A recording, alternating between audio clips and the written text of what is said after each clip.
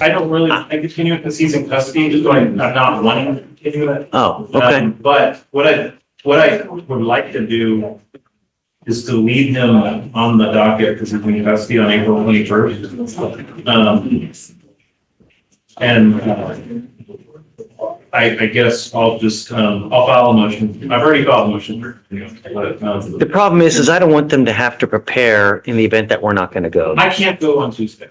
So I'll grant your motion. I know that, but I'd like, he's in custody and I'd like to keep him on there just in case we can work it out. Oh, well, that's a different I mean, question. not a case I think should be tried, but unfortunately, this is the guy that kind of, I don't he didn't remember. go through. Okay, anyway, So should they prepare for trial or no? not on Tuesday. Okay, you heard that. Yeah, I mean. Okay, we'll keep them on in the event that you want to work it out. If not, then we can give you a new trial date. Okay. But I have to give them enough time Yeah, to I already subpoena told him witnesses this and, weekend I wouldn't be able to do it. Okay. Okay. Okay. All right. all right, good luck, bud. Yeah. Hi, please. This one, Mr. Yap. Is it the Plea done? Or it's finished up? Okay. All right, good morning, Mr. Yacht. So we need to Sir, you're charged with driving while intoxicated. You're facing up to a year in jail and or a $4,000 fine. You have worked out an agreement where they were offering you 3 days in jail with credit for the 4 days that you've done. This charge will go on your record. Understand that from now on, for any future DWIs, you will be facing a minimum of 90 days in jail. Do you understand?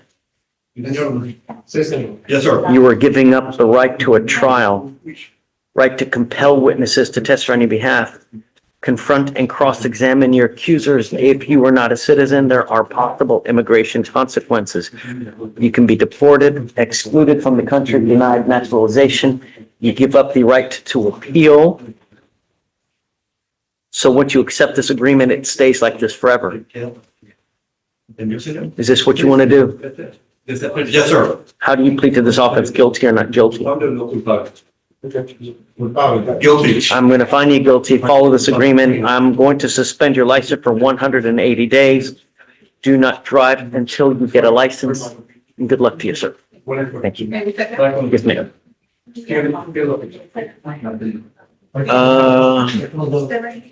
Okay, Sam, talk to me. Just the last name of your client. It's not on today, Judge. It's tomorrow. I'm a pallbearer in a funeral I have to attend to, and it's over 150 days old. So How old is it? I don't know the exact days. What's your clause number? It is 2585390. We just did a TRADS on the 13th.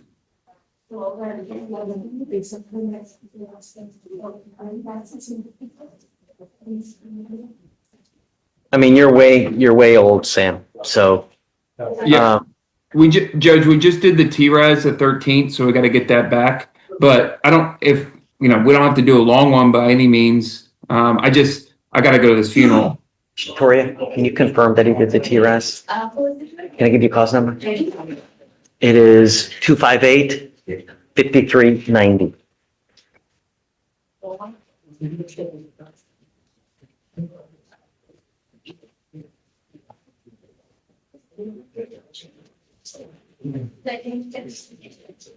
Yes, sir, it's completed. Okay, I'll give you a week, Sam. Okay, thank you, And Judge. no more waived appearances. Yep, thank you. Okay, man. I'm about to bring a jury in, so just email Victoria and we'll get you a date for a week. Hey, Angel Taylor had bond violation. She missed a drug test. It was this morning. It was negative. but it continues to happen. It's over and over and over and over. This is Is this Audrina Taylor that's picked up the DWI with the, the first time she's missed a test. Judge, the reason she missed a test is because This her phone was off.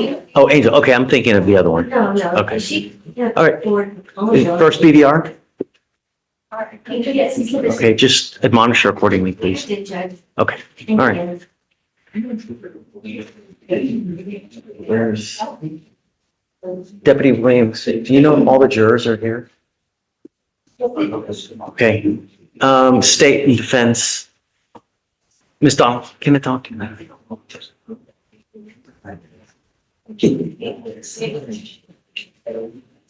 Good morning. Are you ready? Are you ready? Yes. Okay, hey. Guys, we are going on the record. Do not talk, please. Okay. Your client here? Yes. Got it, okay. You don't need him, Judge. We're about to bring the jury in. So it's probably a good idea to start having him.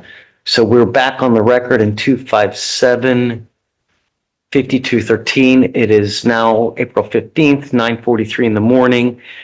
Are there any pre-trial matters that you'd like to take up before we bring the jury in to start with the trial? State? Nothing with defense, state?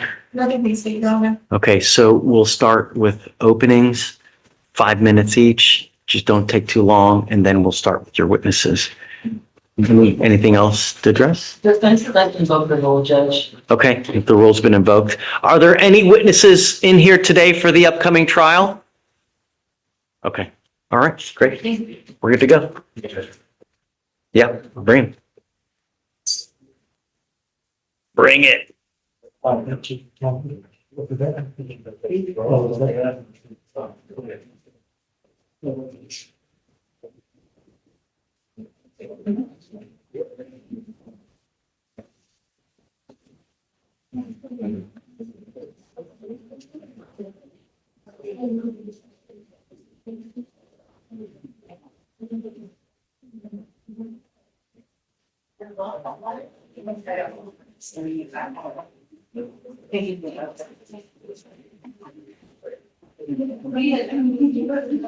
Dawn, is this your case? Or are you guys splitting it, or how's it going? We're sharing with. Who's doing opening?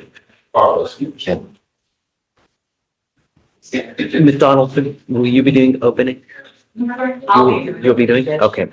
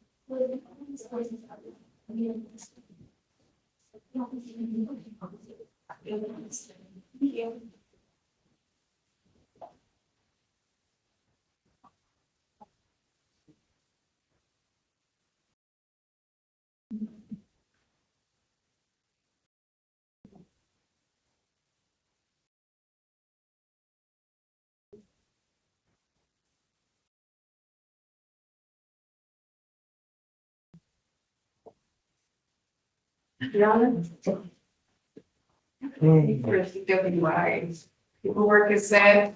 I don't have a translator though. Could we do it maybe this evening so my client won't have to come back? No. We give it in an hour. Okay. We'll take a break for you. Don't worry. Yeah. Thank you, Your Honor. Yeah, absolutely. Is there a translator here? Judge. Why don't we plan in an hour? Okay. Don't go far and then we'll get it done, so you don't have to wait. Perfect. Thank you. Sorry. No problem.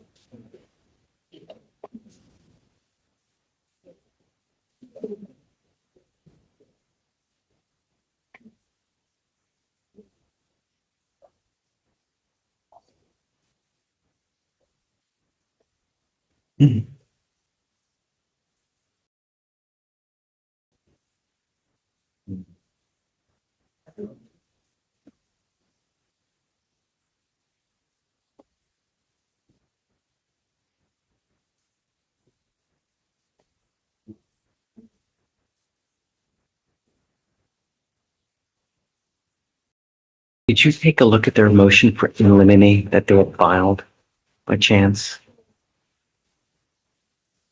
It says, their motion in limine says about the extraneous, but it also has stuff about body worn camera.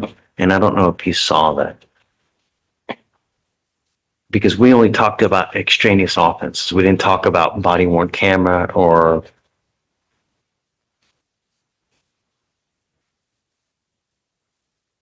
witness statements.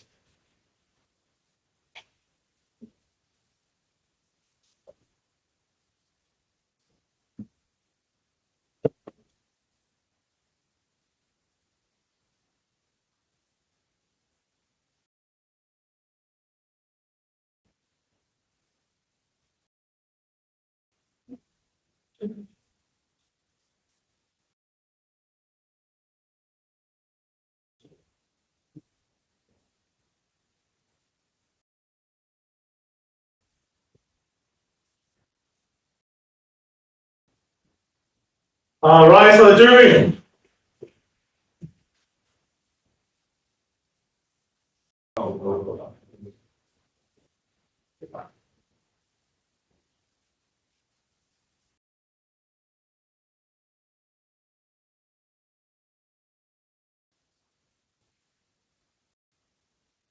All right, be seated. Ladies and gentlemen of the jury, thank you for coming back and not running away. We will try to be as efficient as possible. We'll start with openings and then we'll start with witness testimony after that. Okay? Ready? Yes, Your Honor. Okay. Good morning, everyone. Drinking is a offense. Driving is a shame. Driving while intoxicated is a crime. Today you will hear a case about choices. Specifically, the choice of the defendant to drink and then get behind the wheel, putting the lives of everybody on the road with them at risk. Today you will hear about how on July 25th, 2025, Officer Escobar observed the defendant in his vehicle. Barely stayed in his lane while other vehicles were around us, putting their lives at risk.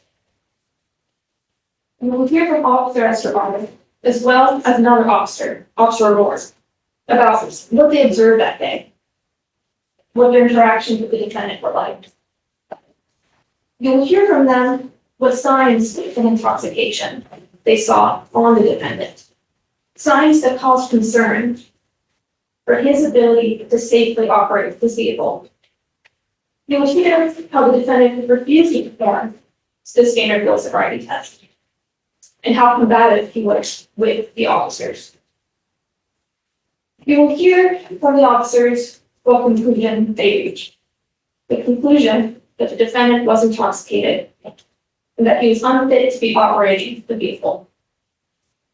You will hear testimony from other witnesses as well that will illustrate the series of poor choices the defendant made that day.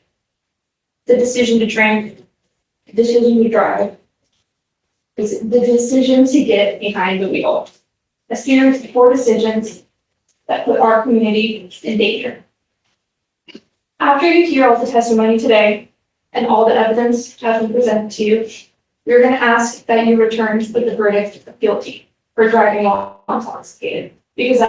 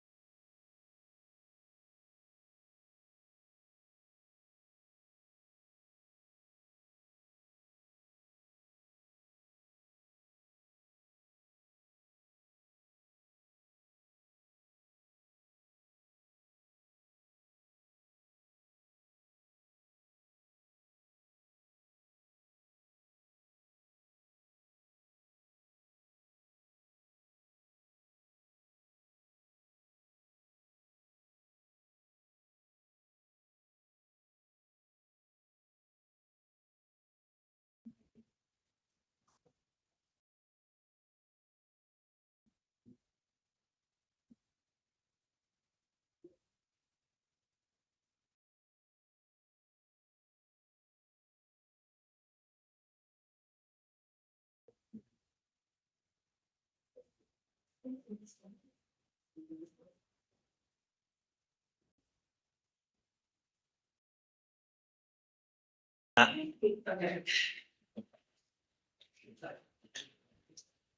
Good morning, guys. Sorry about that. My name is Kiana Sykes, and I'm one of the attorneys who have the pleasure of representing Alejandro Gonzalez today. You met me yesterday, but you didn't get to hear from me, so hello. Thank you for being here. I'm here to tell you about a story of the piece that didn't fit, okay? Yesterday, Sean talked to you guys about this case like it was a puzzle, right?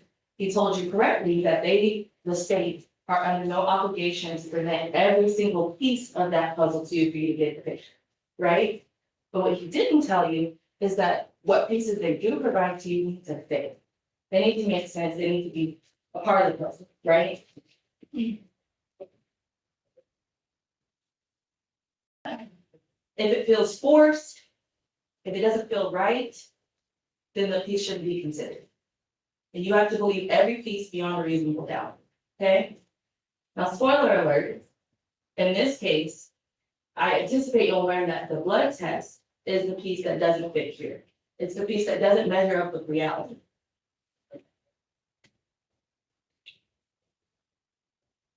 And the reason is because over the course of this trial, I anticipate you'll learn that you will not see any slurred speech from Alejandro Gonzalez. There will not be any severe reckless driving characteristic of intoxication. I anticipate you won't see any failure to maintain balance. You also won't see any impairment tests done to measure whether or not Alejandro was intoxicated. You'll also learn that the DWI investigation didn't take place until nearly an hour after the officer made contact with Alejandro. It was never done on the road. Let's just start where it begins, to stop. I anticipate you'll hear from Officer Escobar, who will tell you that our client is driving all over the road, he's swerving all over the roadway in between lanes. However, I anticipate you'll also have an opportunity to review the video yourself. And I anticipate that you will see that there was no significant lane departure, that there was no weaving across the roadway, there was no crash or no near collisions. I anticipate you'll also learn that Officer Escobar, upon pulling him over, will take this minor lane infraction and ask him to immediately get out of the vehicle and subsequently arrest him. And when I anticipate you'll learn that Alejandro will ask Officer Escobar why he's being arrested, and that the only response he will get from Officer Escobar is that it is because he failed to maintain a single lane. I don't anticipate you will hear on any part of the body cam that Officer Escobar had a suspicion of DWI when he arrested Alejandro. I also anticipate that you'll hear Officer Escobar state that Alejandro was being belligerent or combative. However, just like with the dash cam, I believe you will have an opportunity to see the interaction with Alejandro and see that the evidence supports him being confused and at most frustrated at not knowing why he was being arrested and detained. And again, this is the important part, that when he was arrested and taken to the station, you will learn that the DWI investigation didn't happen until that point, an hour later, after he was on the road. I anticipate that the state is going to rely on the following for intoxication: the alleged swerving, which we've already talked about, and you'll have an opportunity to judge that for yourself. I anticipate that you will hear that he had red, glassy eyes. However, I'm also going to say you will not hear from any witness that anyone tried to narrow down why he had those glassy eyes. They didn't ask him, did he have allergies? Didn't ask him if his eyes were irritated, did he have contacts? Just he had glassy eyes, so he must be intoxicated. And that's what the state is going to want you to do, make assumptions. I anticipate you'll also hear that there was a slight odor of alcohol on Alejandro. Not strong, not overwhelming, just slight. And I anticipate that'll be a problem for you when you learn what the blood test result is, because that slight odor is inconsistent with that result. And finally, I anticipate you'll hear that he was swaying. However, just like with the dash cam, you will have the opportunity to see that yourself and judge for yourself. This case is about what the blood test means, what it should show versus what you actually see. And there's a disconnect. So the state's case is going to come down to a number that's generated from a machine. And that number is going to rely on processes for collection, handling, and testing of that blood sample. You're going to hear about problems within that process, and when the number depends on it, the process matters. And the most important thing I want to tell you is that we don't have to tell you what went wrong. We don't have to tell you why that blood test sample doesn't match up with reality. We don't have to tell you what step in the process the state messed up. The fact that it's wrong, the fact that it doesn't fit is enough. That's reasonable doubt. When you look at the evidence, you're considering the blood test result or any other piece, you only can consider it if you believe it beyond a reasonable doubt. If not, it doesn't belong.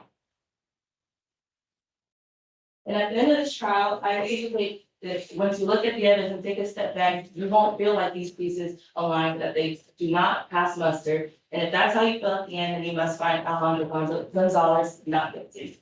Thank you. Okay, thank you. State, are you ready to call your first witness? Yes, sir. Okay, if you want to go ahead and do that, if you don't mind grabbing Just that. call the officer. Escobar.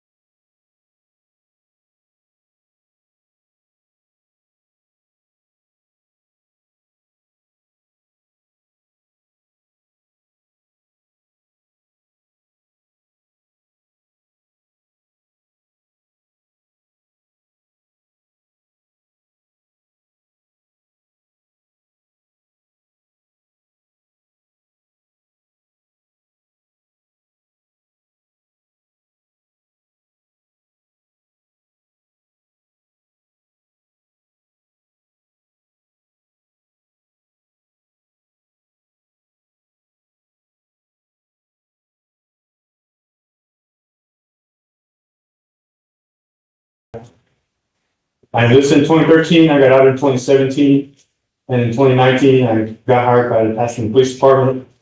I'm still currently employed, I've been there for 7 years. I'm a night shift officer, I'm a full-time FTO, SRT, and I've been on nights my entire career.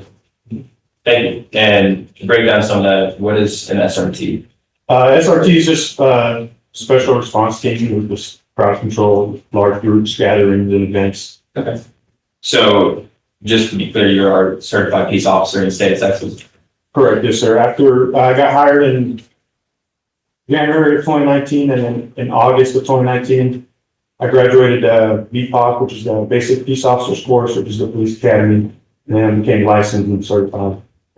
I currently hold my advanced license through TCO. Thank you. The commission was on. And so where are you currently assigned? I'm currently assigned to night shift control, And what police department? Pasadena Police Department in Harris County. Pasadena. So what are your current assignment, the duties on your assignment? I'm just night shift patrol, so I respond to calls for service, any 911 call, or drive around and be proactive and look for other offenses occurring. Okay. What does a typical day look like for you? Checking service, get gas, sometimes I'll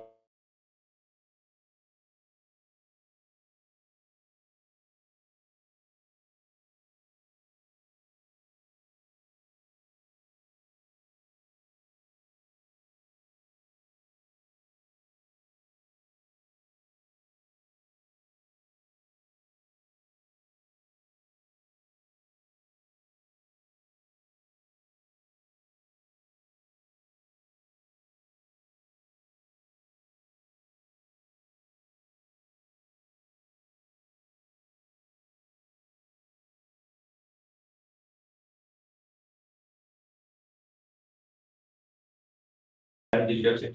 Well, technically, I believe it was a 343rd, was a federal law enforcement, training through the Lackland Air Force Base. I think that was 559 hours. I had the certificate at home. And then the DPOC at Pasadena, which is like, I forget how many hours, but it's like 7 months long. And for that training, was that field or just classroom? Okay, so that's just classroom before you're licensed. So once you become licensed and graduate the police academy, you, it's like 4 months or 3.5 months of, field training. They didn't do that in the military, but on the civilian side, that you do have to do, FTO, field training, and there's, phase 1, phase 2, phase 3, and then there's ghost phase, and then there's 2 ghost phase. And every phase you learn a little bit more. Ghost phase, you're by yourself. You're not by yourself, but you're supposed to do everything by yourself. And they're just observing you. Did you receive any kind of training for the enforcement of traffic laws when you're on patrol? Yeah, you go over everything, both criminal, transportation, penal code. And what kind of training did you receive pertaining to DWIs? In the police academy, they teach you, SFSTs, how to work them, different signs to look for, what signs of intoxications are. Get certified, at Pasadena, we have a DWI unit, so we have our own officers. We can call on our scene to work the DWI for us. Okay. And let's break that down for the acronyms. SFSTs, what are those? Standardized field sobriety test. Okay. And those are pretty typical in DWI investigations. Correct. Now I want to talk a little bit about how those investigations are conducted. When you come across a vehicle, can you walk us through what kind of behaviors or driving patterns you're looking at? Okay, so I mean, the main one would be, fail to maintain single lane, they're swerving. Some people fall asleep at the wheel when the light's green and they're still stopped at the green light. Happens in a lot of drive-throughs for the restaurants too. Pretty much anything that would, you find PC and then you stop the car.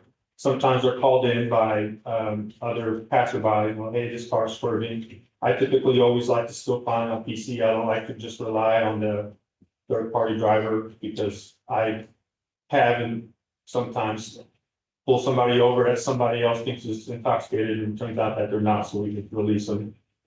So I always try to find my own PC. And then, you pull them over, contact the driver, look for signs of intoxication in the car. And then, or on the person, and if you think they're intoxicated, you call the DWI unit. That's the standard way we do things at Pasadena. That DWI officer will come conduct his investigation.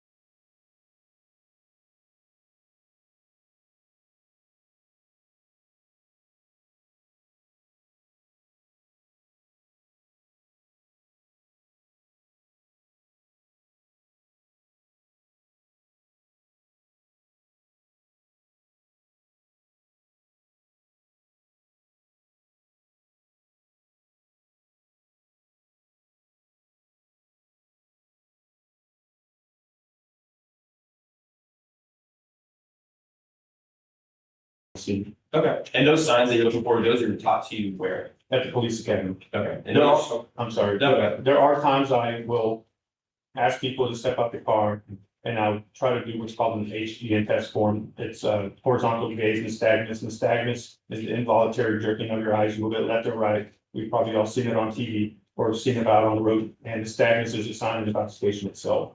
okay.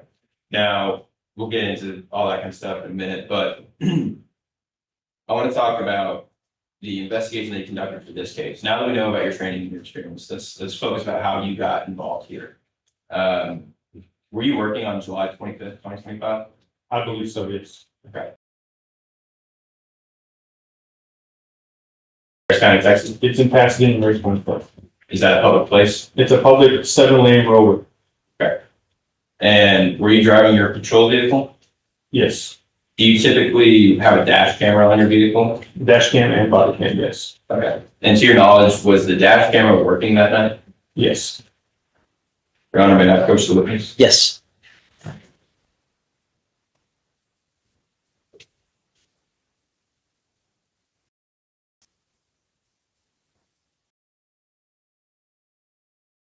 Officer Escobar, I'm handing you what has been marked as State's Exhibit 1. Do you recognize it? Yes, I do. What is it? It is a DVD containing the footage of my dash cam. Okay. Have you had an opportunity to review that before your testimony today? Yes, I have. How do you know it's yours?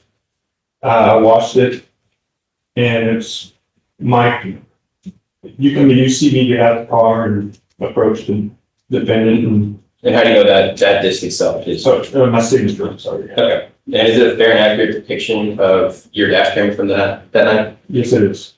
Has been altered in any way, sir? No. At this time, State offers State's Exhibit 1. Sure. If you don't mind tendering it, please. No objections. Okay, it'll be admitted. So states one is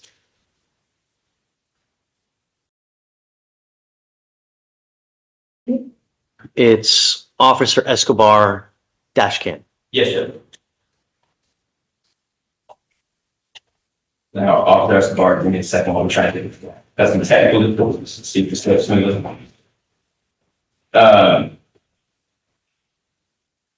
While that's loading, were you also wearing a body cam that night? Yes, I was. Judge, may I first witness again? Officer Escobar.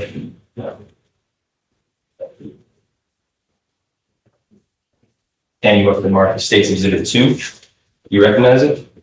And what is it? This one's my body worn camera footage. And have you had an opportunity to review it? Yes, I have. Okay. How do you know it's yours? My signature initial in the badge number. Is it a fair and accurate depiction of your body camera? Yes, it is. Has been altered to your knowledge in any way? No. At this time, State offers State's Exhibit 2 from this. No objections. Okay, it'll be admitted.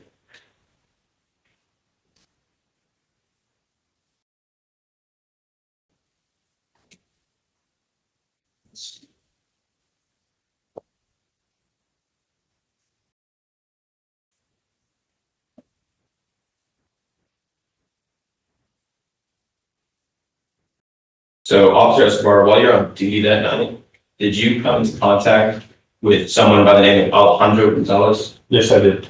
And do you see him in the courtroom today? Yes, I do. Would you mind identifying him by article of clothing? The red and black, plaid shirt, button-up shirt. Thank you. Your Honor, at this time, the record reflect the witnesses identified the defendant. It will.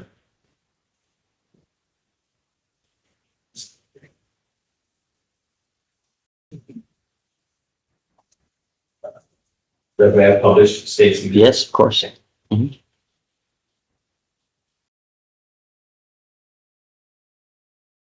For the record, this is State's Exhibit 1, the dash camera starting from 0. So officer, let's talk about how you first met the defendant in this case. When did you first notice the defendant's vehicle? I would assume that it was because, Judge, I would object to the witness assuming if he doesn't have knowledge of speculation. Right. Sustain. Testify to what you know, please. okay, there was a Chevy truck driving and I just happened to get behind it. I like to go behind Chevy and GMC trucks because they're highly common, or they're commonly stolen vehicles. Now, what did you observe about the vehicle that night? I got behind this vehicle and the vehicle started failing to make single lane and started going between the left lane and the center turning lane. So what did you do next after you saw that? I followed it and tried to make sure that it wasn't just a one-time swerve into the next lane. And so I followed it to observe it swerve a few more times. Okay. That sounds good. I probably ran the plate in between there too. I probably ran the license plate to check if it was not stolen. Okay. Now, I'm gonna play a little bit of this dash cam for you here, and we're gonna talk about it. For the record, we're playing from 0. So.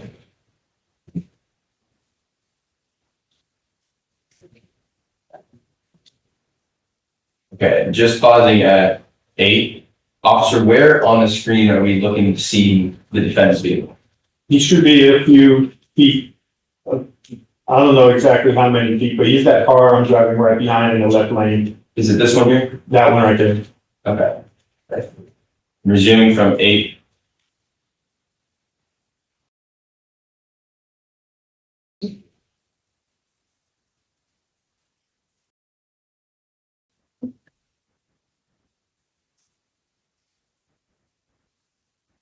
Okay, so stopping at 23, officer, what are we seeing so far? It's kind of far from here to TV itself, but he is failing to maintain single lane. Oh, okay, there's one right here to the right. And he's hitting the right lane into the middle lane of the westbound lanes of the whatever 100 block of Spencer that is. That might be Lafferty or Harlan. And resuming. And at that point, you're stopping at 28. Have you seen anything else? Yes, now he's hitting the lanes to the left of the center turning lane on the. Okay. And at this point, are there any other cars on the road that night? Yes, so there were some cars approaching us going eastbound, and there was, from what I see on the video, there's 2 cars going westbound alongside us. Okay. And is that something that you look for when someone's swerving on patrol? Now I do, yeah, since most recently, yes, I do. And why is that? Because nowadays for fail to maintain single lane, they're kind of stricter on, it has to actually endanger other drivers. And so if they're just failing to maintain a single lane and there's no other motorist on the road, then I'm gonna look for stronger PC to conduct a stop. As far as what we see on the camera today, were there other cars on the road that night? There were other cars on the road, and he's actually going into the center turning lane. Okay. And so resuming from 28.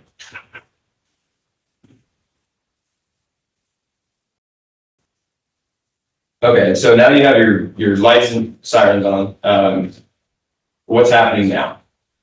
Well, the driver continues to drive, and he, I wouldn't say he's evading, because evading is when you're actively trying to get away. Eluding, maybe, he's just not stopping after the lights. There's plenty of safe spots to, stop the vehicle.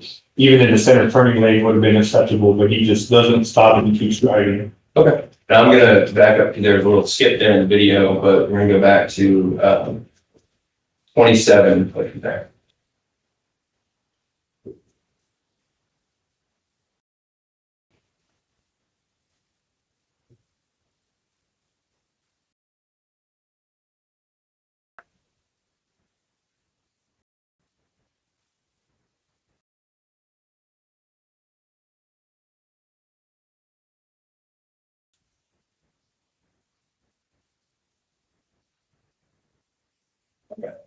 Stopping at 51. Now, after you turn your lights and you start the traffic stop, does the defendant pull over right away?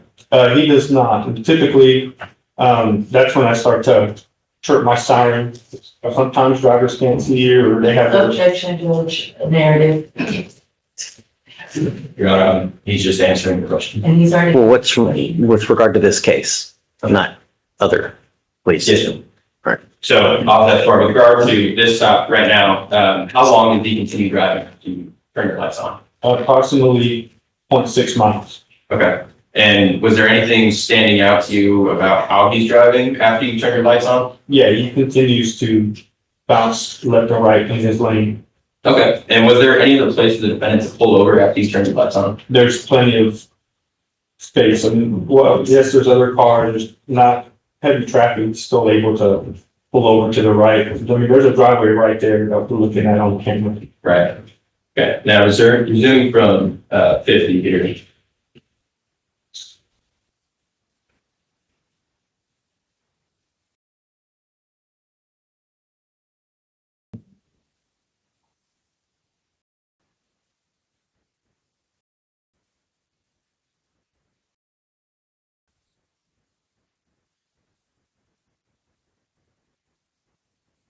Stopping at 112. Officer, how many times have you pulled someone over on a job?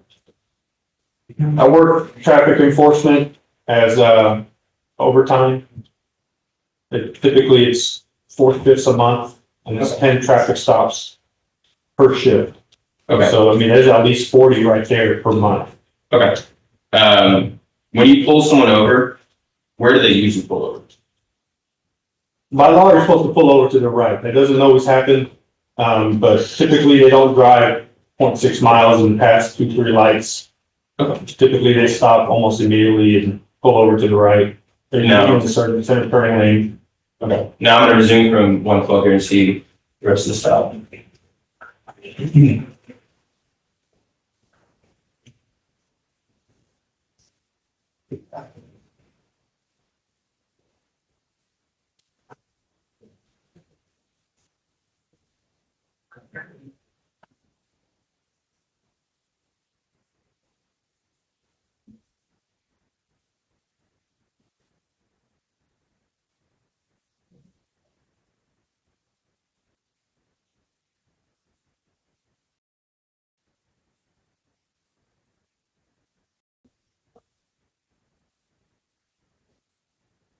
Okay, stopping at 155. At this point, we pulled the vehicle over. When did you end up making personal contact with the defendant after this? I get out of my car and a few seconds after this, I go and I approach the car. Okay, and who's driving that car? The defendant? Okay. Were there any passengers in the vehicle? No. And how would you describe the manner that the defendant pulled over that night? As far as his demeanor or the vehicle? Let's do the vehicle. How would you describe how the vehicle pulled over? I would say it's not usual, it's unusual. Now, when you approached the defendant, did you advise him the reason for the stop? I can't recall right now. Okay. I know he asked, and I eventually, after a few attempts, I did. Objection, judge not responsive after I don't call. I can rephrase the question here. Okay, overall. When you approached the defendant, what did you say? I think I asked him to get out the car. And why is that? Because it was very unusual for a stop to,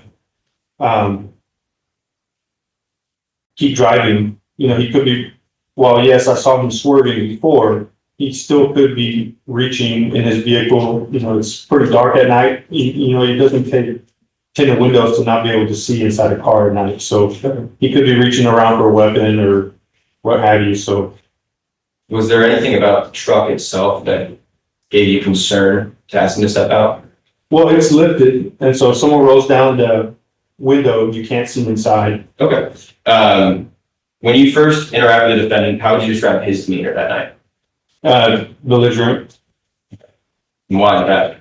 Yeah, he became argumentative almost instantaneously. Okay. Asking what And, the PC was and why I stopped him. and what did you notice about the defendant when you spoke with him? He had the smell of alcoholic beverage from his breath in person. Okay. Was there anything else? Red water units. And how did the defendant react when you asked him to step out? He was asking for probable cause and reasonable suspicion and for the reason of the stop. Did you advise him why you stopped him? I think after a few times, I did tell him exactly why. I said, felon maintained single lane, and because we didn't stop, because it took him so long to stop. Now, I'm gonna switch over to your body cam at this point. Officers moving him on the wall, change up CDs.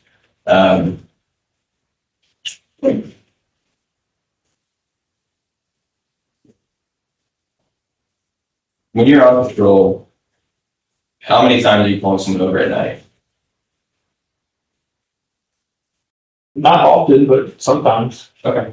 And when you do that, sorry. I said not every time, but it does happen. Okay. And when you do pull someone over at night, what do you typically ask them to get out of the car? No, not typically. Okay, and so what about this defendant's vehicle made you want him to step out of the car right away? Well, it was lifted, Okay, and then for sure, because of how long it took him to stop. okay. Let's see what we got. Your Honor, may I publish some state's exhibit? Yes.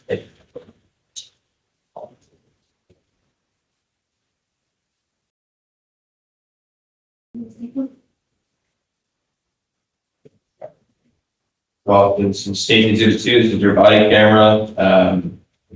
We're gonna jump to where we just cut from the dash cam right here. Should be right about the 2-minute mark on exhibit 2.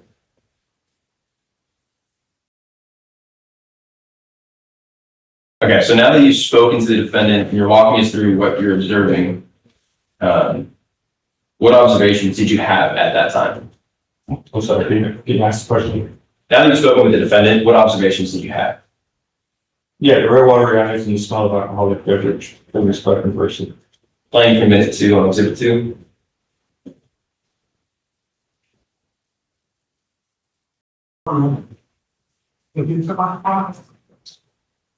I'm telling you, Steve.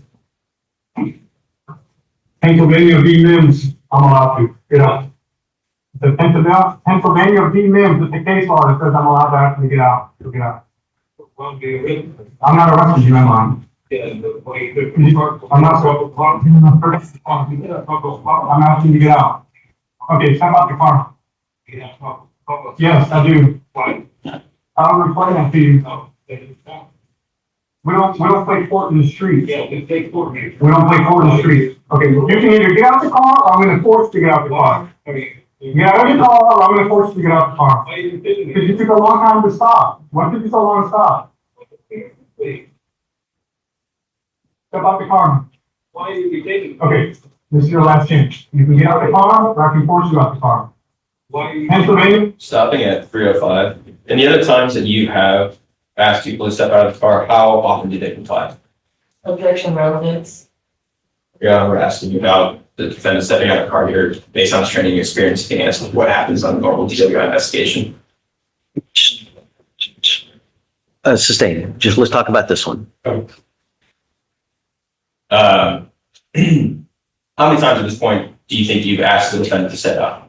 I haven't counted, but at least Objection speculation. Would you say it's more or less than 2? more than 2. Thank you. Resuming from 305. Hey, what do you mean? I'm allowed to go ahead. Okay, because you're swerving all over the street. So you can step out. You were swerving in the street. It's on body camera. Step out of the car. Step out of the car. Step out of the car. Well, how else are you gonna get out? If I don't move, right? Step out of the car. Step out of the car. Because I already told you. Why? You're swerving all over the road. Okay, you can or I'm gonna force you out the car. Okay, I already told you, you're swerving in between lanes. Get out of the car. Okay, get out of the car. Don't make me force you out the car. Get out of the car. I'm not retaining you out of the car. Now you are gonna be detained. Because you're swerving all over the road, and then you should go on stop. Still in maintain single lane. Why are you thinking? Why are you thinking? Fail to maintain single lane. Stopping at 4 minutes and 2 seconds. Based on your training and experience, why is him not stepping out a concern? Because there could be weapons in the car and he could take off. Okay. And we heard you cite, a case law in there. What was that? Pennsylvania v. Mims. And what is that? It says, that officers are allowed to ask motorists to step out of their vehicle for officer safety. Have you ever done that, based on your training experience in other investigations? I have. Now, at this point, you're taking him out of the vehicle. What do you do next? I put him in handcuffs Why? because he's already uncompliant. Okay. And based on the signs that you've already told us about, what was your next step in the investigation? Well, right now, at this point, I was placing him under arrest for failed to maintain single lane. Okay. Is that an arrestable offense? Yes. So after he steps out and after you have him in handcuffs, what do you do next? I radio dispatch and have them send a DWI officer, because I also observed the red watery eyes and the smell of alcoholic beverages. Okay. Playing from 4 minutes and 2 seconds. I was told you stay right here. Failed to maintain single lane. Well, can I get a 460? Now, stopping at 411, what was that radio? I said 12, which is, our radio numbers are based off seniority, so Okay. there's 31, 32, 33. 31 is days, 32 is evenings, 33 is nights. I don't usually say 33 because we're already on night shift, and 12 is who I am. I'm actually I'm on 9 this year. But instead of saying 3312, I just say 12. They know it means me, and then I say, can I get a 460 unit? A 460 unit is a DW officer. And after you radioed that, what was the response that you received? They said negative transport. What does negative transport mean? There's not one available to come to the scene. Have transport them to the DWI investigation room that we had. Okay. And based on your time at Pasadena Police Department, is that typical? It's more or less. It does happen occasionally. And at this point, why did you call that in? Because it's just easier for the DWI officer to arrive to the scene to do the DWI investigation on scene. Okay. Now, resuming from 411. Go back to my car.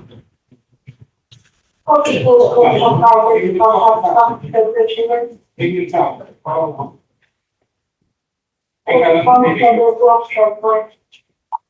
And so that call out to you, what was that saying? You'd have to go back so I can. Oh. That might have been someone else being dispatched to a different call. Yes, sir.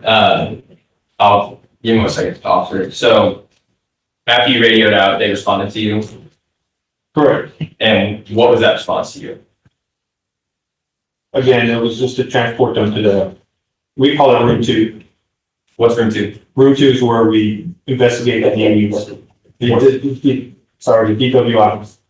What is DV what you would call it? DWI is it's like if you sound out DWI, it's DWI, so we call it DWI. Okay. So did you try to have a DWI investigation done on scene? I did. Okay. And what did you do instead? I transported them to the room 2. Why didn't you conduct one yourself? Because we have designated DWI officers. It takes several hours to do a DWI investigation. And so to, maximize the manpower, we have DWI officers. That way I can just give it to him and I can go back out on the street and major call drops. Okay. And so at this point now you're putting him in the back of your patrol car. Where did you take him? Room 2. Okay. And then where is that at? That's located at the Pasadena jail. And at this point, what did you believe was the appropriate next step for the investigation? Well, we have to tow the car. So the defendant's going to the station, and he's in your patrol vehicle. say it again. The defendant's going to the station, and he's in your patrol vehicle. Was there anything about the defendant's behavior at this point that stood out to you? Yeah, he was still very belligerent. Okay, and would that be an indication of anything for your investigation? I mean, working nights, we deal with a lot of intoxicated people and they're very belligerent. Yes.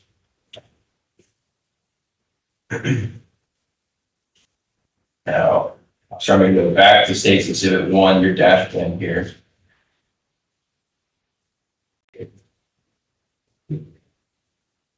So was the defendant talkative in the patrol car? Very. And after you placed him in the back seat, what did you do next?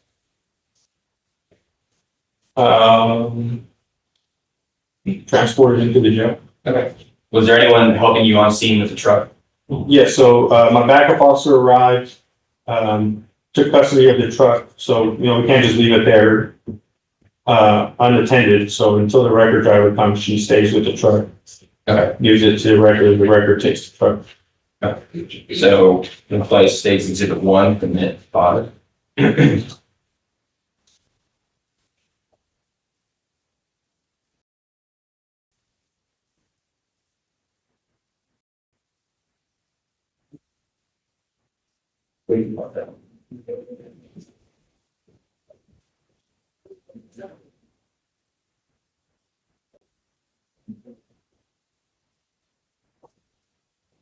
From 454, close. And so right away, who is this on camera? It looks like Officer Formosa. Okay, and what's she doing? We have to do an inventory of the vehicle prior to it being towed.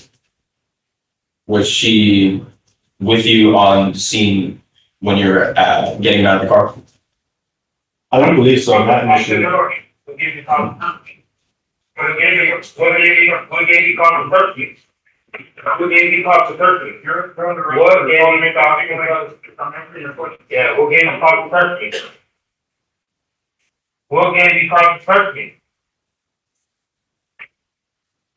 Fucking pussy, bitch. Stop What gave you at call the first week? 540. Did you go back to help her with the inventory of the car? I believe so. And playing at 540. Did you find anything in the car? I did not.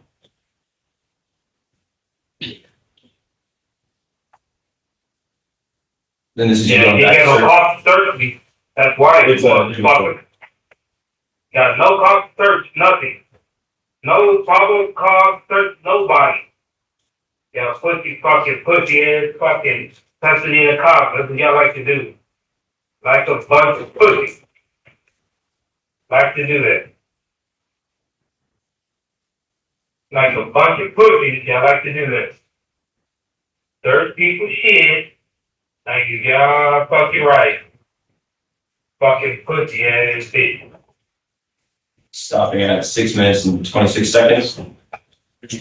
On the way to the station, did the defendant say anything that made you think he was intoxicated? I don't recall. Was there anything standing out to you about how he was speaking? I don't believe so. Now, playing from minute 8.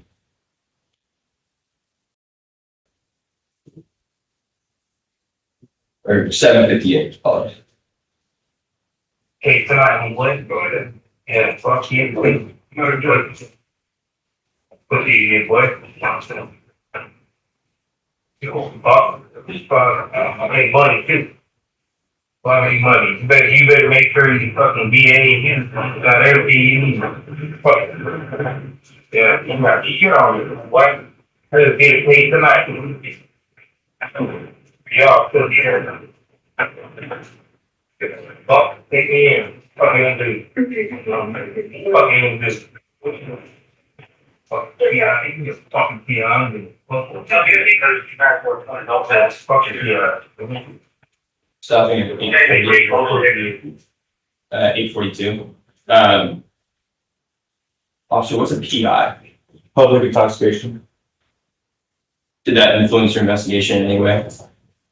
Well, no, because you can't PI someone after driving a vehicle. PI is like when someone's a danger to themselves or others and they're intoxicated in a public place, but under this circumstance, he's driving a vehicle, so it'd be a DWI. Okay. And so the defendant, what about the defendant saying public intoxication stood out to you, if anything? You mean nothing? At this point, what were you doing? What was your next step in your investigation? Just getting them down to room 2 so that Officer Rohr could do the DWI investigation. And Officer Gore meet you at the station. He was in room 2, correct? Officer, based on your training and your experience as an officer with a number of investigations and everything you saw that night, did you reach a conclusion about the defendant, In what regards? about the defendant's state that night? I mean, I was just arresting them for, failed to maintain single lane. Okay, and then your next step was to take him for investigation about what? For DWI, so that Officer Rohr could be the one to determine if he was intoxicated or not. Thank you. That's what it's trying. Okay. The floor is yours. Good morning. Good morning. Okay, so let's take a couple steps back. You said you're not a part of the DWI unit, right? No, ma'am. Okay, and the only formal training you've had for DWI would have been in the police academy, right? Yes, ma'am. And when did you go to the police academy? January 14th of 2019 to August 9th of 2019. Other than that, no other trainings or anything like that? No other trainings other than what we experienced on the street. Okay, and with the DWI unit, they receive more trainings, right? Correct. Okay, and that's because they need to be in a better position to assess whether or not someone's intoxicated. Correct. And I heard you earlier say that sometimes you observe things into CYA, you send it to the DWI task force. Is that accurate? Correct. What does CYA mean? Cover your ass. So that, would you agree with me that that means that sometimes you would send things to the DWI unit, not knowing or having an opinion whether or not they are intoxicated? I'm sorry, say it again. Sure, my apologies.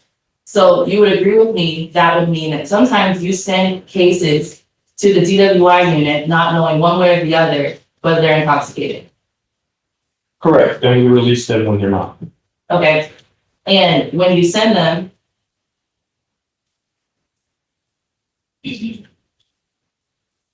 and you mentioned earlier that it's not illegal to fail to maintain a single lane by itself, right? Well, according to the transportation code, it is, but it needs to be stronger in certain circumstances for it to be considered in a DWI case. Well, outside of DWI, when we're talking about a traffic violation for failing to maintain a single lane, right? As written in the transportation code, it's illegal, yes. Sure, and courts want you to find that something stronger, right? And what is that something stronger? It could be anything. Well, earlier you mentioned that it's posing a safety risk to somebody, right? Correct. And not a hypothetical risk, right? An articulable one, yes. Okay, so one, okay. Yes. Yes.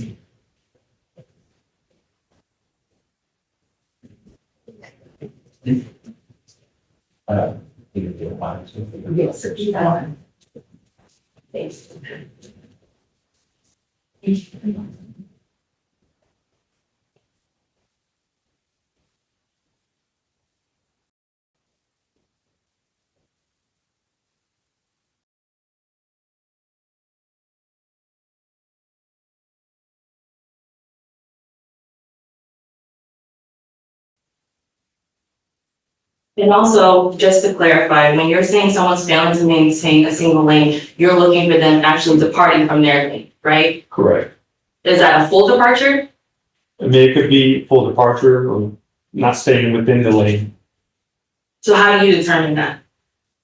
It just depends on how many times a driver does it. Well, I'm not talking about how many times, I'm just saying for you to determine that it's even happened one time. What's a departure under the law? I mean, every situation is under the law, it just says a person maintain a single lane. Sure, and I just want to help the jury explain what it means to fail to maintain a single lane. And every situation could be different, but in this situation, to you, since you've articulated that, what does it mean to fail to maintain a single lane? In this case, I articulated it because he did it more than one time on both sides. It wasn't like, I'm reaching for, like I've had cases where I'm reaching for a drink, or I'm looking at my phone and I just wasn't paying attention for a second or two. I got behind his vehicle and I followed it for several seconds before I activated my camera. And I articulated that he was doing it on both sides, Sure, what was he doing? That's what I'm asking. failing to maintain single lane. Okay, did He crossed it and he was bumping him. he completely left the lane? I believe so. My camera only goes back 30 seconds, but I followed him for several, Do you recall him completely leaving the lane? I can't recall that right now, but I believe he Understood. did. That's fair. And when you say he's bumping in between lanes, is that illegal? If his tire is crossing the line, I would say it's failed to maintain single lane. But you described it as bumping in between his lane. Well, yeah, bumping, but you're not just touching the exterior of the lane, you're crossing it, you're going into the next lane over.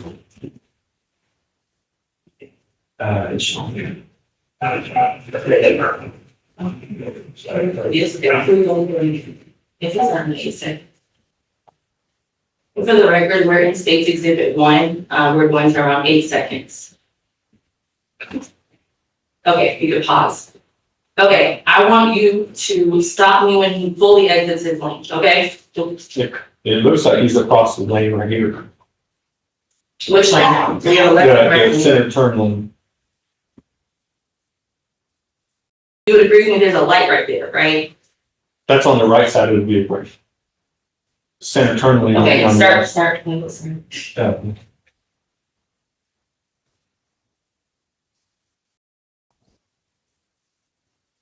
Where's the, Right here, I would say he's bumping, but when you first started the video, I would say he's over the lane there and inside the center turn lane. okay, so that was one. Here it is again. Are there any cars around him at this time? There's one, if you go back in the video, you'll see there's actually a car in front Okay, of can we go us. back in the video then? And there was just some cars that crossed us driving the opposite direction as Let's well. get back there. Okay, can we pause? How many cars do you see on the road right now? I believe there's 2 cars coming towards us and there's 2 cars going with us right here. There's 1 car in the center lane up further ahead, and then there's one in the far right lane. And you would agree with me that the one that's closest to him is the one that's in the far right lane? Correct. And there's at least a whole lane of space in between him and that car, right? Correct. The Spencer Okay. Highway's one of the longest roads in Pasadena. Okay, You're just gonna drive by multiple sure. cars. Just for the purposes of this bill, right? For the purposes of this, still correct. okay. And on the other side, there are cars traveling this way, right? Correct. Okay, and is there something separating? There's no center median. Is there space separating There's a center turn lane. in between him and the other cars, right? Correct. Okay, At the purpose of this still, yes. sure. So the purposes of this still is what danger is he posing to any of those cars around him? In this specific still shot, Mhm. in this specific still shot, he's going into the left lane where there's cars approaching. Is he almost hitting the cars?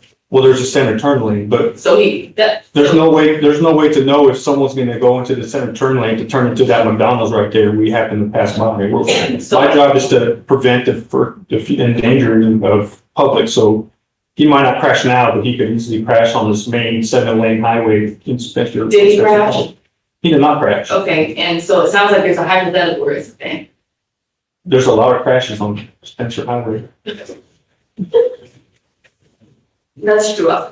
And when we talk about when somebody is guilty of failing to maintain a single lane, we're looking for that, the failing to maintain a single lane, so the departure, right? Plus a danger to the cars around, right? Well, I don't deter the guilt. Sure, I'm not asking you to. Mhm. We just said something about guilt. No, but if I did, that's a misspeaking. What I'm asking you is what you do determine whether or not you're gonna stop somebody, right? Correct. Okay, so you have to have at minimum, basic understanding of the law to do that, right? Yes, ma'am. And so we've already agreed that the law says for a failure to maintain a single lane, we need some sort of departure, right? Well, I haven't read the transportation code, but I haven't read it right now, but if he fails to leave his lane, I would say yes. Okay, plus, and I don't need you to read the code, we already agreed on this earlier, right? Plus a danger to another car, right? and not a hypothetical danger. Well, the danger to another car isn't written in transportation code. But that's what we've established that courts want, right? So it's not just a technical violation. Well, I mean, it depends on which court it is. Okay, we're agreeing right here, fair? Sure. Okay. And so we also agreed that it cannot be a hypothetical danger. Right? So not, he could have crashed it, it's not, Spencer Road is a long road and they have many crashes, right? Can you re-ask the question? When we agreed about the danger, we agreed that it is not a hypothetical danger, so it can't be, well, he departed and he could have hit somebody, right? It's whether, right? Is that- Well, if he did hit somebody, that would be a crash, so Okay, fair. And no crash happened here. no crash happened here. Okay, and at all times, for all intents and purposes, there's a lane separating from all cars, right? I'm sorry, say the last one again. Sure. And while you're observing him, you're following him, for all intents and purposes, there are lanes that separate his vehicle from other vehicles, right? We talked about this. On this still shot, yes. Okay. All right.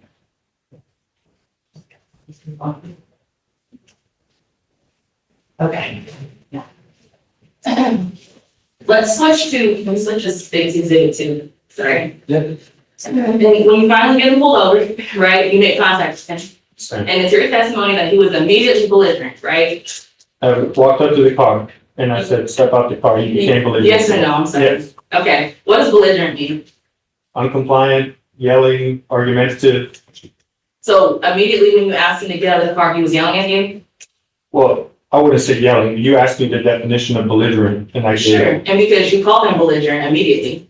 So I'm just trying to get a good idea, and Well, he became argumentative. so maybe not belligerent, And uncompliant. but not belligerent. Well, I would say with a combo of the two, I would say belligerent.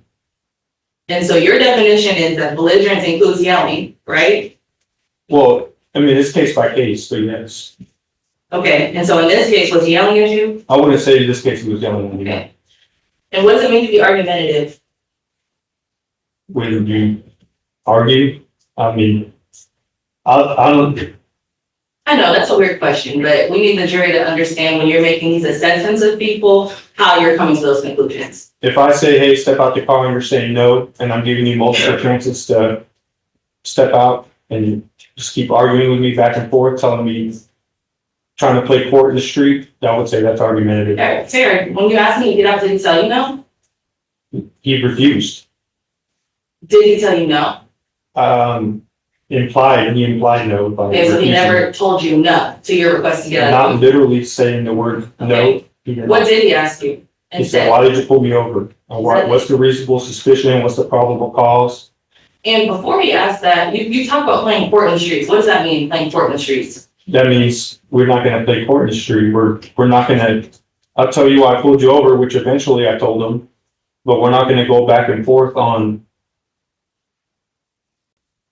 If I've already explained to you, you know, I'm not there, like I said, I'm not there to prove guilt in the street. So and you cited a court case to him, right? Pennsylvania v. Mims is case law. So you were playing court in the streets. Well, he asked me, why do I need to get out? And I said, Pennsylvania v. Mims. So what was the function of you telling him that case if you didn't want to play court in the To streets? know that it was a lawful order to get out of the vehicle. Okay. And then there's- Yes, it's up. and do you usually, when you pull someone over, tell them why you're pulling them over? I sometimes do, most of the time, yes, And does that help smooth things over with the traffic stop? it does. Help make people feel more comfortable It with does. what's going on? Yes, it does. Okay. And you also stated, I'm sorry, you also stated that Pennsylvania v. Mims allows you to pull someone out for officer safety, right? Correct. What about his vehicle made you feel unsafe at that time, or him? The vehicle, it's hard, like I said earlier, it's hard to look inside. He had already continued driving for Mhm. approximately 0.6 miles. And like I said, he could be reaching for something, he could be not looking at the road to, you know, look inside his glove box or center console, or he could be reaching over. And, you know, it's harder to stay straight when you're reaching over. Sure. Could be a number of things. Did you see him doing any of that? His windows are tinted too, and as I said earlier, it's hard to see already at night. Sure. But did you see him doing any of that? No, Okay, so there's nothing you can articulate here that would have made you fear for your safety as an officer well, from his behavior from the argumentative, before you pull him over. from before I pulled him over, it was taking a long time to stop, because it's very unusual. It's not normal for that to happen. Okay, and when you pull someone over, do you think it's normal for people to feel nervous? I would say, I get nervous when I get pulled over. And you're an officer, right? Correct. And so could that have contributed to why it took him so long to pull over? He Him was- trying to find a safe spot? In my opinion, he was more upset than he was nervous. How would you have known that before you pulled him over? I'm sorry, I know we're before- jumping around a lot. Let me, okay. We're back before you met him, right? Mhm. You're saying you observed him to take a long time to pull over, right? Correct. So all I'm asking is, could his nervousness, could he be nervous, right? Correct. And could that have contributed to why it took him so long to pull over? I don't believe so. Because if the average person gets nervous on a traffic stop and the average person still pulls over immediately, this vehicle did not. What's the statistic on that? There is no statistic. I'm just So where are you getting that from? from all the traffic stops I've done, I would say majority, I can't pull a percent because I don't know, but majority of them pull over immediately. And what's so- immediately? As soon as I turn my lights off, they either slow down, start moving over, put a blinker on to move over, and I'm like, okay, and they're gonna pull over right here. Did he use blinkers? Use the blinker to turn left. Okay. And did you suspect him of trying to evade or elude you? I would say eluding, as I said earlier. It was not evading, but it was more of an Do eluding. people who elude you usually use blinkers to do so? Objection. They do. Speculation. Sustained. Did he speed up when you got behind him and let him out? Just, if he sped up, I would say that would be more evading. In this case, like I said, he wasn't evading. He just wasn't stopping. It'd be more of an eluding or just not stopping. Did you charge him with eluding or just not stopping? I only charge him with fail to maintain single lane. Do you have any personal knowledge of him being charged with that at all? With eluding or Or- evading? Yes. I don't believe so, no. Okay.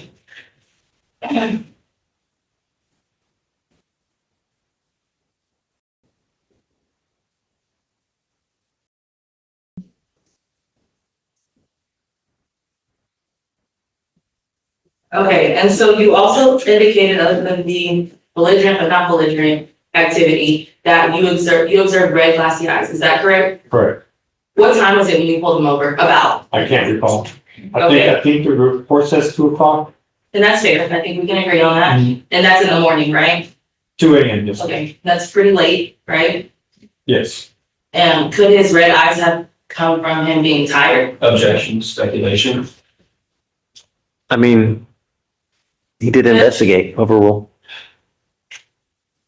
You can answer the question. Red glassy eyes is a sign of intoxication. Sure, but also part of your job is to distinguish between signs of intoxication and signs that have other explanations. Would you agree with me when I say that? Well, so from what I know from my experiences, the DWI officer, when he does his investigation, and I'm sure he'll come and testify to that later, he will ask them when the last time you see, and the only reason I know this is because I translate for a lot of DWI investigations, because I'm a Spanish speaker and most of them don't, so. Okay, they and I ask would them- object to his answer is non-responsive. My question is whether or not you would agree with me that you have to distinguish between a DWI sign and something that can be explained by something else.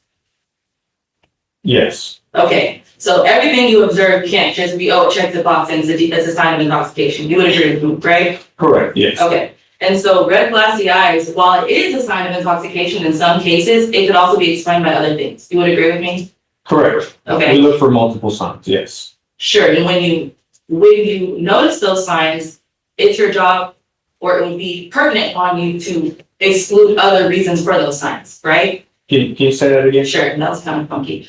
When you notice those signs, a good investigator would try to rule out other explanations for the presence of those signs. Would you agree with me? Correct. So with red, did you do that in this case? I didn't charge him with DWI. Sure, but you referred him to DWI units, so you clearly thought there was enough, right? I'm not the one to determine if he's intoxicated. And you're the one who determined that he had to get I determined that he had been drinking, not that he was intoxicated. Okay, so how did you determine he had been drinking? His red watery eyes and the smell of alcoholic breath on his breath first. Do those things by itself mean someone has been drinking? It's possible. But does it mean that? It's possible. Are there other explanations for both of those things? Not the smell of alcoholic breath in person. So someone can't spill alcohol on you? And you smell like alcohol? I mean, I guess, yeah. Could Okay, happen. so that's another explanation, right? Yeah. Okay, and also, is it illegal to have a drink and then drive? To drink and then drive? Mhm. No, you have to be over .08. Okay, sure. So what about Alejandro at that point made you believe that he was intoxicated? Well, like I said, I didn't charge him with that. I charged him for failure to maintain single lane. Well, I'm not there to determine if he's intoxicated. No, that's what the DUI officer is for. That's why I don't charge people with DWI. I have never filed a DWI charge in my career. so does every person that you stop who admits to having, or who you determine has alcohol in their system, do they get referred to DWI unit? So typically, Yeah, yes or no? I mean, it's case by case. I have pulled people out, I have suspected of drinking, and then let them go. It's just case by case per traffic stop. So with red glassy eyes, you didn't ask him if he was fatigued or tired, right? He didn't give me the opportunity And to. I'm just asking about what you did. Did you even ask him? I planned on it. Did you ask him? I did not ask him. Okay. Did you ask him if he wore contacts and maybe that could have contributed to the red glassy eyes, the irritation? I did not. Did you ask him if he had allergies? I did not. Okay.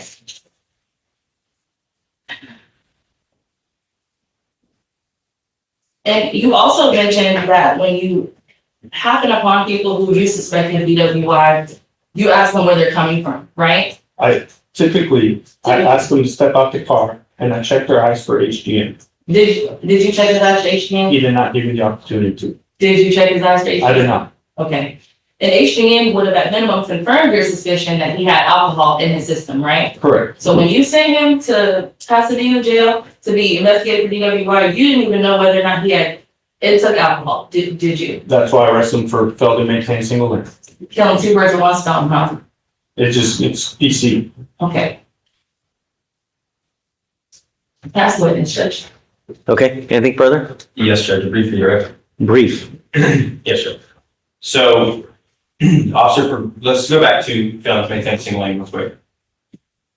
Is it a traffic violation to drive on the left side of the road? I'm sorry, repeat the question. Is it against traffic code to drive on the left side of the road On the left side of the road, yes. across the yellow lines? Across the yellow line, yes. Okay. And was the defendant in this case driving over that yellow line? Yes. Now,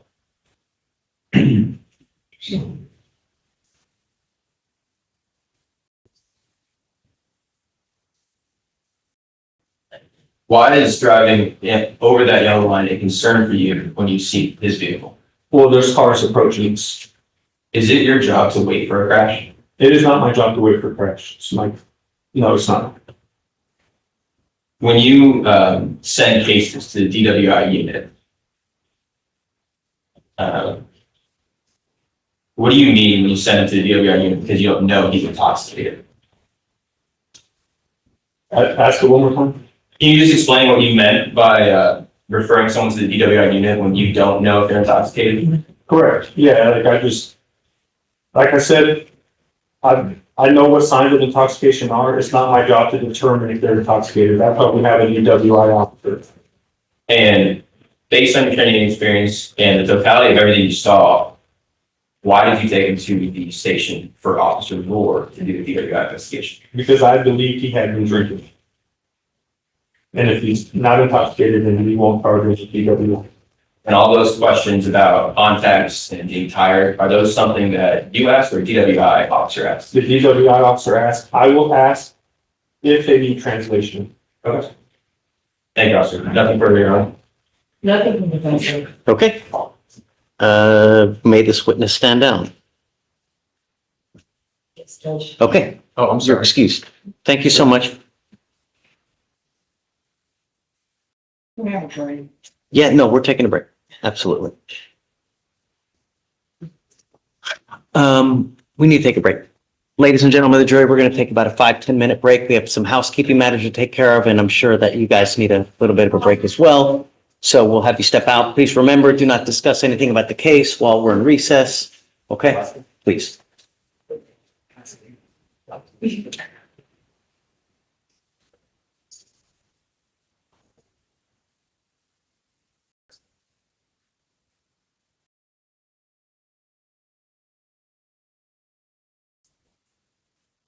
Okay, guys, come on.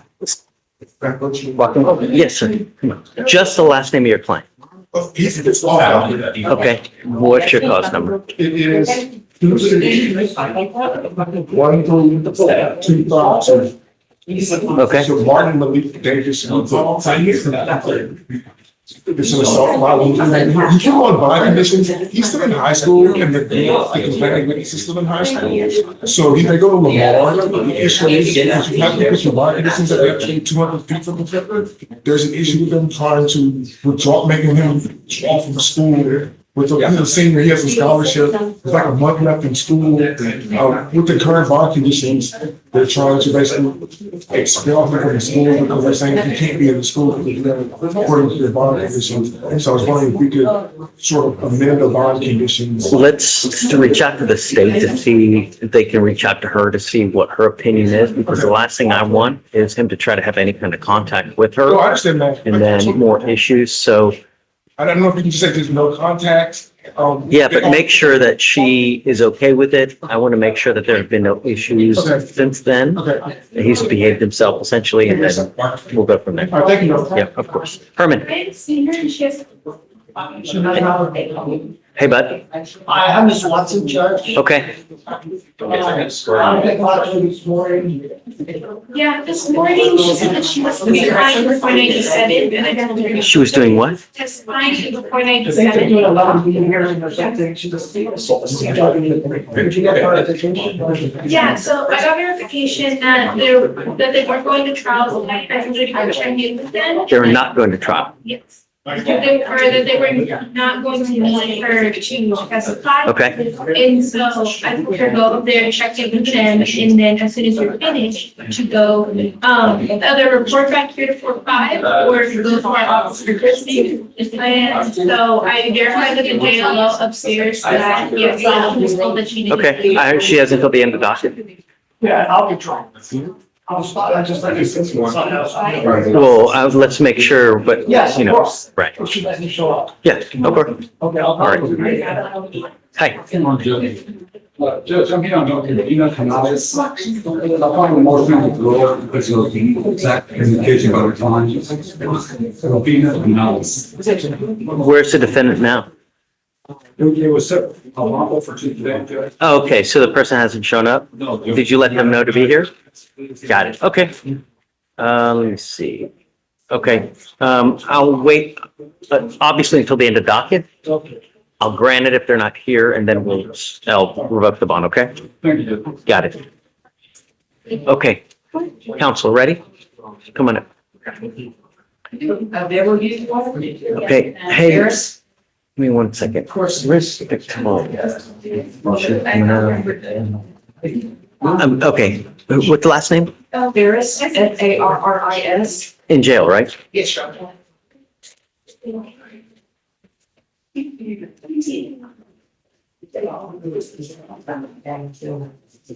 Yes, Judge. Hey, we have a lawyer that was trying to do a plea here earlier. Oh, The woman. yeah. Your Honor. Oh, there you go. Okay, great. I wanted to make sure that we found. Okay, You just let me refresh your memory on this. no, tell me. Yes, sorry. It's been a long morning. This is one, he has been in for a minute, and he's got back on bail. You were pushing on whether or not he could find housing, because it's an AFN, do not have any of that. So just, you can have a couple days or whatever you want. I'm not gonna just let him out for the sake of, for the I just wanted to streets. review it, so we can put it on docket. Yeah, I mean, take a day, a week, a weekday, whatever you want. Yeah, Well, Dave, I'm also pushing on Florida. Okay. Yes. The reason we're approaching is because the UNC is old. Okay, what are we doing with these cases? We have an offer Okay, to dismiss the UNC and plea on the possession. I'm only having possession since February, so I'd like one more setting to be able to decide what we want to. okay. I'll give you 3 weeks, but at that, he's got to be here to make a decision. He's here today too. He's got a, does he have a bond violation? He took a bone violation. He took a UA this morning and he came out He came what? negative. Okay, great. All right, well, you're good. Yeah, okay. Hi, Sebastian. Good morning. B, okay. Or might be PA already. Broke the burn out. We're gonna do a jail, reentry. Okay, yeah. Jail instruction. sure. Okay, just file it, I'll sign it. Yeah, it should already be in the. I haven't. I'll make sure.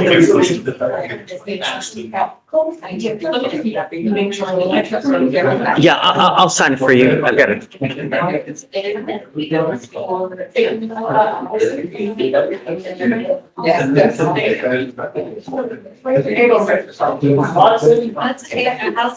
That's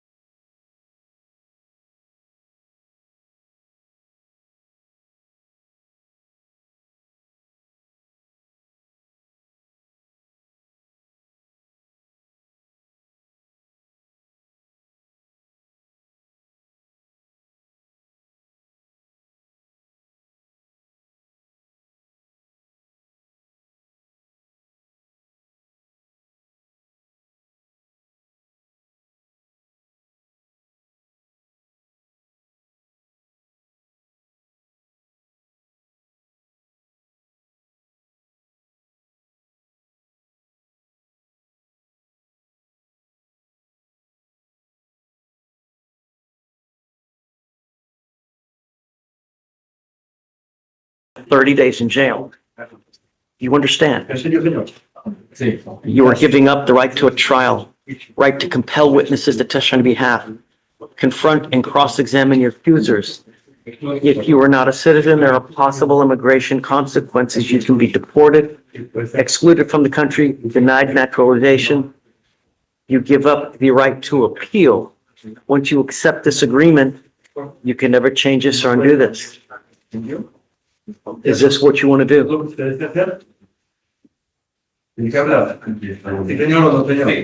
How do you plead to the offense? Guilty or not guilty?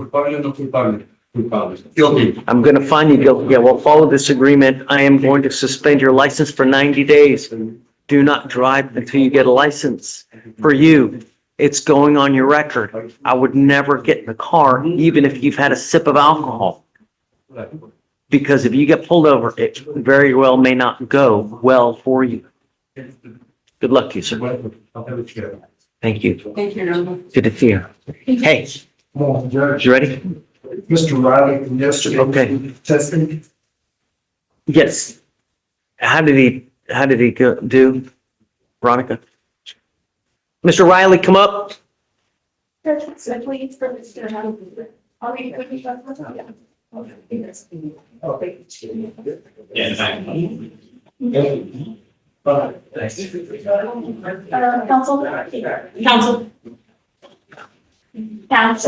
Mr. Riley, He can make names. he tested negative? Okay, great. One more time, 3 strikes, you're out. I don't care what your excuse is. Do you understand? Okay, all right, we'll continue it. So we're now at 4.5 months. Where are we going with this case? I'm going to back to talk to the state on this case and one more. We'll have a resolution. Do you have an offer on this case? I believe there is a, he's got being considered. Okay, this is way too much drama for me. So you've got 2 weeks. Figure out what you guys want to do. Sometime after trial.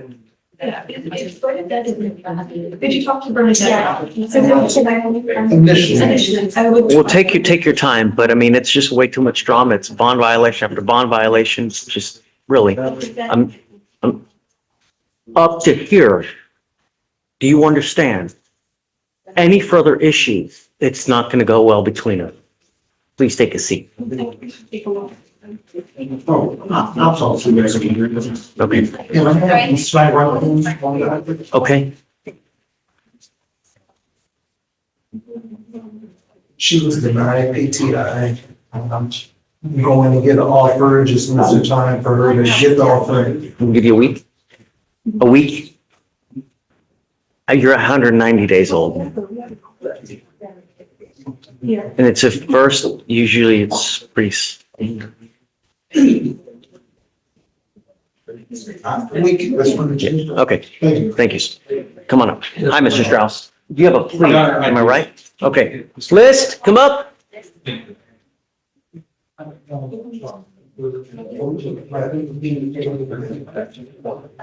Mr. List, you're charged with driving while intoxicated. You're facing up to 6 months in jail and or a $2,000 fine.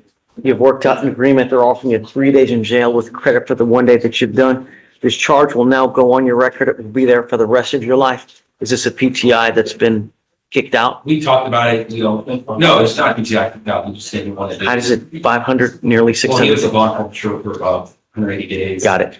You were giving up the right to a trial, right to compel witnesses to testify on your behalf, confront and cross-examine your accusers. If you're not a citizen, there are possible immigration consequences. You can be deported, excluded from the country, denied naturalization. You give up the right to appeal. From now on, it is a minimum of 30 days in jail. Do you understand? I am going to, or how do you plead to the offense, guilty or not guilty? I'm going to find you guilty. I will follow this agreement. I'm going to suspend your license for 180 days. Good luck, sir. Thanks. Can we consider 90 days? No. Okay. His case is 600 days old. He took off. Why would we? No. I'll weigh the court costs, but he's getting a 6-month suspension. Yes, sir. All right, good luck. Hey, Mr. McMillian, correct? okay. McMillian, come up. Page 12. Thanks. Okay. Mr. McMillian, charged with theft, you're facing up to 6 months in jail and or a $2,000 fine. You've worked out an agreement. They're offering you 3 days in jail with credit for the 2 days that you've done. You were giving up the right to a trial, right to compel witnesses to testify on behalf, confront and cross-examine your accusers if you're not a citizen. There are possible immigration consequences. You can be deported, excluded from the country, denied naturalization. You also give up the right to appeal. How do you plead to this offense, guilty or not guilty? The UCW is being dismissed? As part of the plea agreement, Your Honor. Okay, what about the weapons being forfeited? I was not. Every time we have something like a UCW, we always need to consider what's going to happen with the weapon, please. Okay? So I mean, what do you think? We'd like to have to. It's being forfeited, Your Honor. Yes, Your Honor. Got it. The weapon is being forfeited, Mr. McMillan. You're not going to get it back. Do you understand? How do you plead to the offense of theft, guilty or not guilty? If you're not guilty, don't say guilty, because once you do this, it is a lifetime decision. You cannot unring the bell, as they say. Don't plead guilty because, you know, this isn't Target where you can just return it because you don't like it. It's a lifetime decision that you make today. Not only that, a theft case is an enhanceable offense, meaning if you continue to pick them up, you're looking at a felony offense. You have already won, so your very well next one may be a felony offense. What would you like to do? I want to know why I'm not offered the third. Why wasn't I offered the third offense? You know, I cannot give you the reason, but many times DAs take a lot of things into account. And you cannot continue to pick up criminal cases and expect good things to happen. It just doesn't work like that. You don't get your way in the criminal courthouse. Here we are, this is 1, 2, 3. You've now picked up 4 and 5. So at some point, they have to make a decision on what they want to do. I can't control the decisions on what they want to do. Just, you either accept a plea bargain agreement if you don't like it. You can either set it for trial, you can counter, but it's up to them what they want to offer. They don't have to offer anything. Well, at some point, I guess, right? But it's up to you whether you want to take it. If you want, I can give you a little bit more time, but you know, it's a lifetime decision that you make today. I'm not gonna just, these are, no, it's okay. Don't worry about it. I mean, I want you to be informed or be able to make an informed decision so that when you walk out of here, you know exactly what's going to happen, because I don't want you to come back and complaining, well, this and this and this. No, you need to know exactly what happens with every step of all the cases that you have. Criminal history, circumstances of the offense, how much, all these things go into consideration when they make plea bargain offers. So do you want a little bit more time? Do you want to continue with this? You tell me. I'm happy to give you, if you want more time, a little bit more to talk to Mr. Reed. If you want a week, I'm happy to give you a week, but you tell me. I'm not offered to, I don't get the privilege to get probation deferred. That's not my decision. It's their decision, and they're the ones who make the the agreements, whether they want to offer, you know.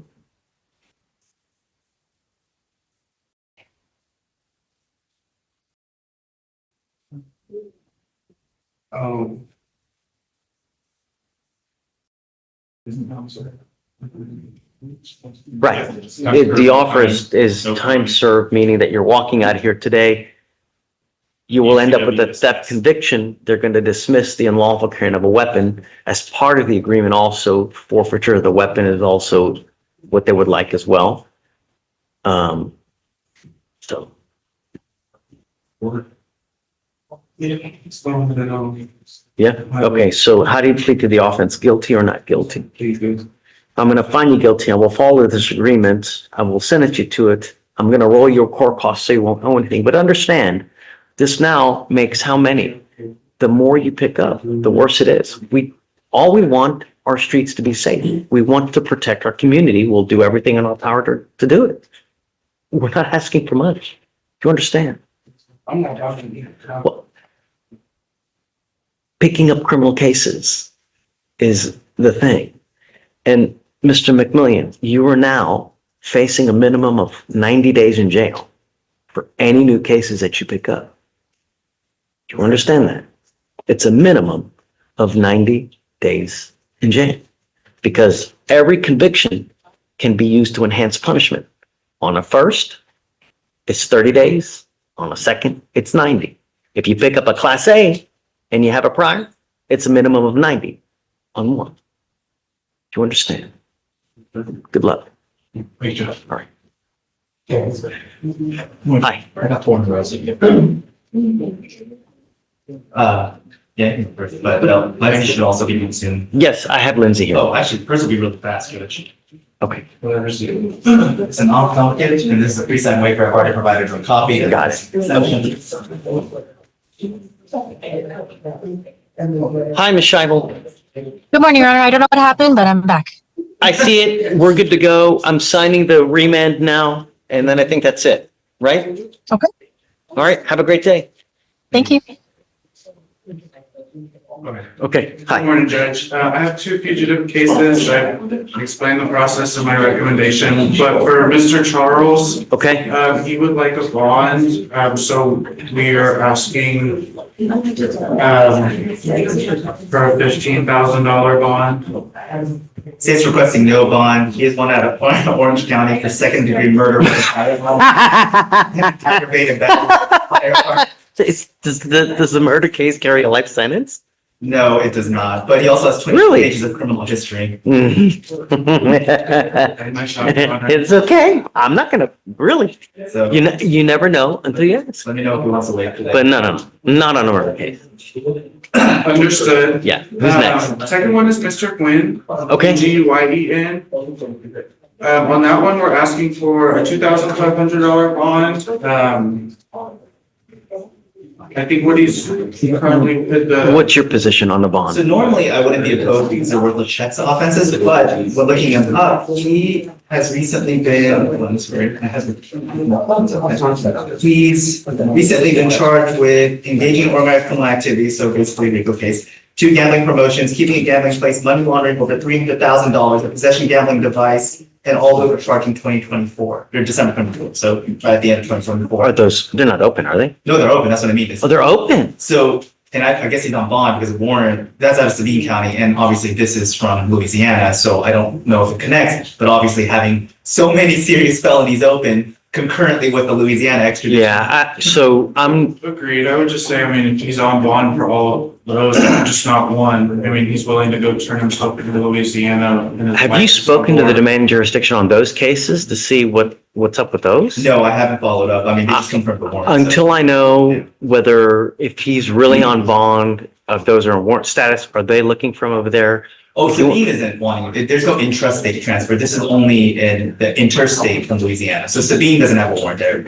I don't know what the next state is because I haven't reached out to them, but this is only pertaining to the Louisiana extradition. So he's on bond for those? Yes, in Sabine County. So, I mean, I haven't followed up with Calcasieu Parish, but obviously I can this afternoon. This morning's just been a little chaotic. But he did waive, so if he does Do nothing, you know the amount? I don't. I wasn't able to. Actually, I don't think it's put in the top side for it. I don't believe it's on the, double check that. I don't know. That's a lot. Agreed. I mean, he's not bond revoked on those cases, so I think that's a good sign. How old are these? Is this new? Sorry, not the wrong one. From October 24th, 2025, they're requesting a bond. It does not have an amount. But the extradition lieutenant did confirm from Louisiana. So I can check the Sabine County, but I would. Can you just, you see, you don't know the amount of the worthless checks, do you? I do not.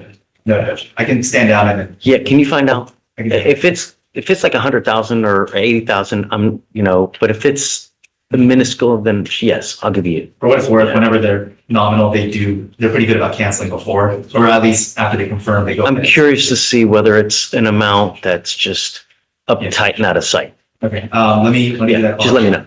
Okay. Herman, Judge, Hey. Ms. Watson, the prosecutor before that, the seventh, had her reading there. She wasn't like anywhere. They were drawing her earlier. They still haven't, they don't know if they're having a hearing or not upstairs, but she's here. I wanted to make sure that there wasn't any issues with. well, let's go send her to test now. Okay, well, let's send her to check. Yeah, but it's so late now that we'll have to roll it till tomorrow. So She's in, yeah. I get She's it. in from out of state. I understand, but I mean, And they kept her there. How about if we get a negative test today, that she doesn't have to go tomorrow, come back tomorrow? Is that okay?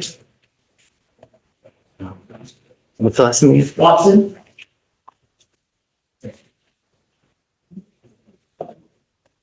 Miss Watson, come up.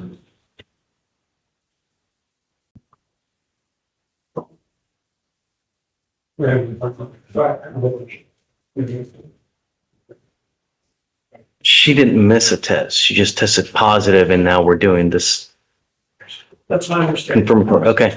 Yeah, I'm down. If she's negative, then yeah, we're Okay, good. cool. Yeah. All right. Okay. Well, If not, then she'll have to come back and we'll talk. So tentatively, what I understand is as long as she tests positive, we'll give her a date for tomorrow tentatively. And then if she tests negative, she will not have to come to. Correct. Yes. Yes, absolutely. Yes. Judge, bottom of 6, how much do A week, 1 week. Hi. Hey.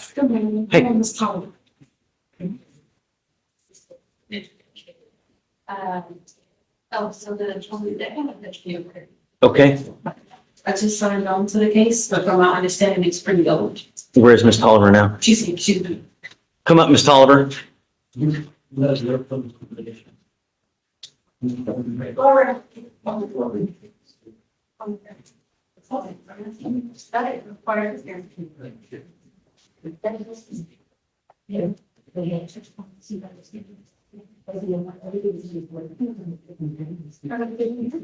Is discovery complete on this case? Yeah. Yeah. You have missed court multiple times. If you miss court again, I'm going to add a couple zeros to the end of your case, ma'am. Your case is 220 days old. You're Miss Tolliver, correct? Charged with assault of a family member? Right. This case is 220 days old. We set cases for trial at 180. I'm giving you one setting to determine what you guys want to do.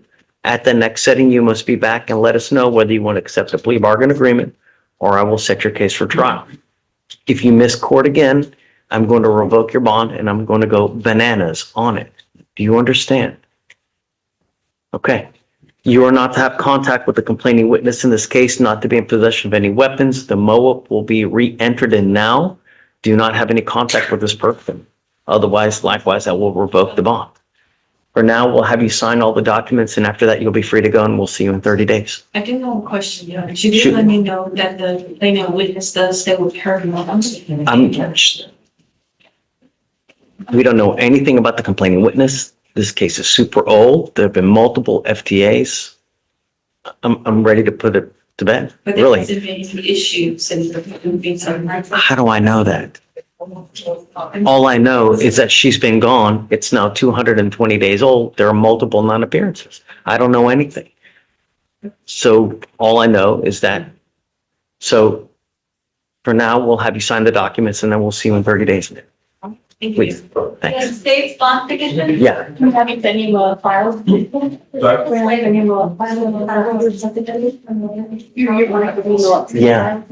Oh, no. We have, can you redo the other one? No, we need to. Okay, can you file a new one? In Ms. Tolliver, hey, they need to sign a new MOA, so she can't go yet. Okay, Mr. Reyes. Hey, Judge, Hi. I have Eduardo Garcia Ybarra back on the docket again today. Got it. And, he's the one that's been on probation for 18 months and. Sure, I remember. Had him up here in Mountains because he went to go work out at and whatnot. Luckily, he had a strand divine. So last time we were here approaching because he stopped at a gas station on the way back from Beaumont. So you admonished him about that, not to stop anywhere. So now with the I'm trying to keep him on the probation. He only has 6 more months left on the DWI probation. He has the scram device. Mr. Reyes, I'm sorry. He picked up a felony assault. It's his second felony assault of a peace officer. I just don't think it's a good idea. To keep him on probation. Correct. After the 6 months. Correct. Well, we can unsatisfactorily terminate him and. No. I understand what you're saying, right? But DWI, fleeing and eluding, interference, assault, DWI, and now another assault. At some point, we become an enabler.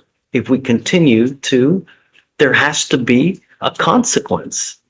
I am all about trying to be as nice as possible. But when you're working 1, 2, 3, 4, 5, 6, 7 on 8 violent.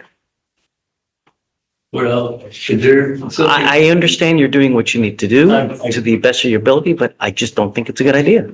Well, looking at, I mean, this is a facility that he has to be there. We did express with him, and the results came back that she wanted for him to go to this year. Great. If you want it to continue, then I think that's the right thing. Okay. I was hoping we could be getting some program with an outpatient treatment as opposed to the inpatient treatment. Okay. Every time we deviate from the TRAS, we pay for it dearly. So if he wants to, we can do that. Otherwise, it's. What would you consider doing? I don't know. I need to think about it, but it's going to be. In jail? What? 30 days in jail? No. What were you thinking, 60? 90? 120? Equal. 4 times 4 is 60, 4 months is It's 160. going to be considerate because he needs to understand that really, it's just, yeah. 60 days. Mhm.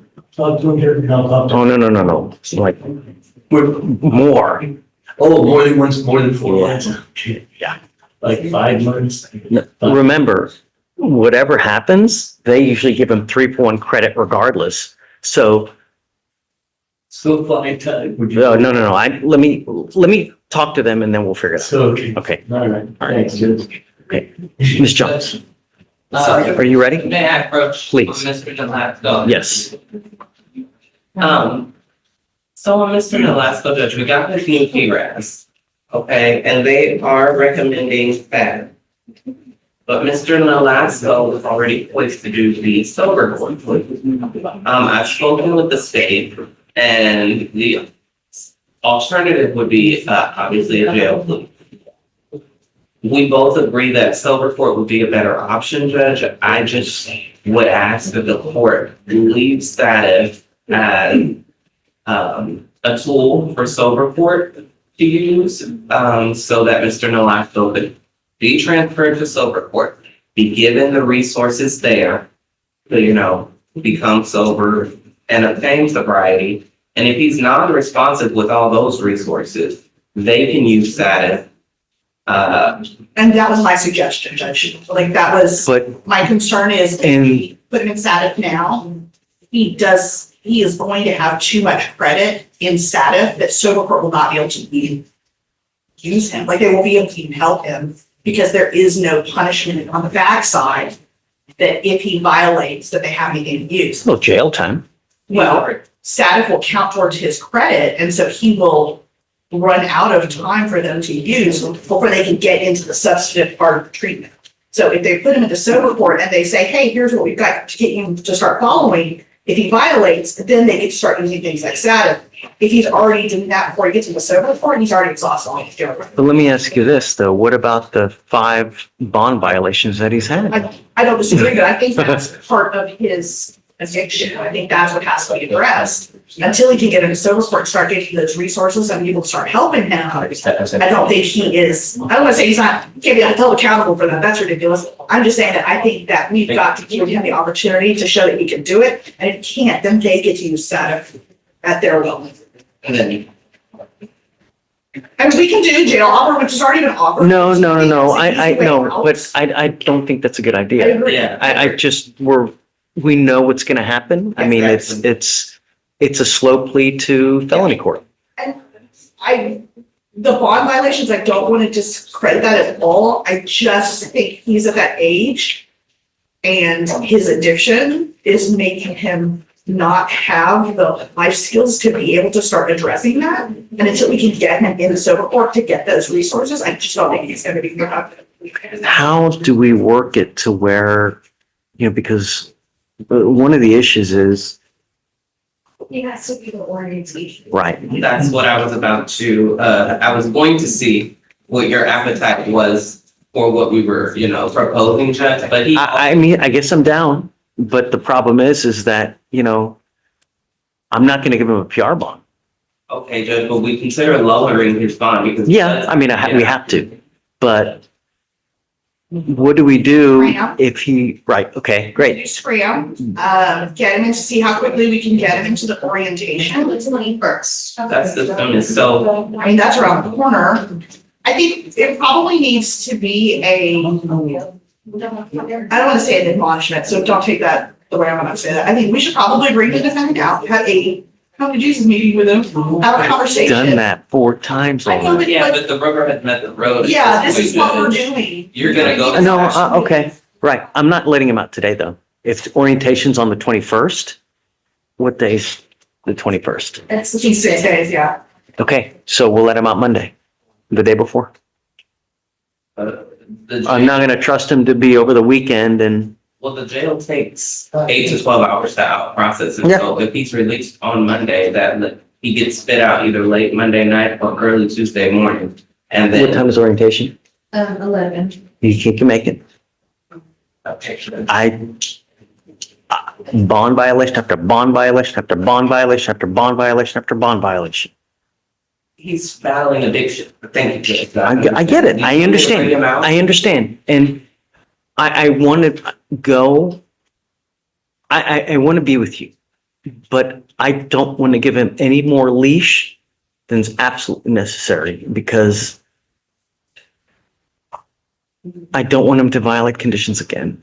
I understand, Judge, and that's why I actually discouraged him bonding out while I worked out this Guys, can you bring him out? this Can I bring him out? arrangement, Judge. However, he does still have employment to get No, last to. He does still have those things as well. So it's like, if we leave him in custody so long that he comes back to non-employment housing issues, I feel like I'm more so creating additional barriers to sobriety as well, Judge. So if the court is not comfortable with giving him a PR bond, as you said, until Monday, would you consider lowering the bond? So Yes, that there's of at course. least the option, Yes, if you want to absolutely. take it out, Mhm, okay? mhm. And if not, you have to wait till Monday. Mhm. Okay, what would the court consider? What do you think, Bernadette? What's reasonable? For a young 19-year-old. What are you thinking, Stinking? Yeah. I'm 50 right now. What do you think? I was gonna ask if you would set it in half, Judge. Oh, it's gonna go a lot lower than that. Yeah. I was gonna- I was gonna say 10. Yeah, yeah, I yeah. was gonna say 10. Okay, that would be even better. Thank you. You get all the reasonable discount. How's jail? It's awesome for everyone else. We want our streets safe. And the last thing that we want is for you to make an irreparable decision, digging yourself such a hole that your butt will never crawl out. When you're 18 or 19 and you continue over and over and over, it is a recipe for disaster. And you're literally running to prison. That's what you do. What we have now is we're trying to prevent that from happening. And you're your own worst enemy, right? If you want to do things, stay home. If you've got to go out, take an Uber. life is not hard when you make the right decisions. And when you do over and over, we as judges, as defense lawyers, as prosecutors, we see the writing on the wall. How many intoxication manslaughters are happening right now? So, guys, you want to let him know what the roadmap is? Yes. Let him know. Just like we discussed, the plan is for you to be able to get them to go through the orientation for something. That is agreeing to lower your bond to 10,000. If you can make that bond, then you'll get out. You'll still follow your bond conditions. You'll attend orientation on the 23rd and enter yourself. If you can't make that bond, you'll get a PR on Monday, the day before orientation. In the meantime, when you enter sober court, if you're not able to do all the things we discussed, they're going to send you to rehab. And the rehab ranges. Like, you could be in there for 3 months, 6 months, 12 months, until you get it right. Year and a half. So, Judge, I think what I want Mr. Nolasco to understand from our end is the TRAS has already recommended that he do inpatient now. Mhm. And what we're all doing is taking a risk for him to send him to sober court because we all want to see that he's going to get resources in place before he has to do any kind of inpatient treatment. So I want him to understand that we're all giving him an opportunity to address this without having to go into this inpatient treatment that keeps him in custody for a longer period of time. And he has an opportunity to do that, but that's all going to be up to him. Mr. Nolasco, we have clinicians that interview you to decide what is the best road for you. Based on your first DWI, based on your second DWI, based on the 4 to 5 bond violations that you have with us now, their recommendation is immediate inpatient treatment facility in the jail. How long is the wait to get a bed? Is it like 2 weeks? About 3 weeks. You would sit in jail 3 weeks waiting for a freaking bed just to get into the rehab program. And every time we deviate from what they recommend, we pay for it dearly. Meaning, when I go against what they recommend, it always ends up worse.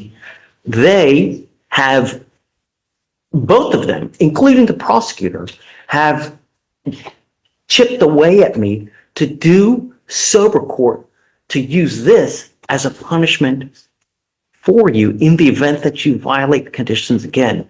And I will very reluctantly agree. But if there are any more violations, and I don't care how minute you think it is,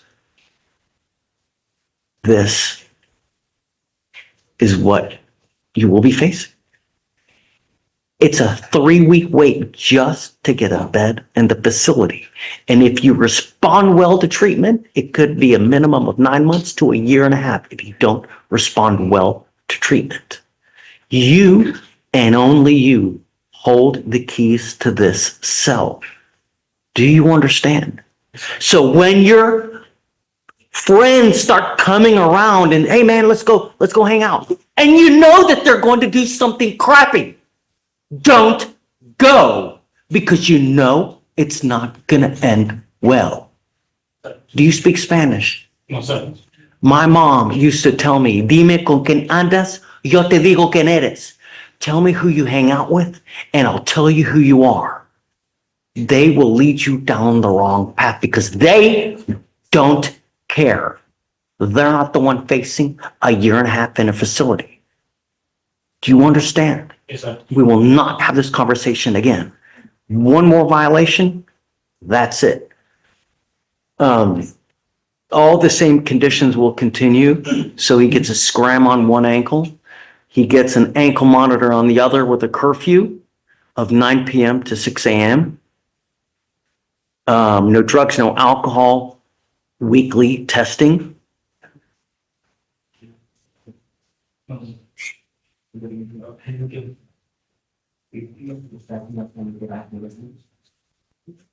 What? For the ankle monitor, the curfew, can we do 8 PM? Sure. Because he needs time to get home. No. I'm not letting him out in the middle of the night. I'm saying the curfew be 8 Back PM, by 8 p.m. be back by 8 PM. Oh, sure. So that he can get home and not be in constant violation Okay. if he's cutting it close. You mean, because I was saying 9 PM Oh. to 6 That's AM. even better. That's better. I thought you were saying 6 PM. No. 9 PM to 6 AM. He's got to be home by 9 o'clock at night. That's fine. But if he comes home at 9:01, if you fail to show up for a drug or alcohol test, an immediate warrant will be issued. Do you understand? Okay, so lower the bond, please, to 10,005.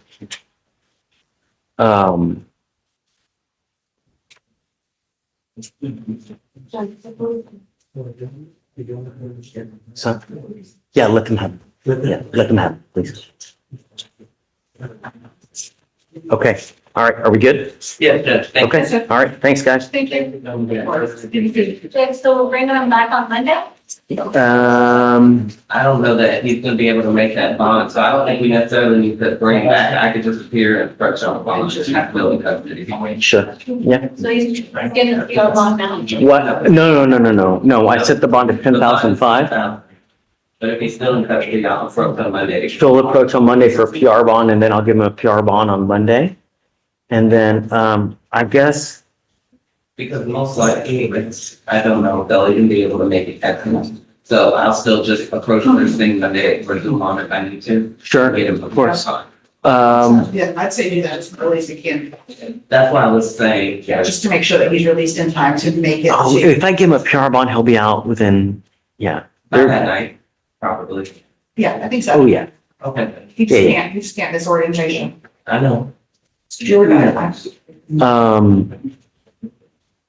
Should we set the case for Wednesday, just to make sure that he showed up? Sure. Yes, that. Yeah, what do you think? You okay with that? Okay, all right. Thanks. So, all right, okay, guys. I really appreciate your grace. Hey, get your brother, man. Get your boy.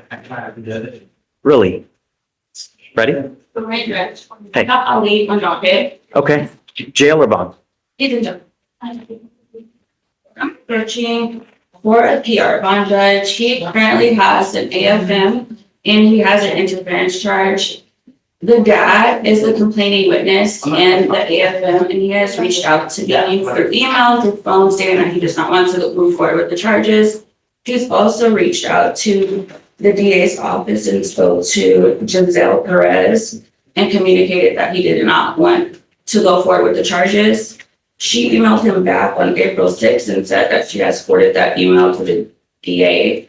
I spoke with the DA on Monday. They were supposed to do a RIF call. That has not been done, so his case was reset to today. The RIF call has still not been completed. As of right now, we have a treatment plan in place. He has benefits and they expire on Monday. Right now, he has a confirmed appointment with Quest Diagnostics for April 18th. And then he also has a confirmed appointment with Gulf Coast Center for further mental health help on April 21st, which is a Tuesday. He would need a PR bond to be released and so that he can make those appointments and so that he does not lose his benefits. And the state is not opposed to dismissing. However, his mother, the only other person he would be able to stay with is his mother, and she is currently in North Carolina right now. And the order of protection is against his mother. The problem is that great, give him a PR bond. Where does he go? Exactly. Lives on the street? My concern is that he is waiting on a dismissal because the state needs to make RIF calls. And I reached out to DA on Monday. They were supposed to do it Monday. That did not happen. We are rolled it to Wednesday today. Still no RIF call. He contacted Giselle Perez at the DA's office and communicated that he did not want to go forward with the charges. And she said she forwarded that to the DA on Monday. So My issue is that he is waiting in jail on a dismissal because we're waiting on a recall. We can't move him down the road. We did give him a PR bond once, failed to appear. If I give him a PR bond now, how's he gonna do anything? If the state makes the recalls today, they're not opposed to dismissing the case. Their holdup is that Why they don't want we- to speak with the complainant. Why don't we roll it till tomorrow? Or, Are they you going to tell make the me. recall tomorrow? Because I moved it already. Well, let's, Well, Judge, what I did tell her was that there was a couple of options. So you could have gotten a MHPTI to go to the hearing committee this day. And That's a she great did tell idea. us- She did also tell us that there was the option of him staying with his mother. So there were a couple of places for him to go while the state did get a rip call out to the defendant's father. So there were a couple of options. I'm not sure which one she's had the. what chance about to the call. release to the Harris Center? Because of the AFM, I do not think that they will take him underneath that charge. We have, And they will, also, they will. We He do has it all the time. appointments scheduled that he can get more comprehensive care through because he has benefits. He's going to Quest Diagnostics to get blood work done so that on Tuesday when he goes to Gold Coast, they will review Ms. his blood Strong, work. how is he gonna get anywhere? If the cases are dismissed, the state is not opposed to dismissing the cases. My position here is that we're waiting on a dismissal for them to make a recall, and their office has already been notified that the complaining witness does not want to go forward with charges. They were supposed to do it Monday. Imagine how many thousands of cases they have. I have You a lot know, of we cases too, have Judge. given him the opportunity and just, I understand. Monday, the recall was not made. They said that they would make it. I rolled get it. Till Wednesday. but she offered an alternate reasonable resolution, getting him to the Harris Center where they can provide him with resources and can provide him with a bed as well. They can provide him with temporary shelter. I understand, Judge. However, in the long term, he needs to get his injection through the Gold Coast Center. If we're doing a workaround, he's just gonna go to the Harris Center, for a couple of days to give them time to make a road call, then dismiss? Or If we they, let him out now, he's going to the street. if they dismiss today, then he will be able to go to his father's home. So again, Judge, even with the PTI, he still goes to a bed and he still has access to his mom. And Well, I guess his mother, I just found out, his father just confirmed that currently, right now, his mother is in North Carolina. Can you think you can get it done later today? Why don't I step out at future cases? I can do it while they're trying. Right. Can you give them a little bit of time? We'll try to reach out today. Okay, if they reach out today, it's just, you guys are going to dismiss. It's a big I have ask. waited. We were waiting on the state to make a clause. He is in custody because they need to make a recall. I gave them. He's in custody because he failed to. to appear for court. They're not opposed to dismissing the case. I spoke with the DA Monday. That recall is supposed to be done, and I agreed to reach back to Wednesday. I gave them 48 hours to make a 2-minute. They're phone gonna go call. do it now. Judge, to be clear, I told her on Monday that we start trial next day and that I couldn't promise I'd get it done at 4:30.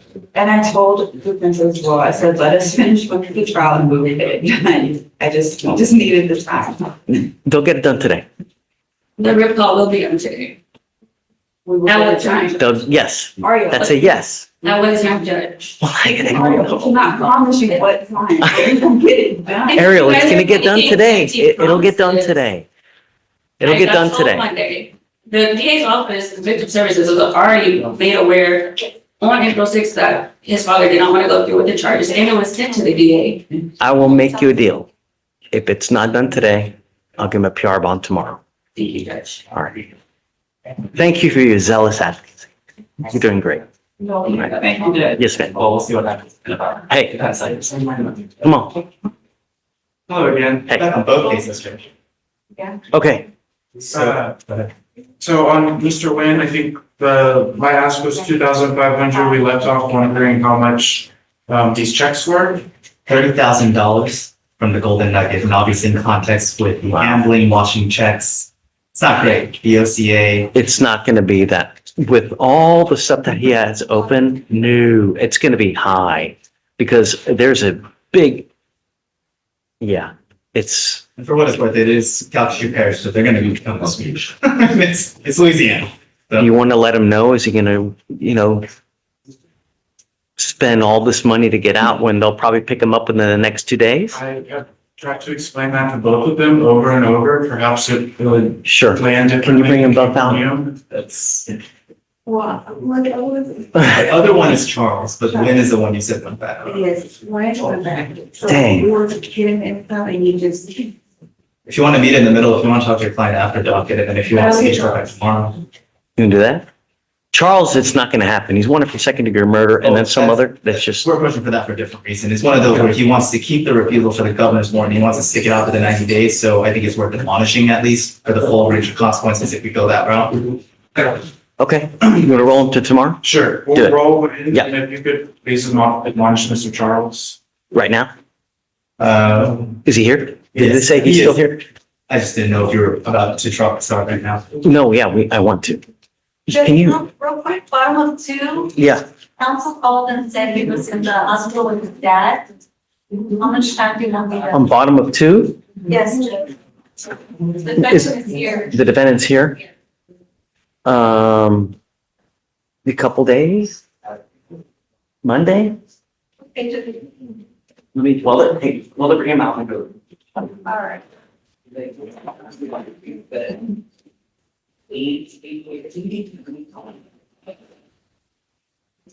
Really, Ramona. Yes, Judge. What bail is discovery complete, and are there any offers? The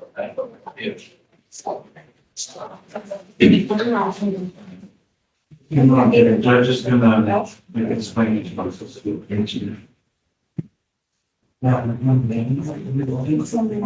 Yes. Well, we just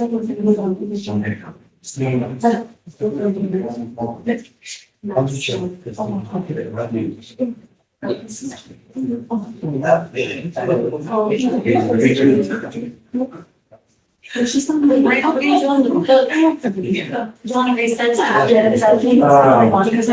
felony is 427. I need to address the PC, but I can wait. My honor, in front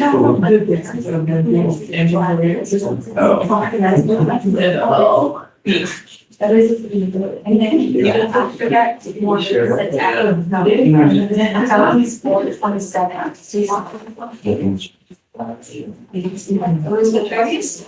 Yeah. Okay, so then, what day took you up on the other day? I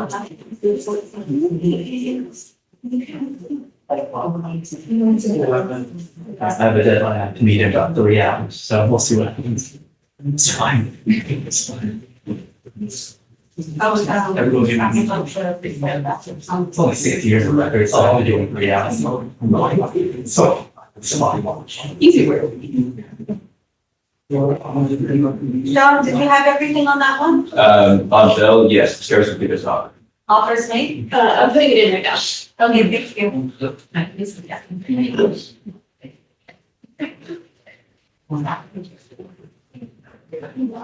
That's a church that, All right.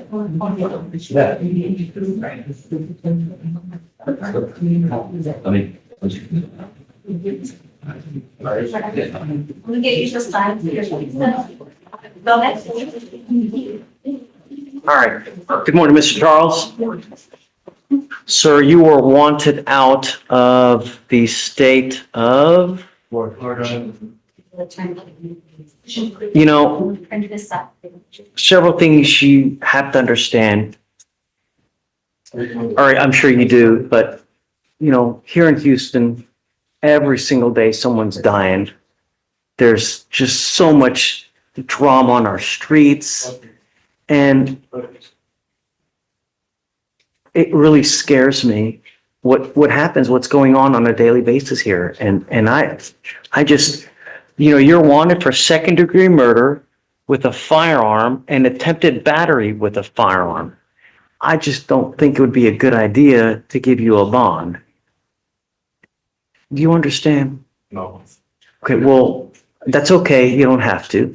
But the reality is you kind of scare me. And so I don't think, Well, the charges are pretty, and so, and what else? Does he have any other criminal So he history? has 22 pages of criminal history. He's convicted in 2019 of possession of a weapon by a felon, a firearm by a felon. He's convicted of having, possessing ammunition by a felon. He was recently bond forfeited and had a warrant out for his arrest in 2023 for an indecency with a child. That case was later dismissed, but I'm only pointing out that obviously he was supposed to comply with bond conditions, and he had a warrant out for his arrest in 2023 for not complying with court conditions. So among those, he was charged with multiple domestics, burglaries, and again, I can read you the whole 22 pages, but a significant number of them have been dismissed, but based on the timing, I don't know if it was in consideration of the pleas, and I can go through it if you like, but 22 pages. You understand? 22 pages of criminal history. At some point, we just got to say when. We can't just. So you have multiple options now. You can waive extradition. If you waive extradition and Florida doesn't come get you, Harris County will release you. However, those warrants will always remain in effect until you take care of them. The other thing you can do is refuse extradition, which in that case, they can get a governor's warrant from the state of Florida, and at that point, force you to go back to Florida. Do you understand? So the 90 days that we talked about, that process would essentially. So, right, they get a warrant, a governor's warrant from Florida, remanding you to the custody of marshals from Florida, and then they will take you back. No, they will. Have they indicated?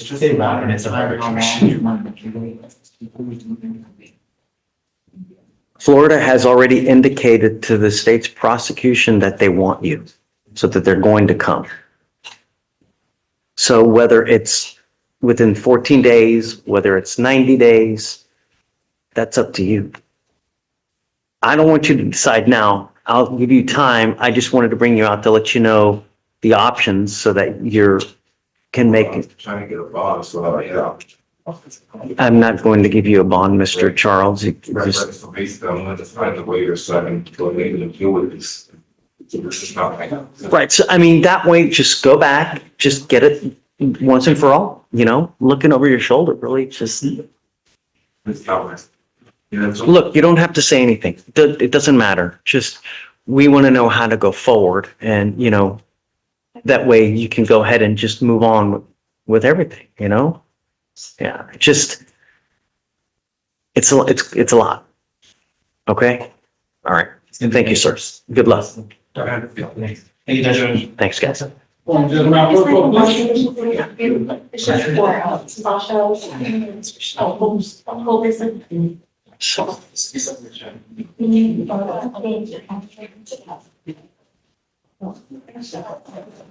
Judge Pamperch, Yeah, quick question on bond conditions for Colvinson. I didn't get a note of the bond conditions.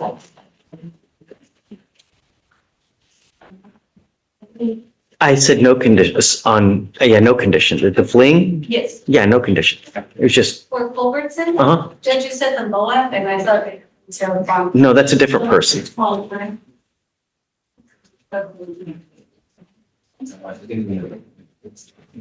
Do you have a plea? Yes, please, Judge. You ready? Yes, we're ready. Come on, bring it. Mr. Jackson.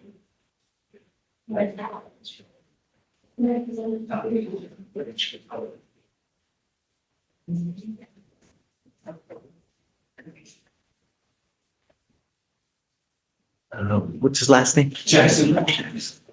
That's okay.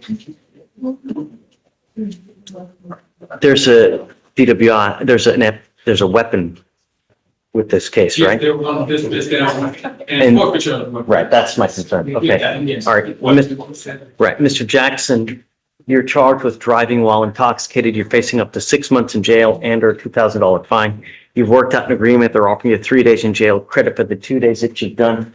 You are giving up a lot of rights by entering into this agreement. You give up the right to a trial, right to compel witnesses to testify on behalf, confront and cross-examine your accusers. If you're not a citizen, there are possible immigration consequences. You can be deported, excluded from the country, denied naturalization. You also give up the right to appeal. Once you accept this plea of guilty, this will go on your record. It will be there forever and a day. From now on, it's a minimum of 30 days in jail for any new cases that you pick up. Do you understand? How do you plead to this offense? Guilty or not guilty? I'm going to find you guilty. I will follow this agreement. I have to suspend your license. I will do it for the minimum, which is 90 days. Do not drive until you get a license, and good luck to you, sir. Thank you, Judge. And we'll- Waive the surcharge? Yeah. Thanks, Judge. Yeah. Okay. Ready? Can I talk to you guys? Yes. We're not on the record. Oh, okay.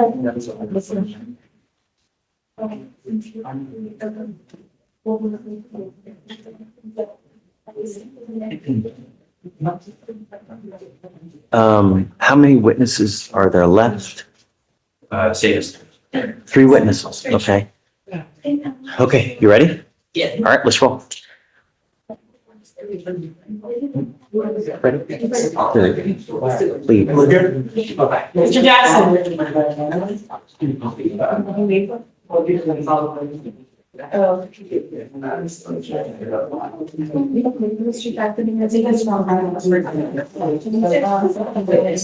It's this probably for 2 years, it's 1 year more. Probably extended on tomorrow. We're already. I have a limit at 2 o'clock. Okay. No, we're done. Probation eligible or anything, so Oh. I want to say, I'll be here till 4 o'clock today, so then I'll come back, for the meeting, just fix it. I'm there from 2 to 4, and then I'll be just. I've got your phone number. Just because I have to get my daughter. I don't know who you said was gonna file it, but they haven't filed both MOA and conditions for Oliver. I think Oliver was just filed and then Bernadette. I have to. Anyway. I'll take your. The 0425. Yeah, I got it. So we've touched before. Judge, can I go over like? Yeah, come on. Top of 16, you were both here yesterday for VDR. 5001.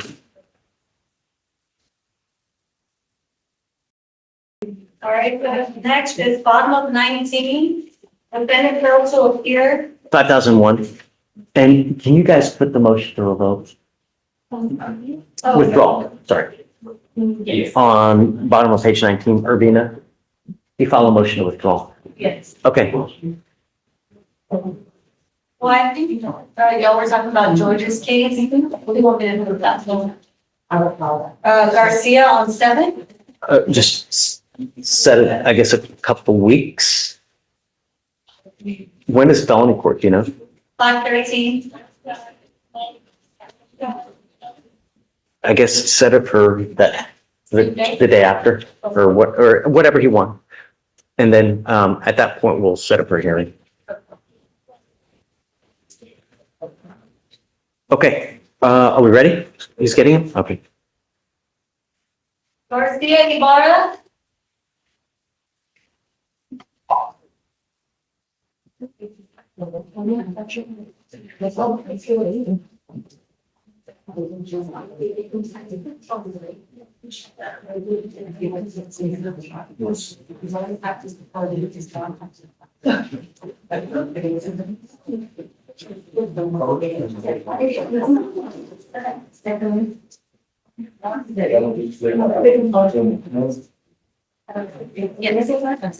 Judge, we're trying to do one plea before you run the jury out for lunch.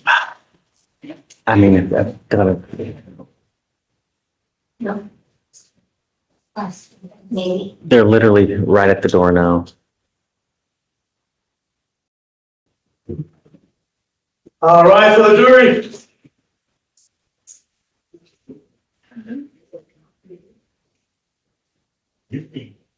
Are you ready on the next? Are you gonna go?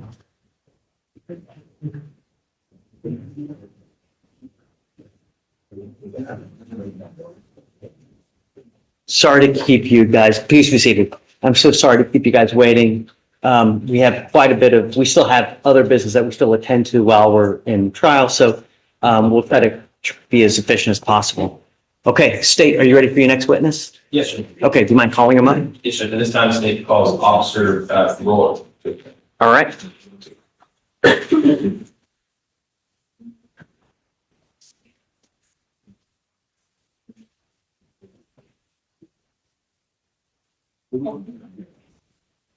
Do you know if Deputy Williams by chance? Oh, there she is. Rourke. Yeah, okay.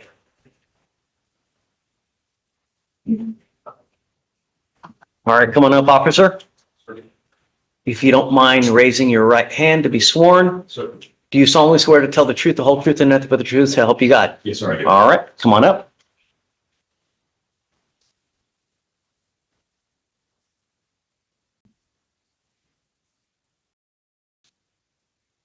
I get the doctor. All right, Deputy, I'm going to ask you, please, if you don't mind, speak clearly, loudly. If you hear the word objection, just stop. Once we've addressed it, at that point, you may continue. Okay? All right. Morning, Officer Roy. Good morning. Can you please introduce yourself? My name is Brian Rourke. And how are you presently employed? I am currently a police officer with the Pasadena Police Department. What got you into being a police officer? I ended up leaving the military and found that I didn't have any other skill sets, so I became a police officer. And how long have you been in office then? I've been here for about 5 years And where are you currently an officer at? with the Pasadena Police Department. With Pasadena, what's your current assignment? I'm currently assigned to our DWI task force. What is that? It's a specialized division that we offer that specifically deals with driving while intoxicated.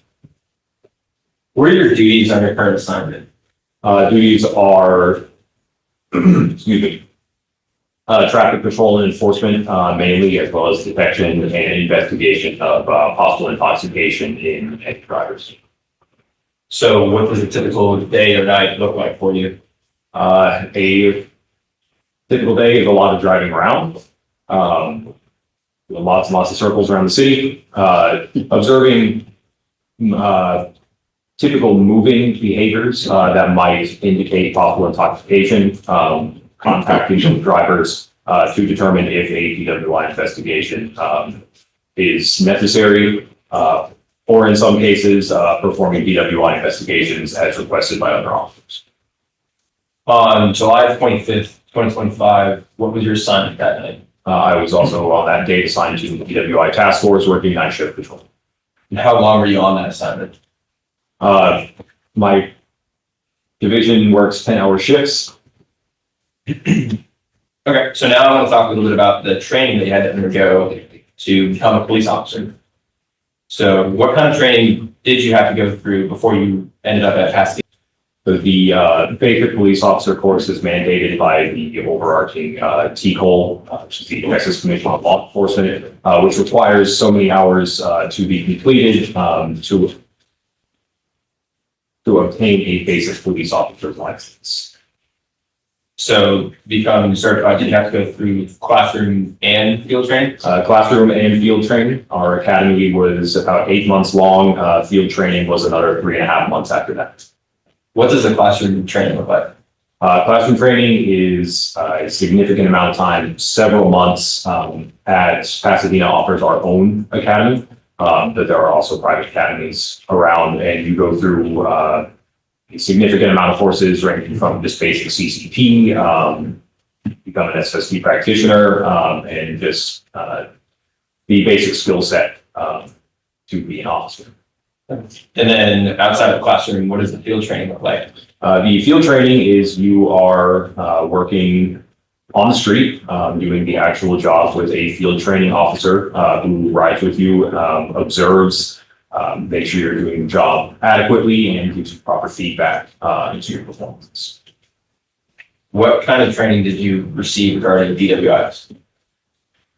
During the Basic course, you do go through a basic SFST practitioner course, which does certify you as a basic SFST practitioner, which gives you the ability to administer the field sobriety tests. Did you receive any additional training besides that basic course? Yes, I did.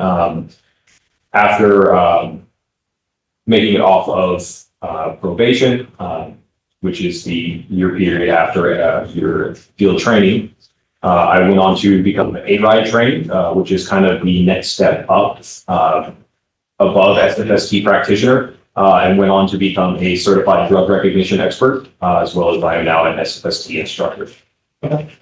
And drug recognition expert, what all does that entail?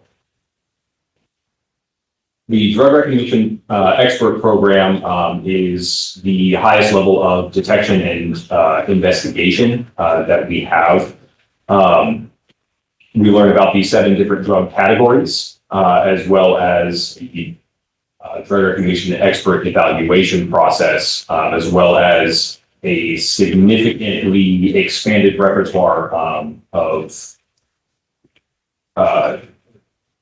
skills, observations, to articulate what we, the signs of impairment that we see in drivers, with not only alcohol, but also drugs as well. And being a DRE, does every officer become one? No, when I was certified, there were fewer than 400 drug recognition experts in the state of Texas. What's the difference between a DRE on patrol and a normal officer on patrol? A DRE is going to have significantly more experience and knowledge, whereas a basic officer just, for instance, would give a very surface level observation, such as, just for instance, slurred speech. A DRE would be able to greatly expound on that and say, was it slurred? Was it also raspy, slow, thick-tongued? We have the ability to dive more in depth into what exactly is observed. Okay. And when you're on patrol as a DRE for a possible DWI investigation, what additional things are you looking for? I am also, as a DRE, we have more just experience and knowledge to observe the totality of circumstances that exist on a scene rather than becoming focused on one particular thing. Whereas a regular patrol officer may just be focused on eyes and speech, a DRE would also be looking at movements, speech patterns, if they're getting hung up on specific words or phrases, the length of time it takes to respond to an officer, and how that response is given. Now, over the years as a DRE, how many DWI investigations have you done? Ballpark. A significant amount. I think I've personally investigated about 350 around that number DWIs. Okay. And in those investigations, what are some signs of intoxication that you've been trained to identify? We look at the eyes, if they become red or watery or bloodshot. Speech patterns are a very big thing. It's very common for them to have slurred speech. Delayed reactions, odor of alcoholic beverages emanating from a pregnant person is also a very big clue. Okay. Now let's talk a little bit about your involvement in this particular case while we're here. On July 25th, 2025, you said that you were working the night shift. Where were you patrolling? I was actually up at the station for most of that night, working DWIs that had been brought in. Okay, and when you're at the station, how does it work for someone to bring a DWI to you? So the typical process of that is the officer would call out the radio to see if there is a DWI task force member available. If one is not available because we are tied up currently, then that officer will transport that subject up to the police station where we do have a specific intoxication room to perform DWI investigations. And that night, were you wearing your full uniform? Yes, I was. To your knowledge, was your body worn camera working? To my knowledge, yes. Your Honor, may I approach witness? Yes. Officer Rohr, I'm approaching what's been marked as State's Exhibit 3. Do you recognize it? Yes, I do. And what is it? That is a CD containing my body worn camera footage. Before your testimony today, have you had an opportunity to do it? Yes, I have. And how do you know it's yours? Because my signature is right there on this. To your knowledge, has it been altered in any way? No. At this time, State offers State's Exhibit 3 for the tendering for inspection. It'll be admitted, so that's 3 body worn camera? Yes, Judge. Okay. Now, Officer Rohr, that night when you're at the station, did you ever come in contact with someone named Alejandro Gonzalez? Yes, You seen him work today? I do.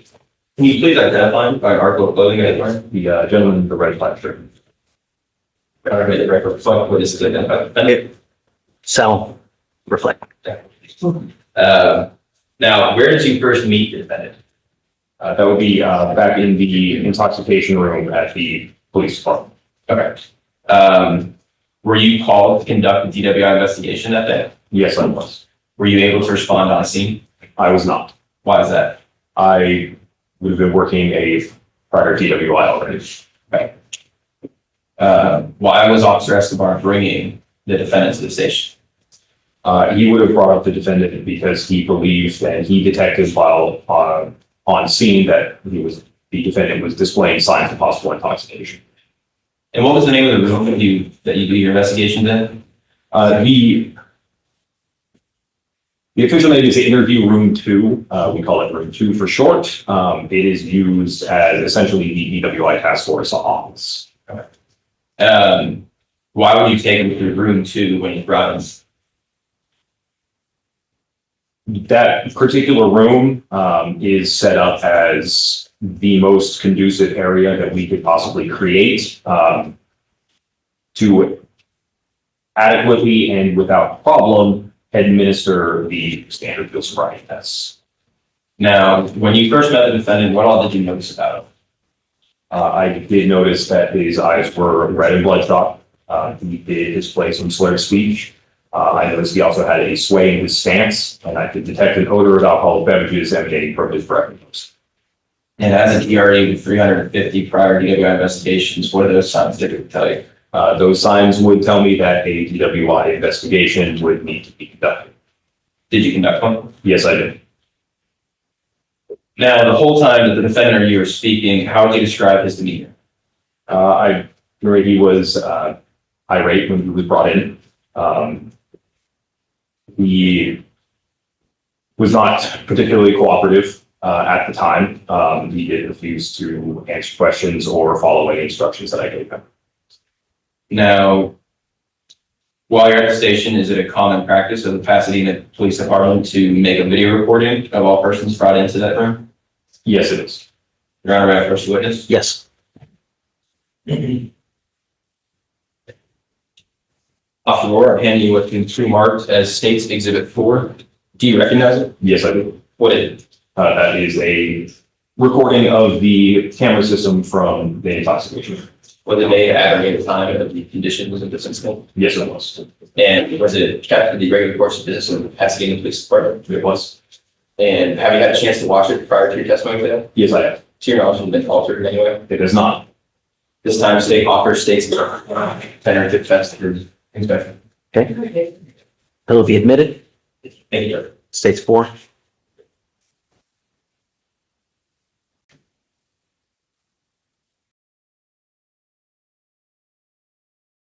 So, Officer Rohr, as I'm working with technology here and loading this up, would you mind telling us about how that investigation started in Room 2? Officer Escobar brought the defendant in. As is per usual practice, I will, when I first make contact with the defendant, put them into a specific interview position, which is informing them asking them to stand straight up with their feet together, arms down to their sides. Excuse me, I'm sorry. After that, if they are brought into the station and I'm not able to actually get in contact with them on scene, I'll go ahead and read them Miranda rights, just so we don't violate any rights or anything like that. And then I will go ahead and conduct my investigation, starting with an initial interview of the defendant, and then move on into the administration of the standardized field sobriety tests. Judge, may I publish this to the board? Yes. So, purposes of the record, just starting at 0, I'll say to the board.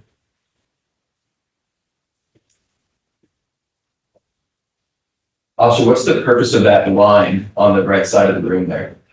That line is used in the administration of the walk and turn test, which gives them a physical line to look out on the floor instead of having to use an imaginary one. So in the station video, can you walk us through what's happening at this point? Right there, I'm reading some call notes, preparing to speak with him. Just kind of getting my thoughts together. Here I am asking him to come stand on the tape line on the floor right there, so I can begin here. What's the purpose of that line, that cross line? The cross line gives them a very specific place to stand, as well as to begin any of the SFSTs they would do. Now, Officer Roard, why does compliance with instructions matter for a DWI investigation? There are specific things that a DWI officer will ask a defendant to do, as well as we observe their reactions and their general demeanor and look for clues and signs of intoxication. So putting them into certain positions will kind of avoid having false positives. Now, at this point, what instructions are you giving? At this point, I'm asking him to stand straight up with his feet together on that cross on the floor and keep his arms down to his sides so I can go ahead and begin the investigation. Was he able to keep his feet together and his arms on the sides? He did move out of that position multiple times and would not stay in a position that he was instructed. What does that indicate for a DWI investigation? That would indicate a possible inability to follow instructions. For the record, we're pausing at 2:18. So, officer, what's the typical steps that you'll have someone go through a DWI investigation? What does that look like? Generally starting from the very beginning, I will go through an initial interview of the subjects. Especially if they're brought into the station like this, I like to ask them in their own words what had happened that night, so I can get their side of the story. I'll generally go through where are they coming from, I'll ask if they consumed any alcohol that night, where they were going, typical questions. I'll also usually ask some medical questions to kind of eliminate that stuff, as in, when was the last time they slept, right? Or when was the last time that they had something to eat, right? So I can rule out some possible medical reasons for what I'm seeing.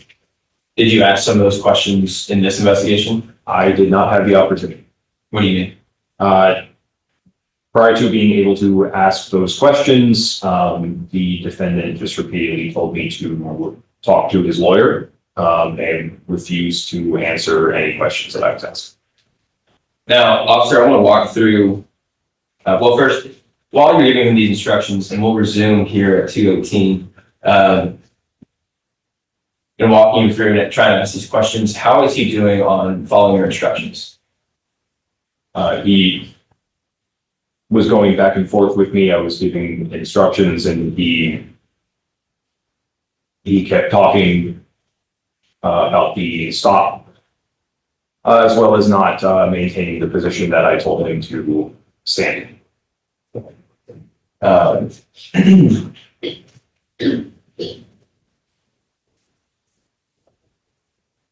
When he's talking to you, do you notice anything about his breath? Yes, I could detect from where I'm standing, which is a decent conversational distance, that there was a strong odor of alcoholic beverages emanating from his breath in person that I could detect from about 5 feet away. And from that distance too, did you notice anything about his eyes? From even in that distance, the room is very well lit for that particular reason. His eyes were very red, watery, and bloodshot. And now, right here, what does he do with his feet? So he has moved his feet apart. He was moving them as well before, but he is now very far out of the position that I placed him in and asked him to remain in. And for the record, just to stop at 341, when you're doing other DWI investigations, what is the expectation for someone who's receiving those instructions on a position?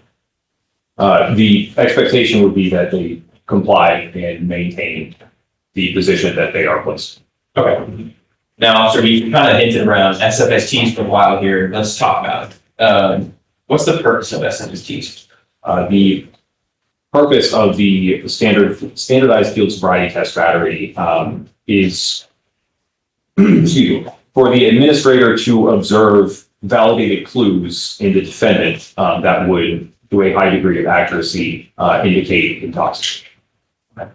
How many SFSTs have you performed over the years? If I haven't passed 1,000 times administrating these tests, I'm getting pretty close. What does standardized mean in that title, standardized field sobriety test? The standardized in there is that there is only one way to administer these tests, and that is the standardized way as dictated by NHTSA. And how many validated tests are there for standardized field sobriety test? The standard SFST battery includes 3 tests. What are those tests? The first test is the horizontal gaze nystagmus test, which is the one we're probably all familiar with, where the officer waves something in front of someone's face. Then we move on to the walk and turn test, and then the last one is the one-leg stand test. And you said that these were all administered or approved by NHTSA. What is NHTSA? Is the National Highway Traffic Safety Administration, the overarching national governing body for traffic. Okay. And back to HGN, horizontal gaze nystagmus. What's the nystagmus? Nystagmus is an involuntary jerking of the eyes. On the horizontal gaze nystagmus test, we specifically look for the horizontal gaze nystagmus, which is the involuntary jerking of the eyes as they gaze to the side. And what can cause nystagmus? Nystagmus in general can be caused by quite a few things. There are several different types, but it could be induced medically. It could be artificially induced, and it can be caused by intoxication. And why is a nystagmus induced by intoxication concerning for driving?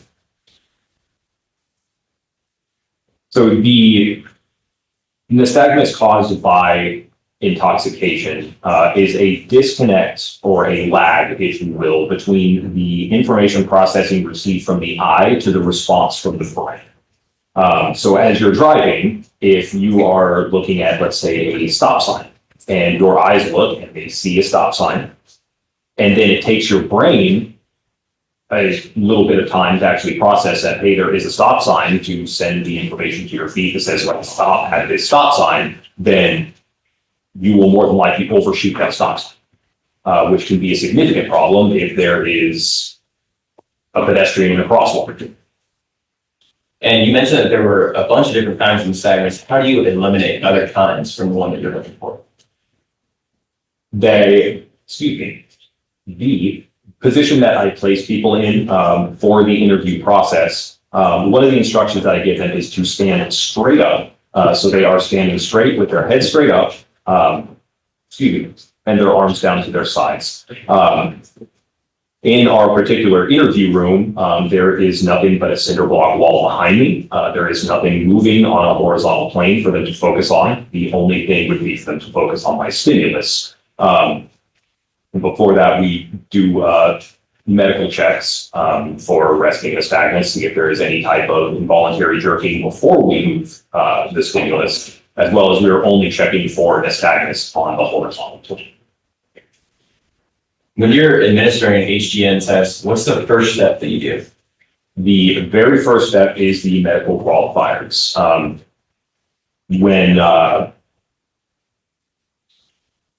Before ever moving the stimulus, you hold up whatever you're going to use. I actually use a Streamlight red LED.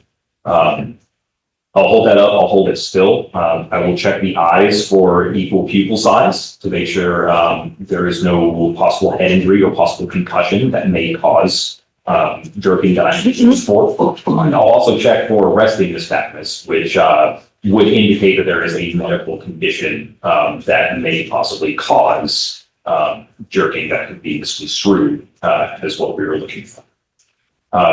Moving on from that, the first time that we would move the stimulus would be checking for if the eyes can equally track, say for seeing if there's blindness in the eye, and if there's blindness in either eye that is unable to equally track the stimulus. Why do you track? Why do you track or check for equal tracking?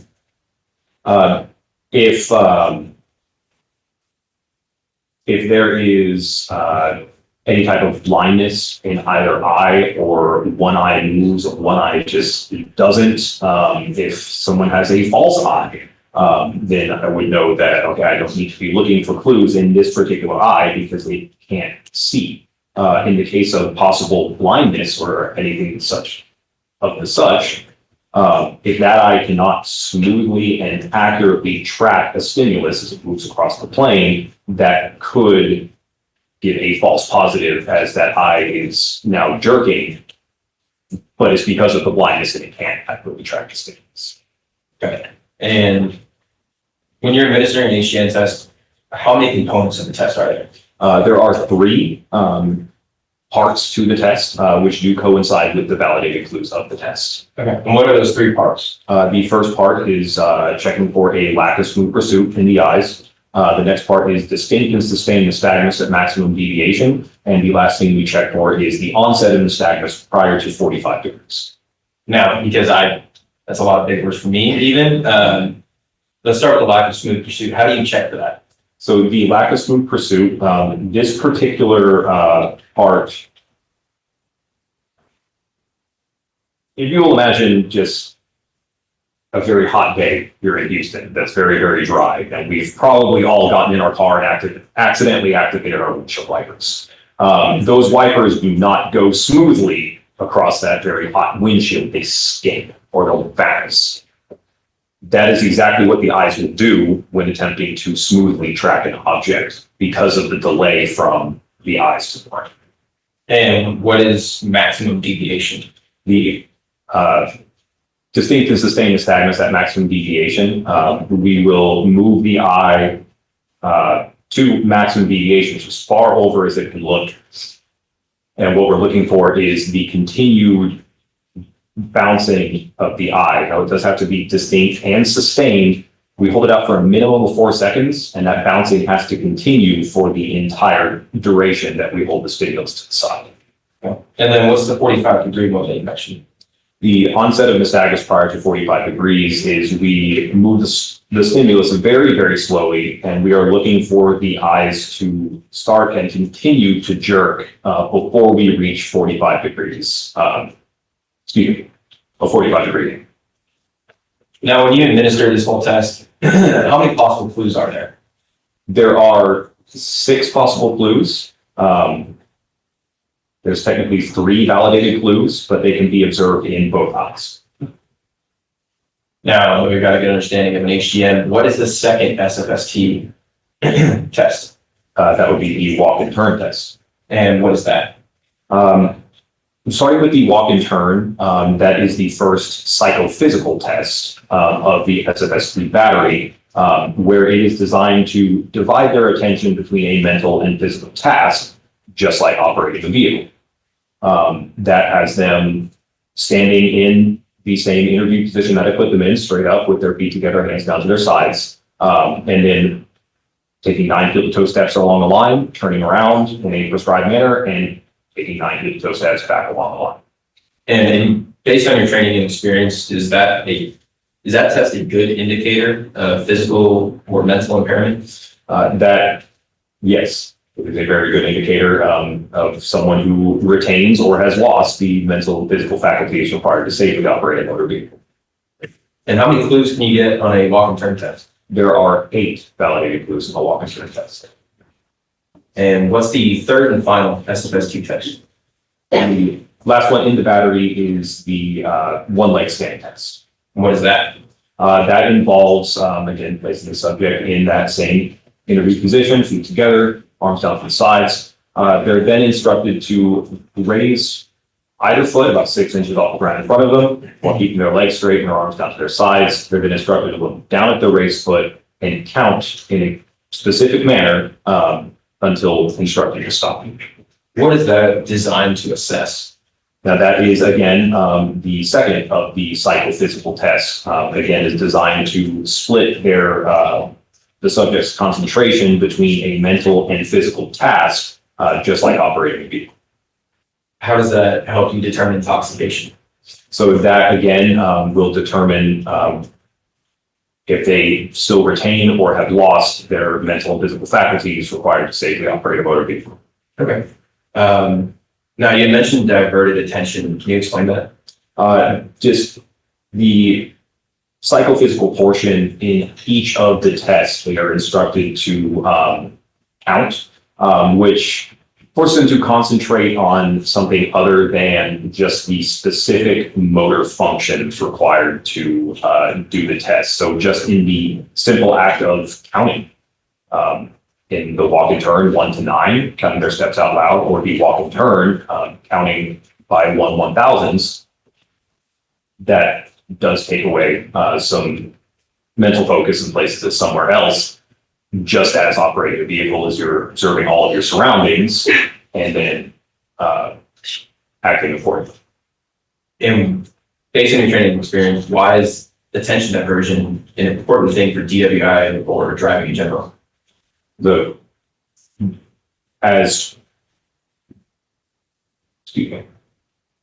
sure everyone in here has at very least been in a moving vehicle. We all know road conditions are constantly changing. I would say even down to the millisecond. Cars move, they come up, they go away, changing lanes, having to avoid a collision with stationary objects as well as other objects, looking at other drivers and how they're on the road so we can make sure we don't hit them, as well as just something so simple as stopping at a stoplight at a designated stopping point so we don't, say, run over the crossing guard or something like that.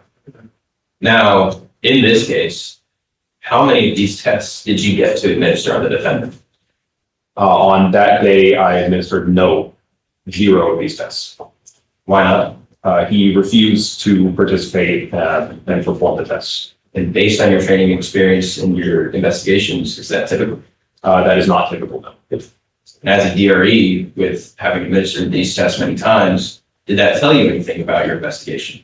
That was a fairly large red flag to me, as I don't believe I've come into contact with a rational person that is going to refuse to perform those tests. At this point in your investigation, what was the source of the defendant's impairment? At that time, due to the strong odor of alcohol emanating from his person, at that point, I did believe there was possible intoxication due to the consumption of alcohol. Now, after you refused to participate in these SFSTs, what did you do next? The next step was I read in the DIC 24 statutory warning, which does explain their rights it explains how the investigation is going to proceed and their rights in consenting or refusing to provide a forensic specimen. when you read in the DIC, did he consent?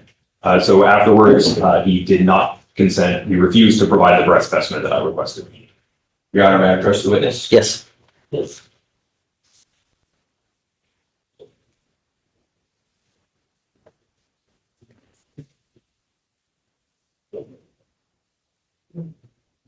Dr. Roar Henny, what's been pre-marked as State's Exhibit 5.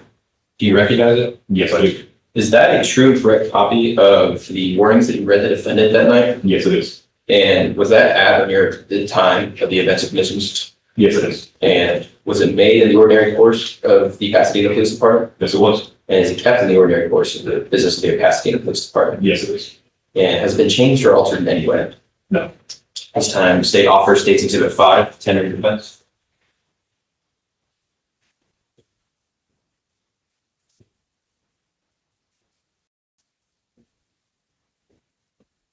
Okay to be admitted? Judge, may I publish? Yes.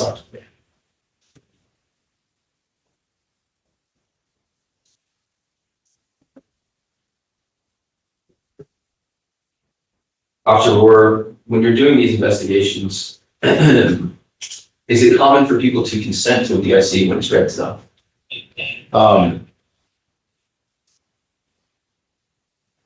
More often than not, they do consent to provide the requested specimen.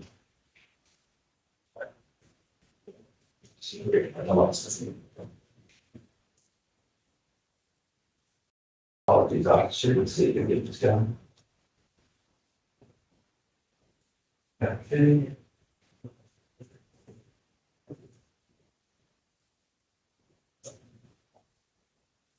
See if you do it. Sorry.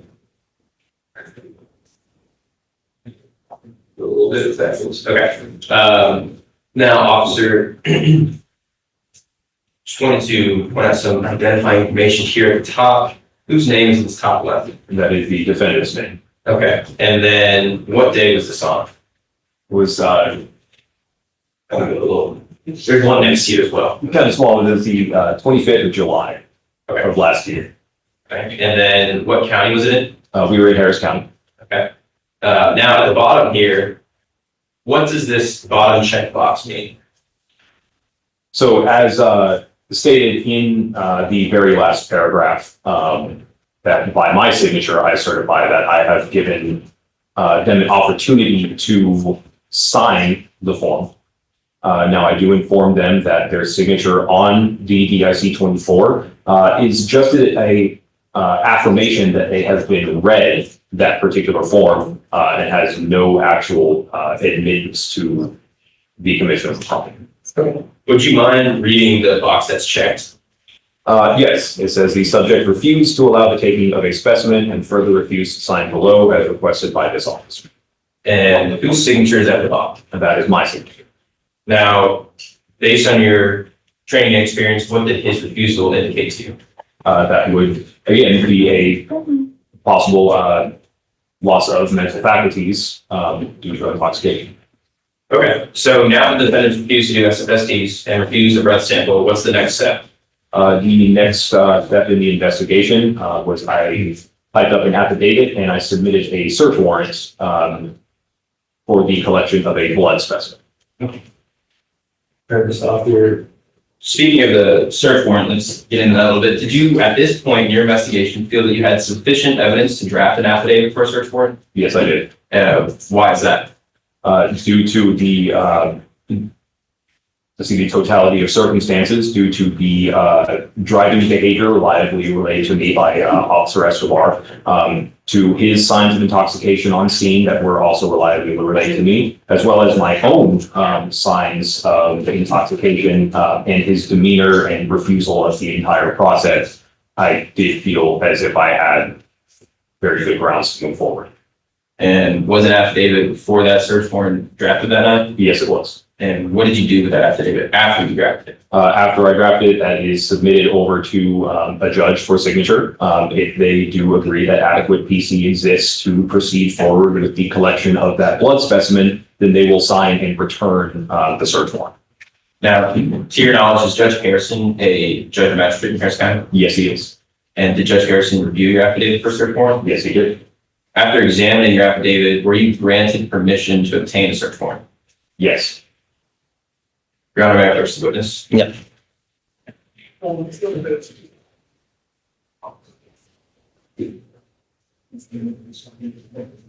Officer Warren handing you what's going to be pre-marked as State's Exhibit 6. Do you recognize it? Yes, I do. Is that a true and correct copy of the blood search warrant that you obtained on July 25th, 2025? Yeah. And at the time it was executed, did you believe it was valid? Yes, I did. Thank you. Your Honor, this time we offer State's Exhibit 6. Okay. And the defense. I have permission to take this witness on board. Sure. Do you want me to excuse the jury? No? Officer, you're the client on the warrant, you said, That is correct. Yes, ma'am. you signed the affidavit that was used to obtain the warrant, Yes, ma'am, I did.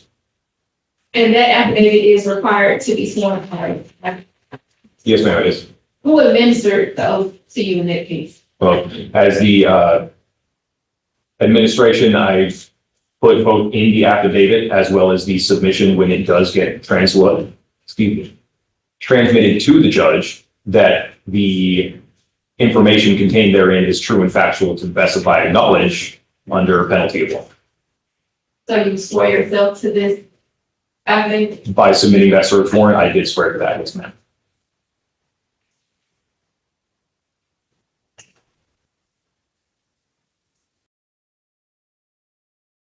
Did you record that oath that you administered to yourself?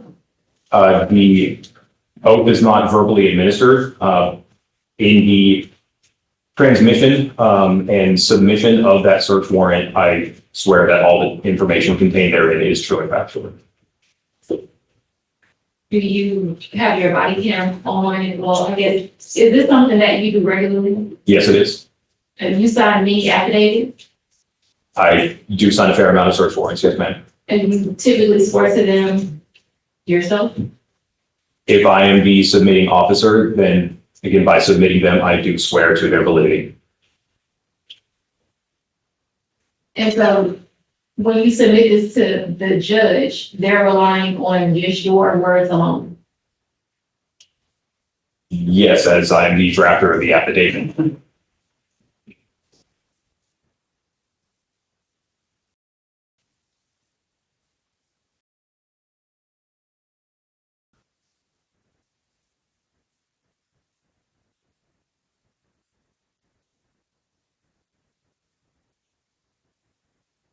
And officer, what is your badge number?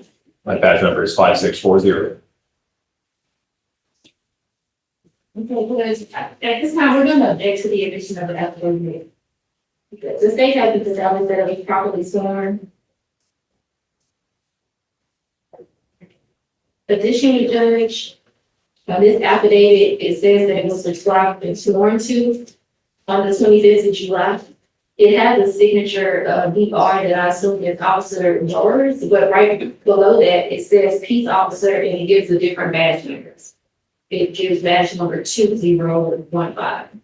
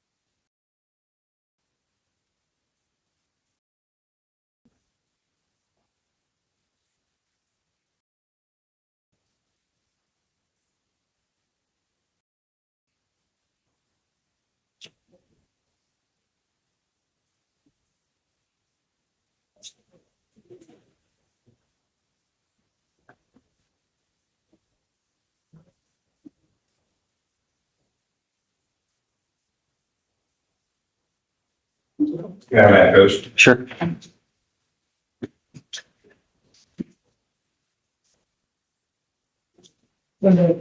Judge, yes. Yes.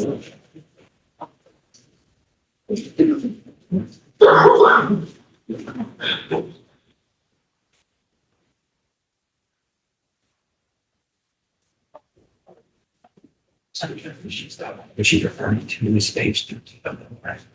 Yeah, I would take cross examine the signature of the bond.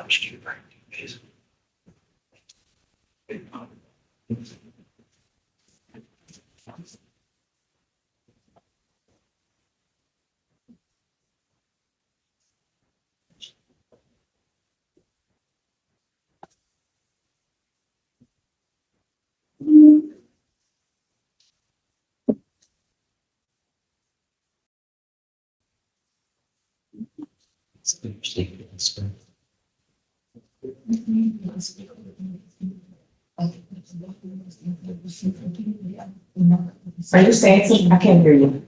I'm gonna get closer.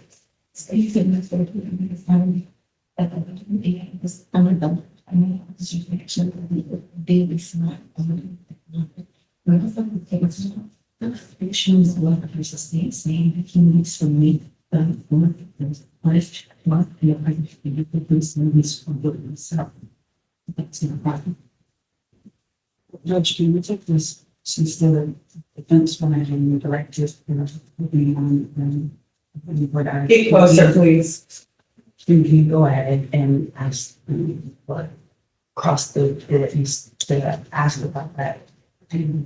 Because there is another signature, and so it may not be clear from what the defense is asking, because he is the applicant on that document.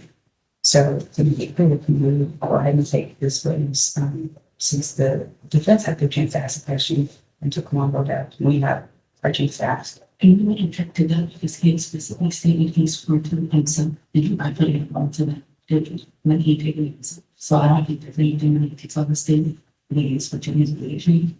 You never asked him if he signed. Well, they asked him if he's for to, he said he's for to himself. So, Well, here's, yeah, and if he's for to himself and somebody else signed it, then that would be.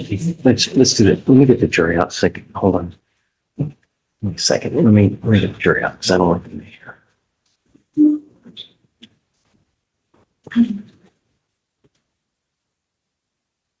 hey, where the deputy?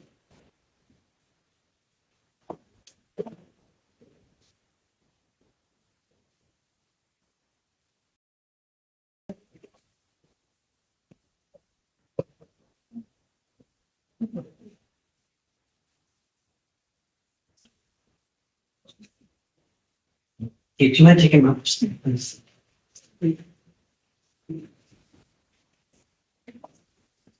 I'm going to excuse you for 2 minutes real quick so we can take care of housekeeping. Hey, do you want to get yours ready real quick?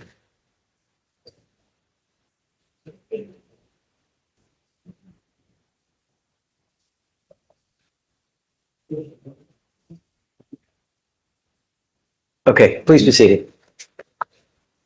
So I think that with the point that they're trying to make is they don't want you guys to be able to cure a mistake that there may be, right? So what you're saying essentially is that he's basically signing it and he's not swearing to it. Well, that, right. And then if it's taking care of, they could ask questions about the signature. Well, that signature is on the line that says subscribing as warrants for a new practice day, and though somebody just signed, he's already testified that he swore to it himself, and that will be improper. So as the state is saying, this is the applicant, and then it's saying subscribing and sworn to before on this date, and it says peace officer state. It says a badge number and it's equal. They did not ask, defense did not ask him what his badge number was. They did not ask what his. She did. Yes, badge was 5460 or 5046, I think. yeah, something. And specifically asked him if he swore to it himself, and he stated yes, it was him. Right. And he described how he swore to it by putting, he put it in his words of these statements with him. You know, I seem to remember they changed the law some years ago where Officers cannot scribe or cannot state themselves, there has to be another, in the presence of another, which is why there is another, which is why there's another signature, which is why I'm saying that there's a clarification. So this officer, this warrant in and of itself is still valid with whatever this officer is saying in his stand. So he's still the applicant, which is why he's saying it. What he's subscribed or what he's subscribed and sworn to is still valid, because the words in and of itself say further applicant asks for an issuance of this order. Here's the issue, Judge. That piece of paper just has somebody signing it, so I guess there's two different things going on. Whether or not that is his signature where it says sworn or subscribed to, that's separate from what he just said on the stand, which is that he swore to himself. So we don't know if he swore to himself and then just gave this to someone to sign. We don't know that. But what he just said was that he swore to himself and those words in the government, and that's not true. And if that were the case, this warrant would not be proper, and then the magistrate would rely on this to issue the warrant to get his blood. If this is not proper, then his blood shouldn't come in. Can I see it again? Yes, sir.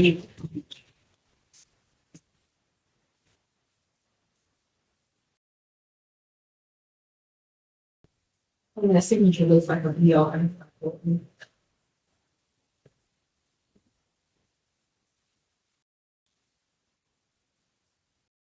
Didn't say. What's your response, guys?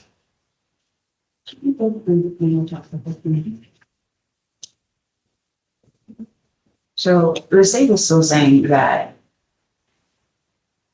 from what the testimony was, as far as this, this witness being the applicant and swearing, or saying on the stand that he was swearing that this is what, this was his work, that this was his product, or excuse me, that this is what he was subscribing and swearing to, does not change the validity of this document, or that this was done correctly.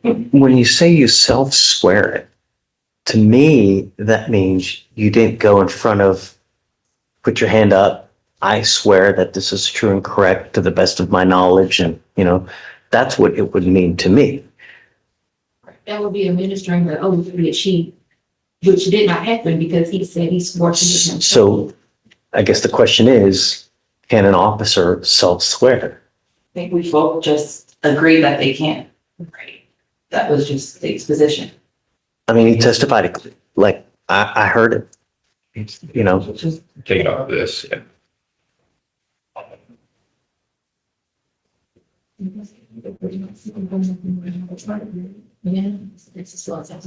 So Judge, just because I'm a little confused, are they saying that the signature at the bottom, which doesn't say his name at the bottom, is his signature? Well, I think that's even a separate issue. Well, they're claiming that what he's saying on the stand does not validate what is being, is not validating what is being, what we're trying to get in. So they're saying because he said he self-swore that this is no longer a valid document. And that's not the case whatsoever, because again, clearly what is being shown on this piece of paper is that it was sworn correctly, that it was a completely different. He said he self-swore. Judge, that's not what's being shown here. All we see here is that we don't know what he did. He could have just gave us this friend and said, here. How do you know that signature is not some other officer?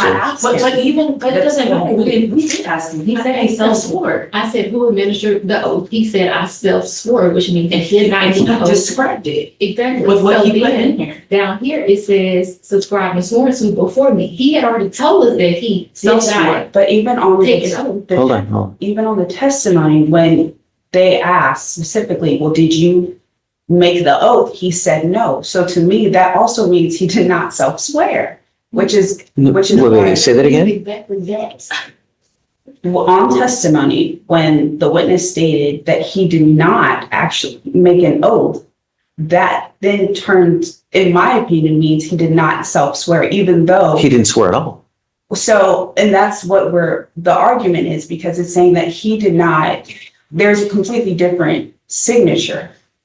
So No, because. no, I think that adds credence to their argument. It does, you. Well, Because, there has you to know- be, well, there has to be another, there's an applicant and then there's another signature. For who he's So in that front of, would, right, that there's somebody else that he has to swear in front of. which is the second signature. Which is the second signature. I think the testimony might be misconstrued that he can read the oath That he can himself read the oath and himself swear in front of the swear in presence of front another officer who signed below his signature there. Correct. But that's not what he testified to, and I think the issue is that without. To be fair, you only asked if he self-swore, not if you only read the oth out loud in front of another officer. It says subscribed and sworn to. And that might not be his signature.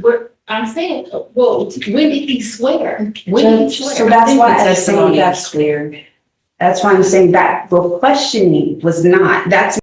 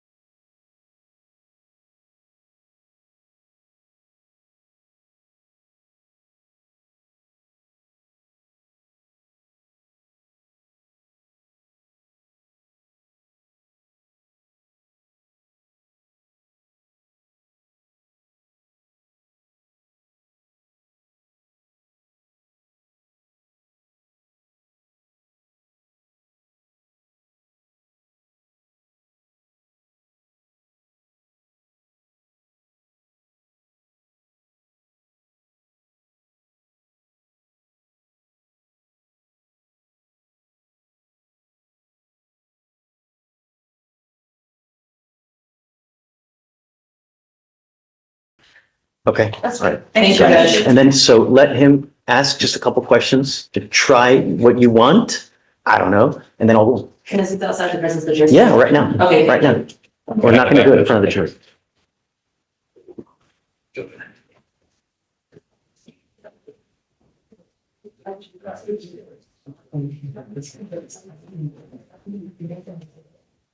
Oh, well, let me roll on this and then we'll do it. But before we bring him in, I want to do a quick, real quick session to get out. I'm gonna have to wait. So if you want to get your guy, bring him up to sign and get it done real quick. Okay, are you ready? Yes, Judge. Okay, go to it.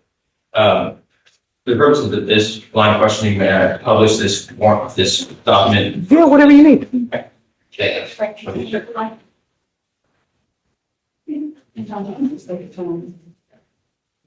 Oh, well. Sorry.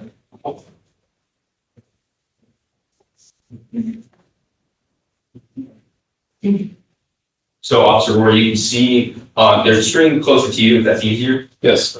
Now, we've discussed a bit about self-swearing. Can you explain what you meant earlier? As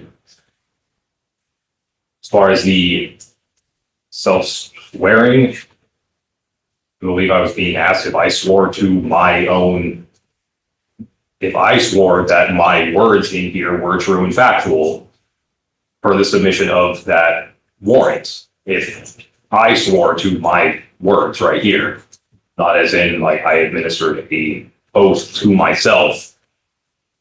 Okay. Did you swear in front of someone? So there is, when we submit these search warrants, Objection, there is no response to this. Please answer the question. yes, Okay. And that top line with the X, is that you signing the document? yes, And that bottom line, whose is that? that would be the witness for the warrant. That is not your signature? No, Okay. Wait, I thought he said he did just sign it. The above typed S slash Oh, Ryan yeah, Ward, okay. that's your signature, right? yes, that is filled in by the leaders. And the below S slash and then a cursive looking signature, that is your signature or not your signature? That is not mine. And so who is the witness for the warrant? The witness for the warrant, it would be also stated somewhere else as to who witnessed this warrant on that particular date, I don't recall.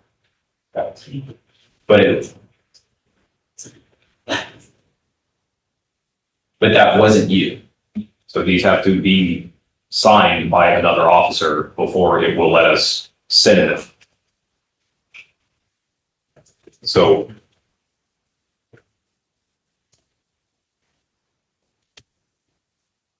And is that what happened in this case? yes, Is that proper protocol? as to my understanding, yes, it is. After this, yeah. What was your motion? So it's the blood judge. Well, no, your motion was to exclude the affidavit. Okay, I'm going to grant that.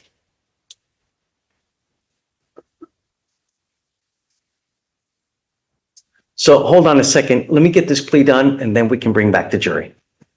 Okay. Kavita, you ready?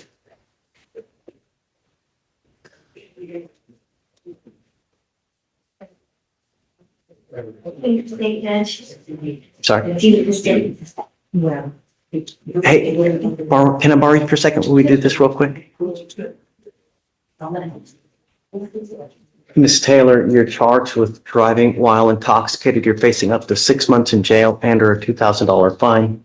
You have worked out an agreement. They're offering you 6 days in jail with credit for the 2 days that you've done. You need to understand that this charge will go on your record. It will be there for the rest of your life. You're pleading guilty to this offense. You understand?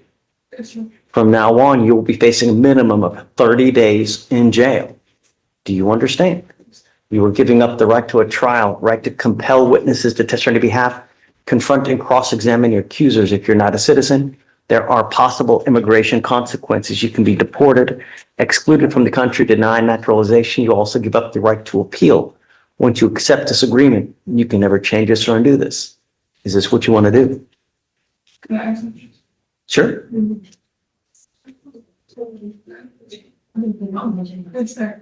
Oh, yeah, no. But my concern, Ms. Taylor, is this is going on your record. If you ever get pulled over again, you smell like alcohol, you smell like dope, what's going to happen? Well, I don't know, but they already see one DWI. You know what I mean? Just forewarned, is fair one. You need to understand that from now on, it's a minimum of 30 days in jail. You understand? How do you plead to the offense, guilty or not guilty? I have to suspend your license. I'm going to do it for the minimum, which is 90 days. Do not drive and take a license. And remember, it's a lot of time in jail if you ever get popped, huh? Take an Uber. It's not hard. All right, good luck to you. Thanks, Anita. We'll lower the court costs. Huh? And thanks for being patient. Let me get the problem.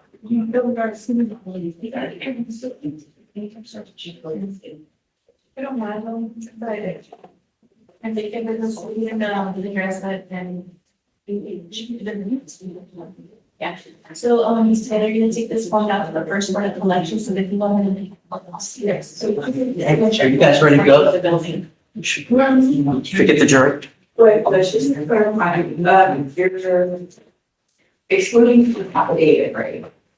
Correct. Okay, all right, it's just the affidavit. If the affidavit for the search warrant is being excluded, it's not a good affidavit, then I don't, the bullshit. Essentially. I mean, I don't know how else. So.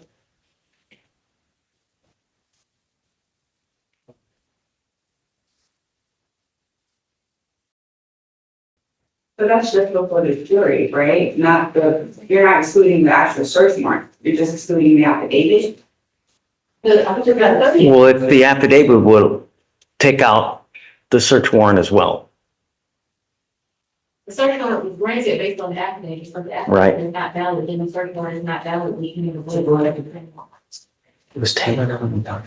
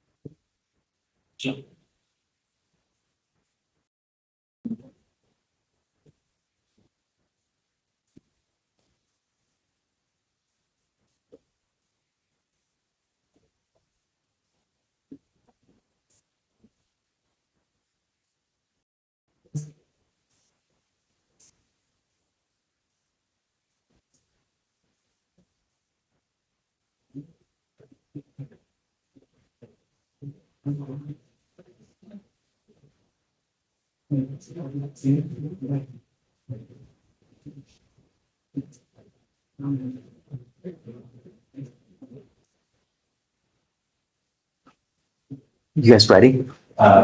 Almost, right? Okay.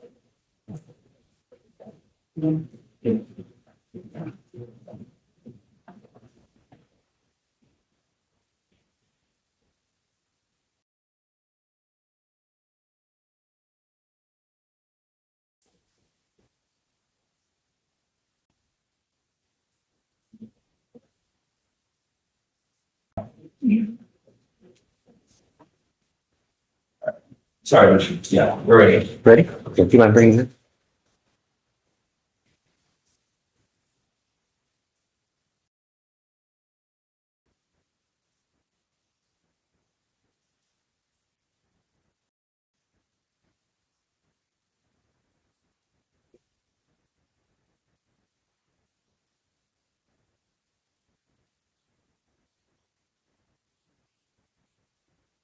Judge, you're so clear, there wouldn't be any testimony about the blood draw as well, right? Okay. Judge David asked that we still have testimony about it, whether or not blood results are admitted. As part of the DWI investigation itself, he did take blood and lost blood to draw. At that point. Right, it's just gonna confuse the jury though, you know? If they say, well, and say something, that's what it is. That's that. All right, so jury.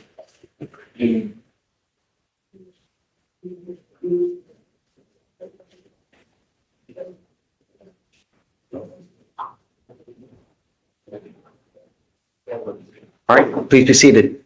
You may continue. Thank you. Yeah. Now, off the reward, where we left off, I want to get back to the defendant's demeanor at the station. Let's walk through that. So, when he came into the station, what did you immediately notice? I noticed that he was, to be very irate as he walked into the station, very excited. What do you mean? Excited as in, very agitated, upset, irate, verbally belligerent. And in your, when you started with him at the station, where did you walk him from the moment that you first met him? That would be in the intoxication room. Okay. Did he ever leave the intoxication room at some point? Yes, at the conclusion of my investigation. Okay.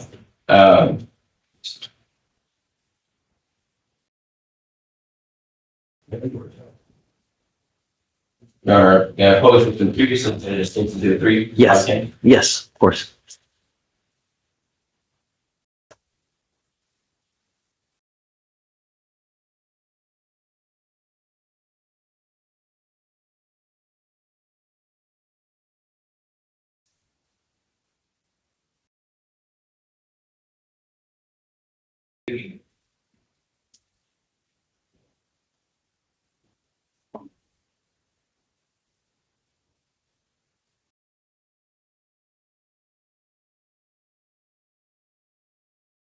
Officer, when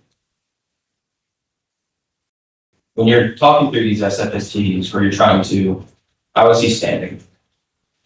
So he was, standing, moving his arms, standing with his feet apart. Okay. And in your other investigation to the DRE, what did that particularly indicate to you? That would be just a lack of, following instructions. Okay. As far as a DWI investigation, is that a clue at all for you? Yes, because there is just a, as you have an intoxicant in your system, it obviously degrades your mental capacities, and abilities to, process information, and, react accordingly to the information received from that, external information. And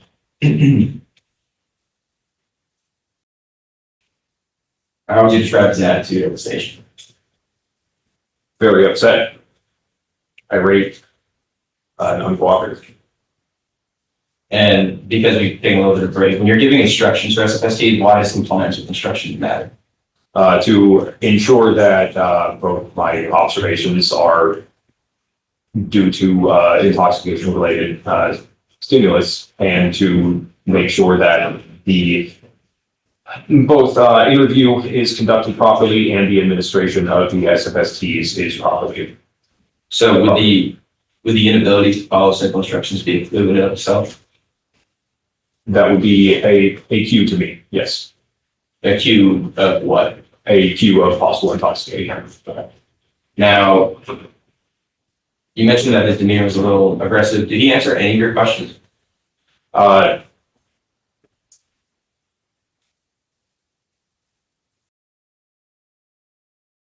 I recall correctly, no. I don't think he did. And when you're saying that he's standing there swaying, can you explain it to me? Yes, so as we have the black line on the floor earlier, it extends up the wall to give a non-moving frame of reference.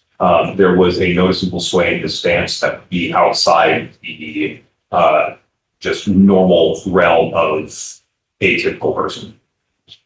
And when you're investigating intoxicated persons, is it normal for those that you find intoxicated to be swaying? Yes. And the odor that you said that he had, can you describe it? It was a very strong odor of alcoholic beverages. And in your other 350 plus investigations, when you find someone intoxicated, is that also a clue that you typically observe? That is a very strong indicator, yes. So, officer, based on everything that you saw of the defendant and your experience as a DRE with 350 investigations, what did every piece of evidence that you saw point to about the defendant? That he was intoxicated and had lost the use of mental and physical faculties required to safely operate a motor vehicle. Thank you. Pass the list. Okay, please. Okay, officer, been an officer for 5 years, Yes, ma'am, that's correct. and how long have you been on the DWI task force? I have been assigned to this posting for about 3 years now. When was your last DWI training? My last DWI training, as can you be more specific, please? So not every officer is a DWI officer, right?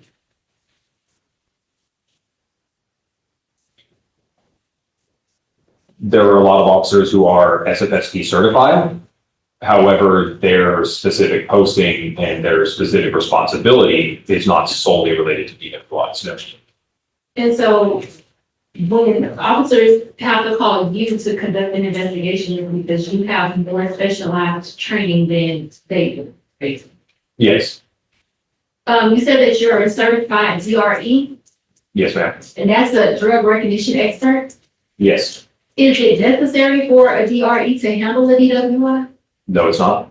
So a regular officer could do. Yes, Okay. Do DREs typically draft reports regarding their findings? yes, they do. Was a report drafted in this case, Yes, it was a DRE report? a regular report from myself. So you draft reports in every case, right? Every case I am involved in, I do make a written statement. How many reports do you draft? Several Well, per case.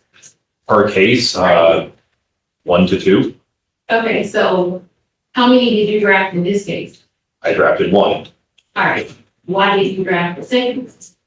because a DRE evaluation was not performed. Okay.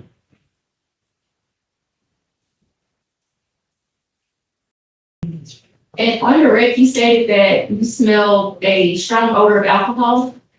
Of alcoholic beverages, yes, ma'am. And you wrote a report in this case as you do in every case, right? Yes, And you would agree with me that report writing is an integral part of the investigation process, right? it's an accurate or integral part of the after action reporting, yes. It's so important that you get some training on report writing in the academy or in your training, right? We do have a report writing class, that's correct. And they teach you to be as accurate and detailed as possible, right? They do teach us to accurately report our observations, yes.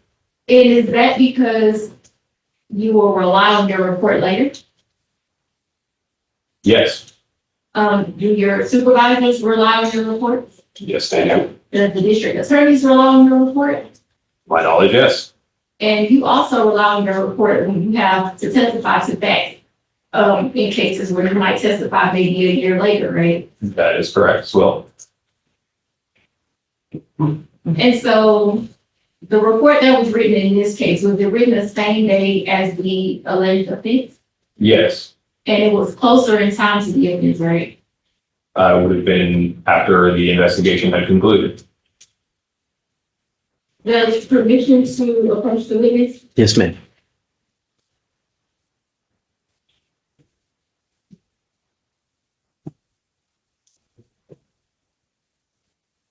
Do you know what this is?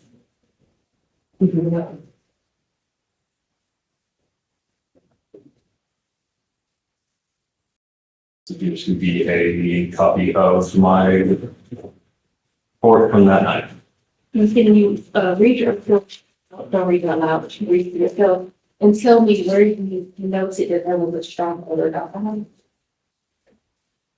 Yeah, You can find that portion and then. it's right here. Do you want me to read it? Sure. Do you want me to read it also? This is related to the odor. It's, like I said, a slight odor of alcoholic beverages emanating from his present person. I'm sorry, what kind of odor? And odor of alcoholic beverages emanating from his present person. What did you can read exactly what it It says. said a slight odor of alcoholic beverages emanating from his present person. Okay, thank you. And you would agree with me that slight and strong is not the same thing? In the terms of the use of the words, no. I'm sorry, objection or response, yes or no? Is slight and strong the same thing? Those are different words, man. Well, you first testified that you smelled a strong odor of alcohol. And then you read your report and said that you smelled a slight odor of alcohol. So did you smell a strong odor or did you smell a slight odor? There was an odor of alcoholic beverages emanating from his present person. I understand that, but the question is, was there a slight or strong odor? I can only testify to what I had written in my report. If you have So that would be a slight, man. understood. Alright, you did not conduct a traffic stop on Mr. Gonzalez, No, did you? ma'am. No, ma'am, I did not. Did you personally observe his driving? No, ma'am, I did not. So your knowledge of the driving infractions is based on what you were told? That is correct information relayed to me by the officer. Well, you said that's correct information. Did you see him driving? No, ma'am, I did not. So how do you know it's correct? Because I find Officer Escobar to be a credible and reliable police officer. When you first encountered, Mr. Gonzalez, he was already at the jail, right? That is correct. And you observed red bloodshot eyes Correct. and a slight odor of alcohol. Correct. Earlier you told the state that he had slurred speech. Yes. Well, you didn't put it in your report. Is there a reason that you didn't put it in your report? It's that I would not recall it. Did you have any issues understanding Mr. Gonzalez? No, I didn't. Did he have any issues understanding you? Not to my knowledge.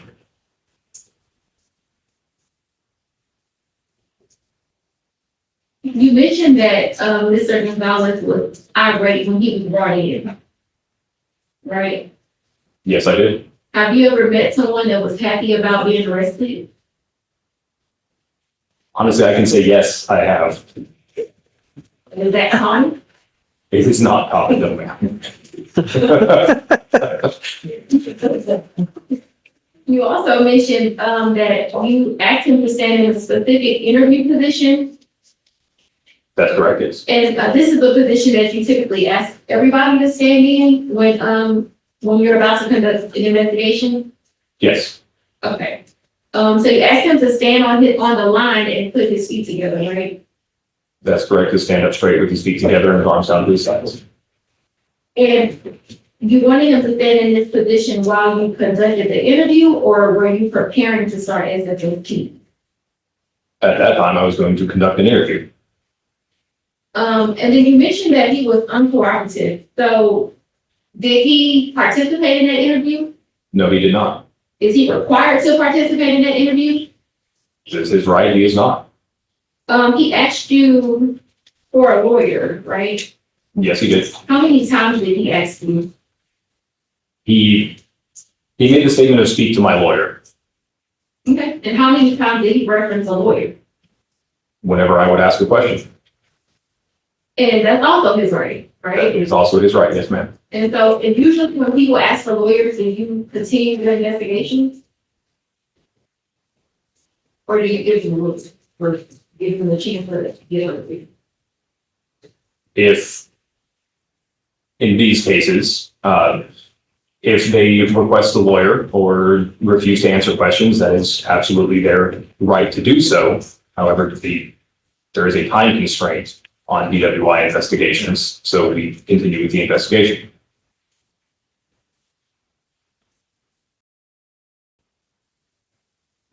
You said that he did not participate in any of the field sobriety tests. Is he required to participate in those tests? No, it is also his right to refuse.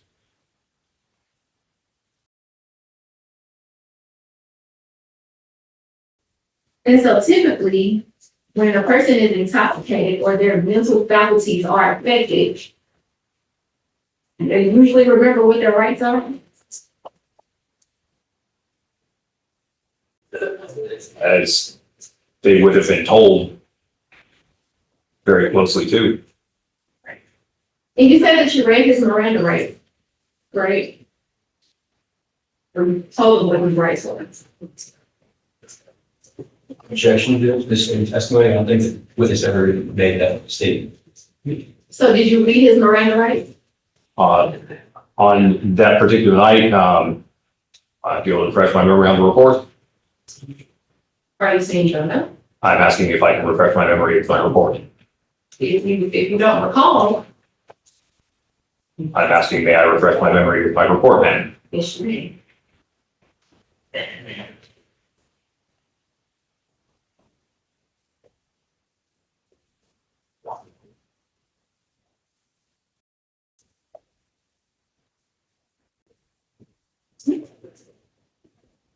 So I'll re-ask the question. Do you recall whether you read his Miranda rights? Yes, his rights were read to him. The part of Miranda tells us that we have a right to remain silent, right? That is correct. Which means that we don't have to participate in an investigation. That is also correct. And so, would you agree with me that it would be unfair to say that a person was uncooperative just because they were asserting their right to remain silent? I would not agree with that, no. Okay. No further questions, Julie. Okay, Brief redirect, Joe? sure. Officer, what else about the defendant made him seem uncooperative? It's the fact that there was no type of cooperation with an active investigation, albeit that it was his right to take the opportunity during that particular investigation to prove an allegation was not found. Now, defense had started talking about a slurred speech. Did you review your body cam for testimony?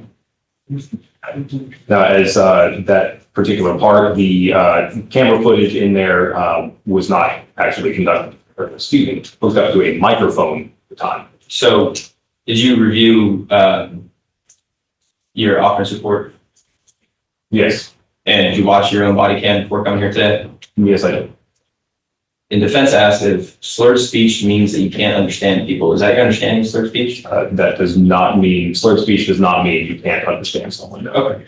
So what does slurred speech mean for a DWI investigation? Slurred speech would indicate a loss of physical faculties and motor functions. Okay. And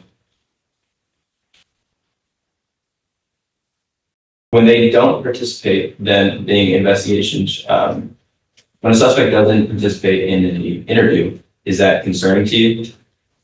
Yes, it is. Why? Because the interview is used to ascertain if an investigation needs to proceed or if it even needs to take place at all.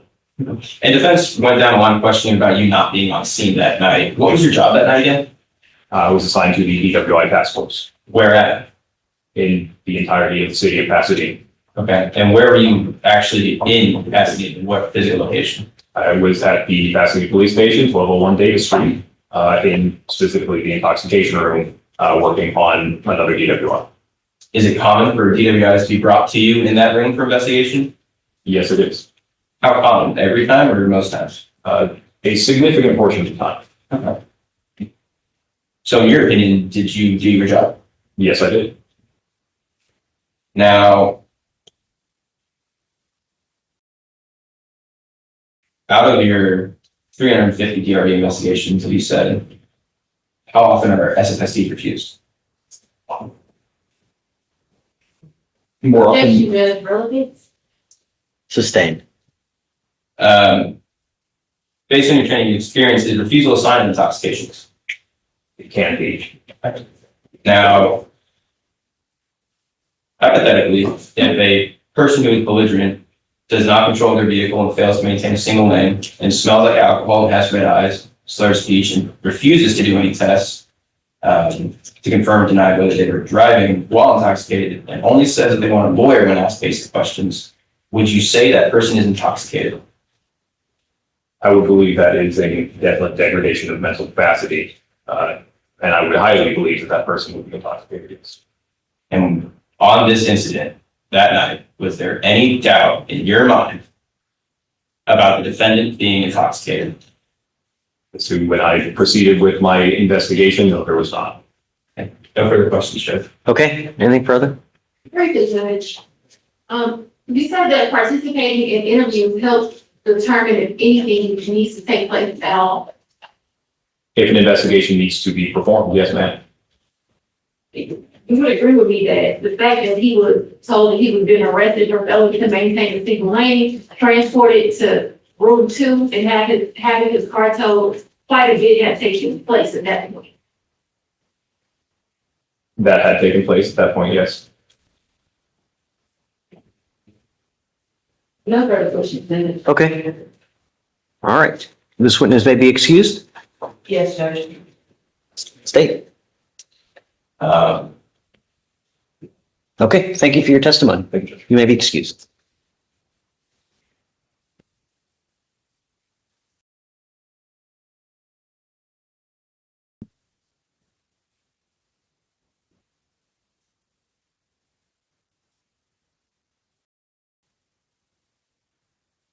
Do you have any further witnesses?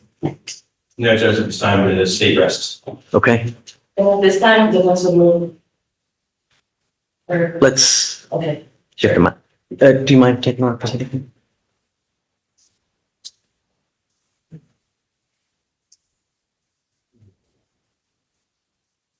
Live for the record.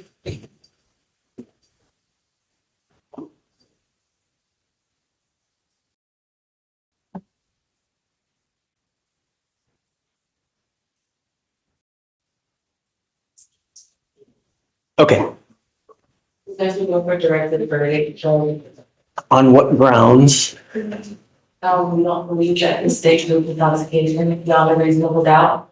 They didn't investigate. Their only signs of intoxication are this strong, slight odor of alcohol and the red glassy eyes that nobody investigated or asked questions about. They didn't get the requisite medical information to see if that was from something else. And this driving that is arguably not an infraction according to Officer Escobar. Judge, we believe that we presented more than enough evidence based on the testimony. I think so too. Yeah, I'm gonna deny it. I think that there's, yeah. So why don't we get the charge ready? And I'm gonna give it to you guys to see whether you guys have any objections to it, and then we'll do closings real quick. Your judge defense is asking for a 3823 instruction for the initial reason for the stop. Yeah, I think that's reasonable. Yeah. Okay, thank you. Do you have any objection to it? So. You guys opportunity to review the instruction now? Sure, yeah. Yeah, I guess let's take it, let's take a 5-minute break. Let me go ahead and get the charger ready, and then I'll let both of you look at it. And then if you have an objection, we'll take it at that point. Yeah. Just very quickly, Do you have the Bible demo? I don't have it. If you want to find it, just find that for me. I can find it, just go bring it somewhere. and then I do have another request is in ready for activities once you're done with this. You have a what? It's a 2B that you signed, I believe, yesterday, and it was actually filed as a, for. Regardless of Oh. the sign, I can sign it. I see it. Got it. Okay, and then I'll take it out. Okay, thanks. Thank you so much. You're amazing.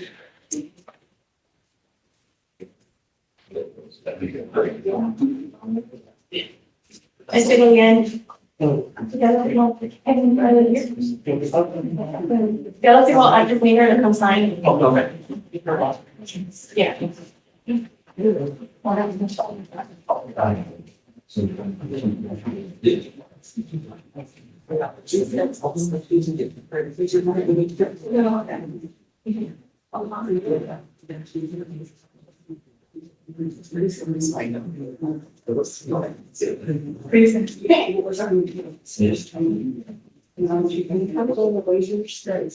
Yeah, I'm gonna be.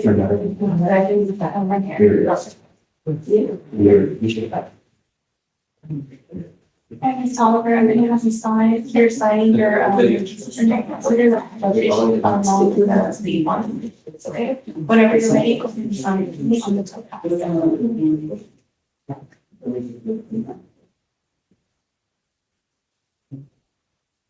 Perfect, I'm gonna then can I copy it to you?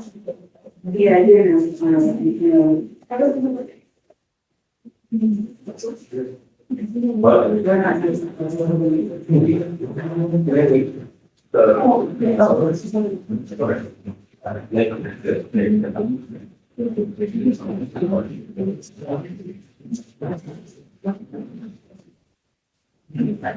I have some here. Yeah.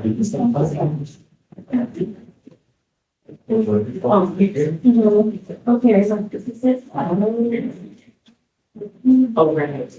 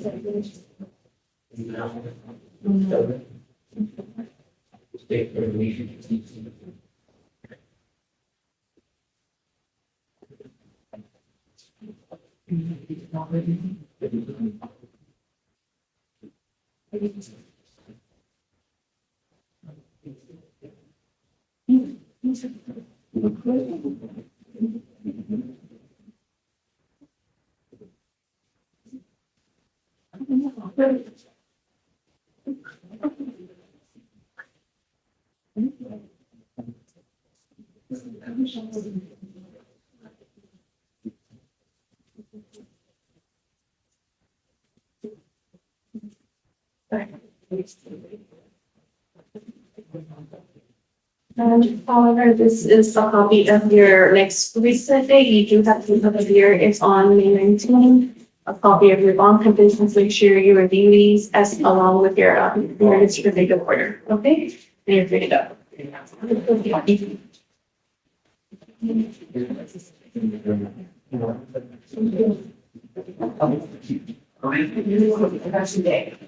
Oh. We'll talk about it. Sorry.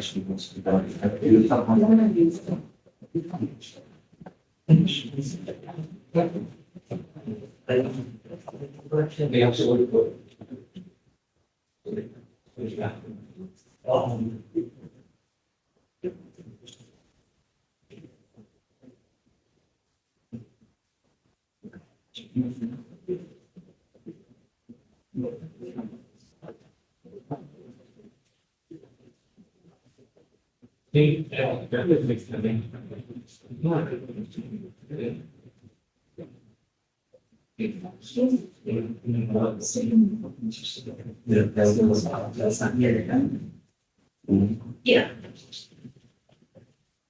I was like, doing our church. You know that. Mostly. I don't know what our church was. Yeah.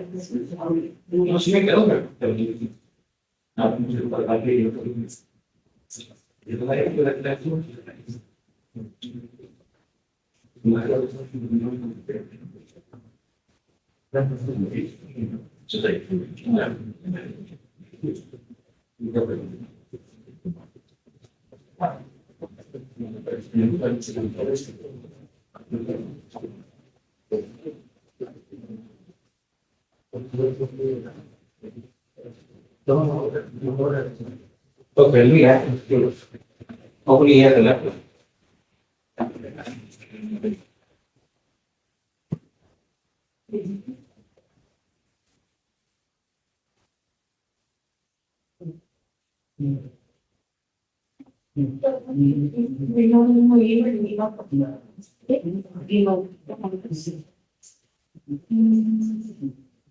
Oh, my nails.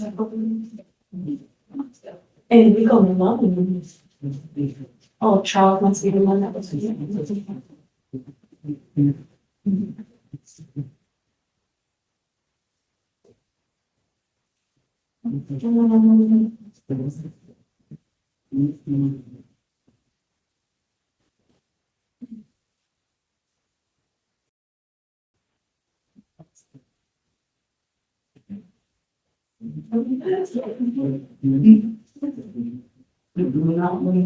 I just started my office.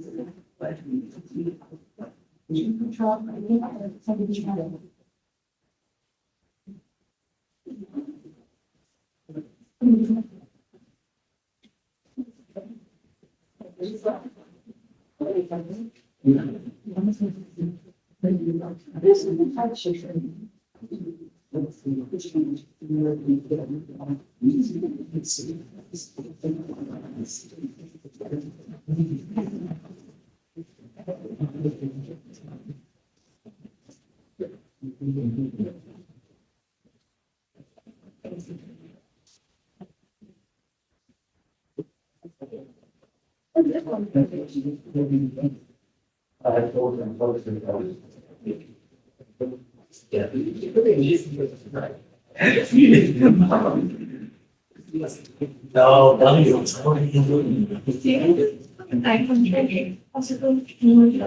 Well, I've seen her, like, I know there's gonna be, which one is which? Lightning, yeah, like. Hey, can I talk to you guys real quick? It just doesn't charge us. Hey, Yes. Cause I have to be one. I know these guys. so they're in charge of purposes of the 545.060, which is the meeting statute, right? I'm basically just tracking this part right here, the first part, because that's what usually applies in this instance, right? I wasn't gonna put the, I really don't know anything that applies, you know. To the, I don't know if it really applies to this, so I'm just gonna put A. There was, This is 545.060. there was It's still also, the exception. yeah, there's also 545.054.1 that's also leaving over the yellow line. Say it again, which one? I gotta pull the, I think it's a, those blinds.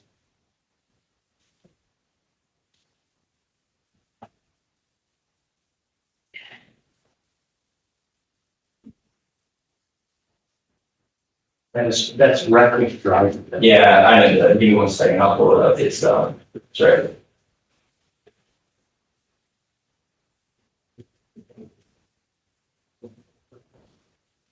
051.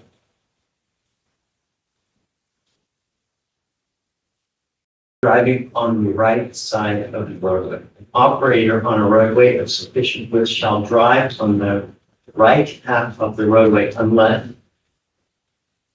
the operator passing vehicle. I don't think that's, I mean, I think that's the spirit of like, don't drive on the left hand side of the road, you're gonna drive on the right hand side. Yeah, most of this is, Okay. you know, sorry, I'm just gonna put that there. And I'm just gonna track it so that it's just right, statute. And then I'll put it 3823, just track it, and then you can hold the arguments. Thank you. Yeah, Ramona, just the one part, no B or C. Yeah. I'm not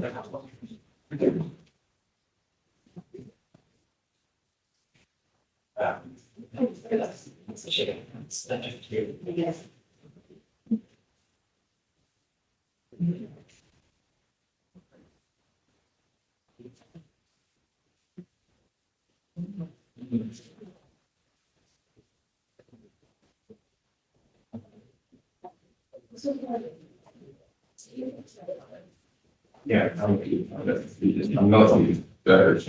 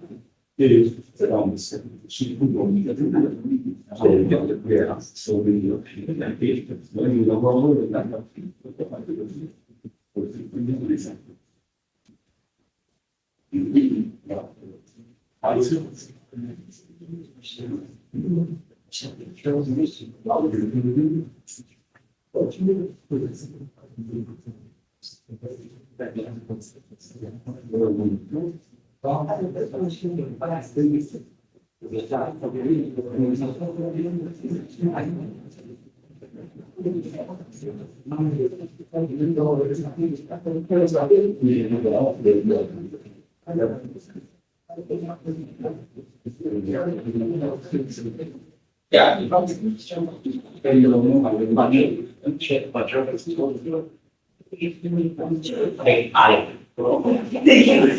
You're good. Thank you. That's like a feeling that makes sense. All right. Thank you, Margaret. No, I'm ready to go. I'm just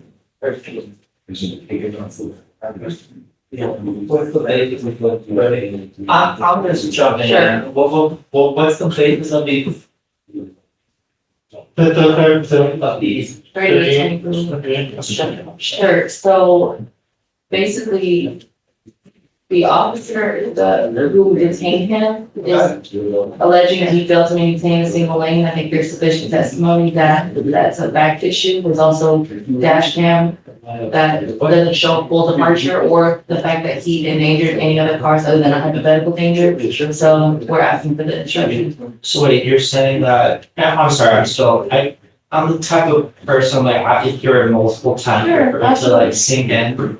So we have an officer testifying that there's a departure. So he first testifies that when he's looking to see whether or not someone failed to maintain a lane, that he's also looking to see if they pose a danger to any of the cars around him on the road, right? He testified that he did not testify that there was a full departure from his lane, from Alejandro's lane. He did not testify. Correct, that he kind of bounced between lanes is what he's saying, that he might have touched both of the lane, but never a full departure. You did say cross over the line, the white line. And did he say a full departure? I don't know specific What word. is this like, did all of it in the. Well, that's what the 3823 is gonna be. We didn't expect him to get up there and say what he said, so now we're asking for a 3823. At the end of the day, whether or not the jury finds that he did fail to maintain a single lane, if they find that he did not, then there's no reason for the stop, and everything else behind it is suppressed, so we're just asking for that. Well, hold on. Mhm. Because not say legal, the determination made by the judge that he decided not to. Right. Well, no, 3823 allows it to become a jury issue when there's a disputed fact issue, and I believe there is. It's a dispute of a historical fact. Okay, so what are you saying is different? Well, that's what the law will be. The law actually defines it separately, but we can get the test law and have that fight, that's fine.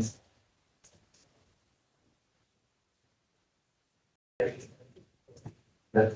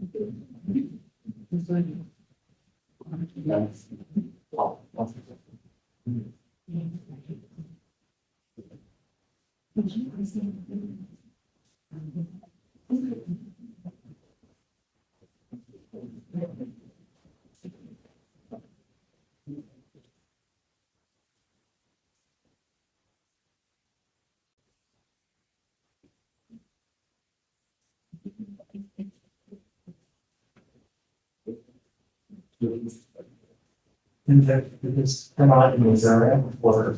Stops. They can do it against the land. Yeah. And. Take a look.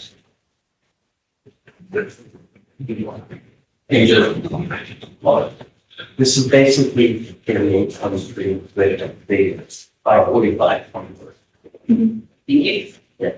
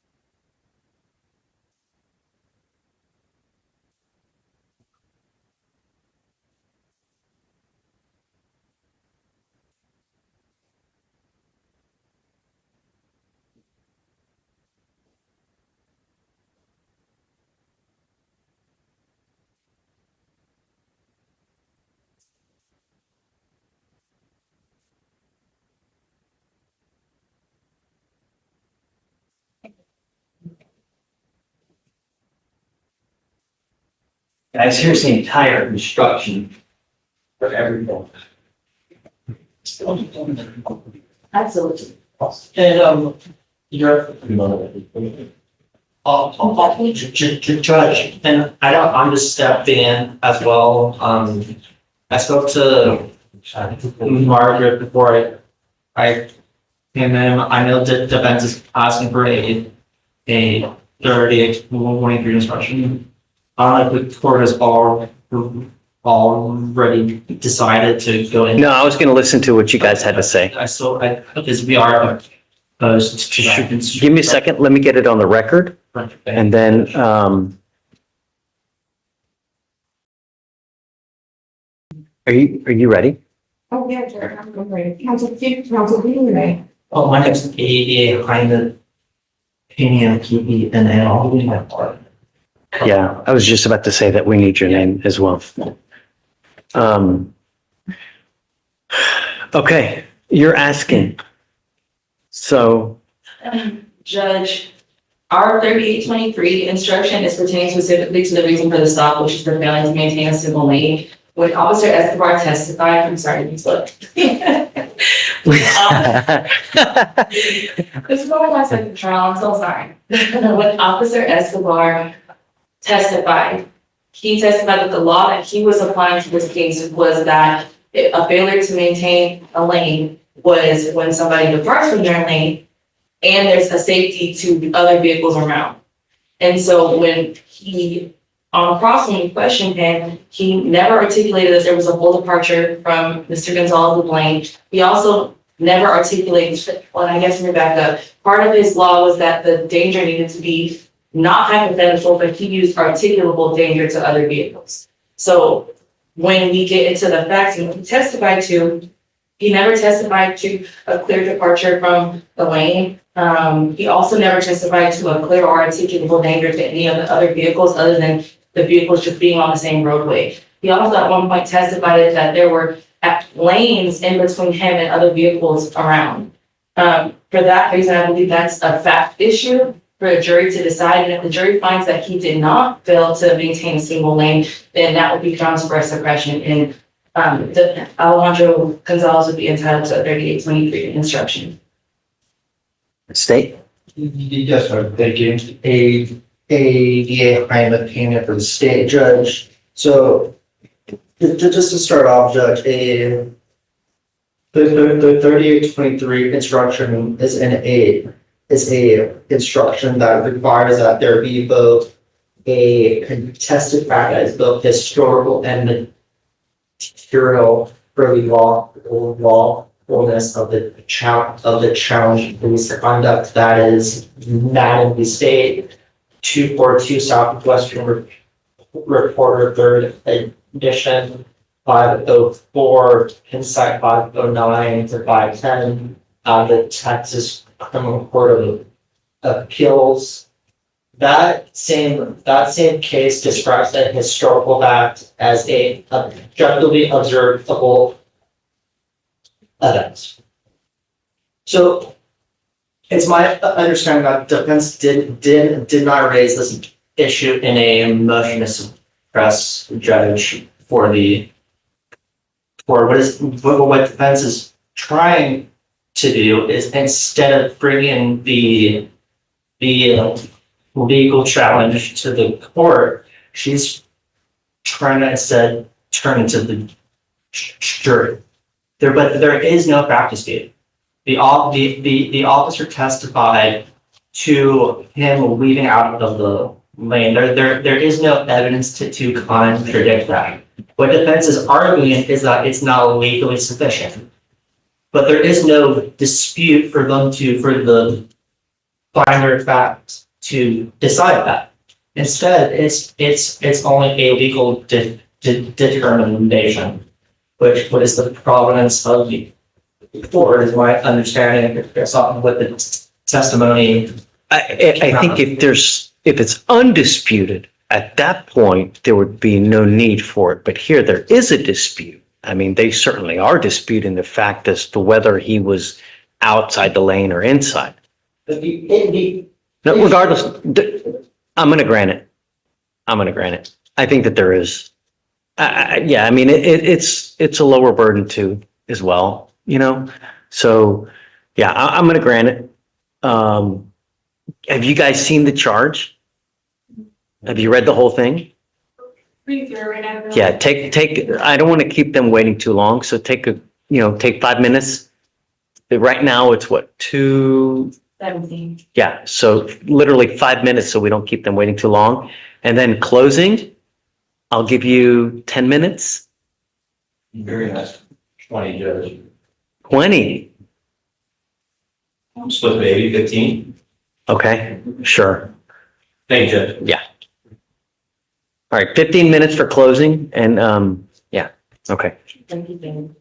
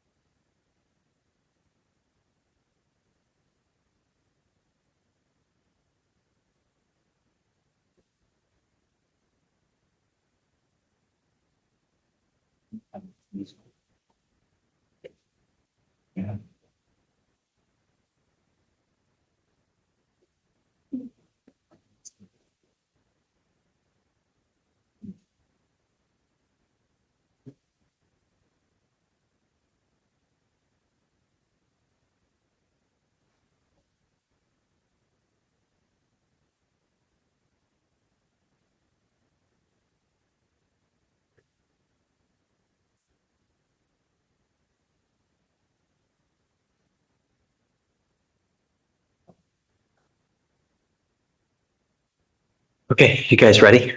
I'm confused. Gonna be right back. I don't know where it should be sitting right back in. Sorry, Judge.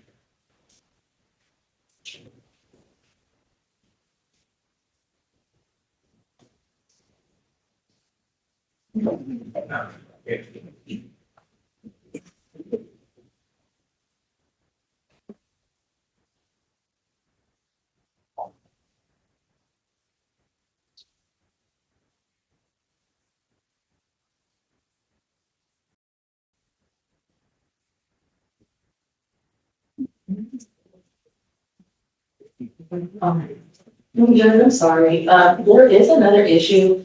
The body cam that was admitted, of, I believe, Officer Moore would have like the blood draw part in the station video. Oh, that's Is a there a problem. way for us to like redact it before it gets sent back to the jury? At this point, Judge, it was already admitted into evidence. No, but we'll have to have it redacted. She's right. Yeah, I didn't even think of that. Mm-hmm.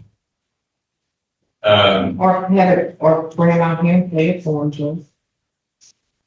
I'm not sure if they're gonna wanna see it or what they're gonna wanna see, but I just. Yes, Okay. I guess, so what, say that again, Ramona?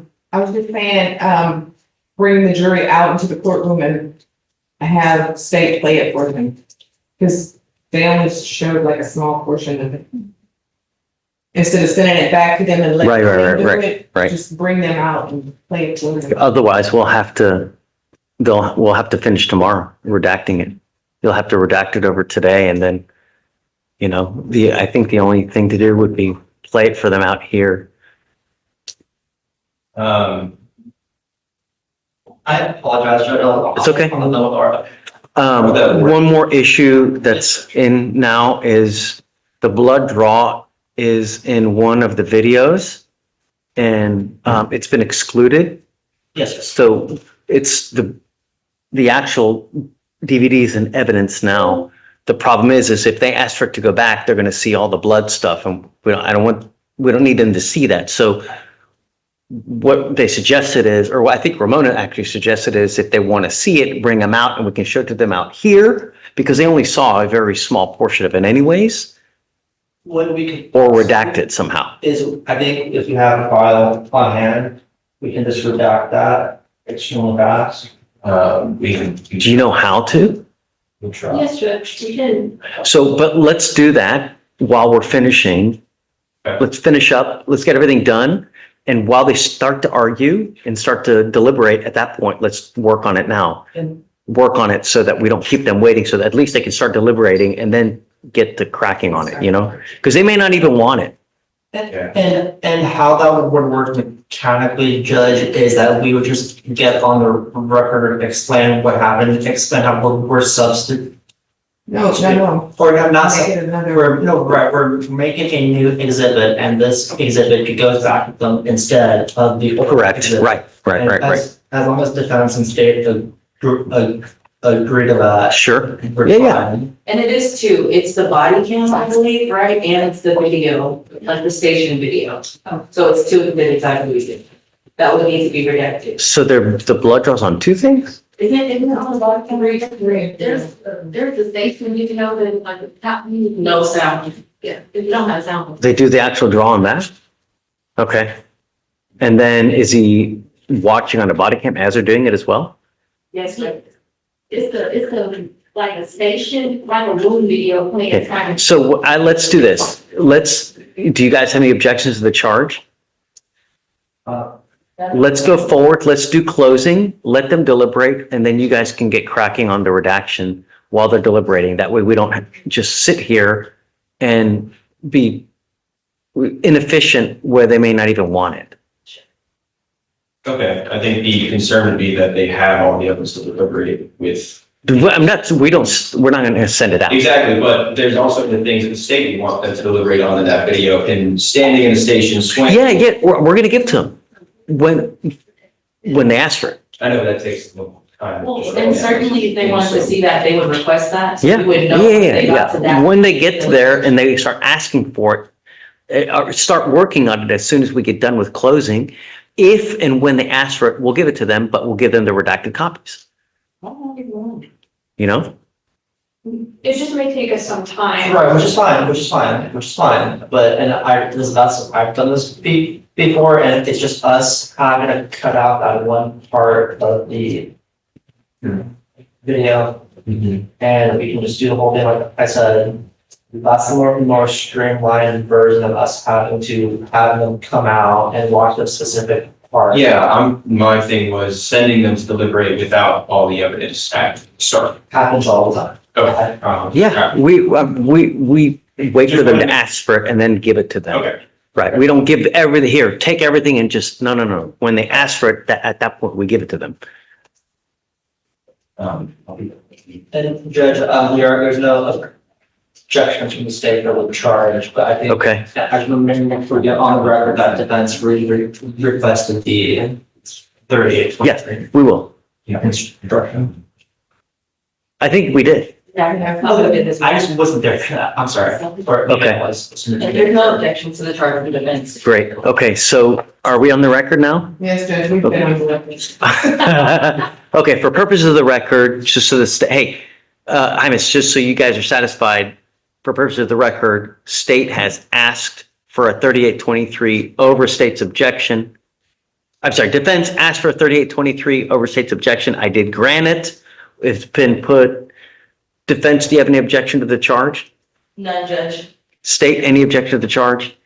There's no objection to the charge from the state. Okay, so you want to go ahead, bring him in, we'll do closings, and then we'll go from there. Actually, Judge, where we already put it on the record, it's fine, the whole. Well, we can do that after. Yes. We can put it back on the record after. Sure.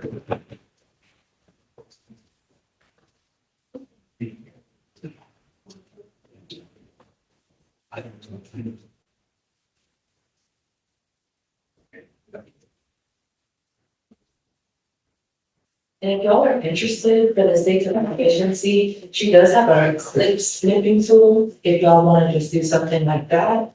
But it is completely up to you guys. You know, just because sometimes our system works, sometimes it doesn't. You guys have the file, the video. Well, yeah, so we upload our phones to Google Drive, so we can have a picture for the. All right, so is there any- You guys can verify.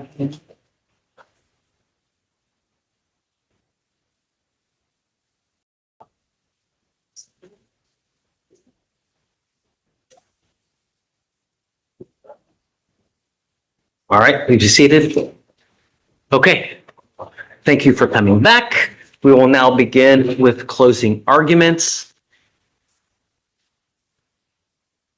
Or let me read the sign. Let me, I'm sorry. I don't believe we rested. Oh, I'm sorry. It's okay, defense rest. Sorry. Okay, I'm going to read the jury instruction, and then we'll get to closing arguments. All right. Members of the jury, the defendant Alejandro Gonzalez stands charged by information with the offense of driving while intoxicated in Harris County, Texas, on or about July 25th, 2025. To this charge, the defendant has pleaded not guilty.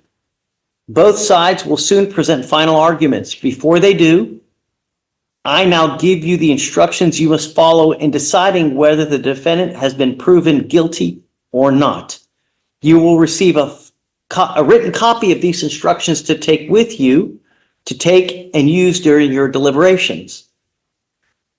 First, I will give you some general principles of law that you must follow when deciding this case. Then I will instruct you on the rules that control your deliberations. Finally, I will tell you about the specific law that applies to this case. The information. The information is not evidence of guilt. It is the name of a document required to bring the case before you. The information cannot be considered in any way by the jury. Do not consider the fact that the defendant has been arrested, confined, or otherwise charged. You may not draw any inference of guilt from any of these circumstances. Presumption of innocence. The defendant is presumed innocent of the charge. All persons are presumed to be innocent, and no person may be convicted of an offense unless each element of the offense is proven beyond a reasonable doubt. The law does not require a defendant to prove his or her innocence or produce any evidence at all, unless the jurors are satisfied beyond a reasonable doubt of the defendant's guilt. After careful and impartial consideration of all the evidence in the case, the presumption of innocence alone is sufficient to acquit the defendant. Burden of proof. The burden of proof throughout the trial is always on the state. The defendant does not have the burden to prove anything.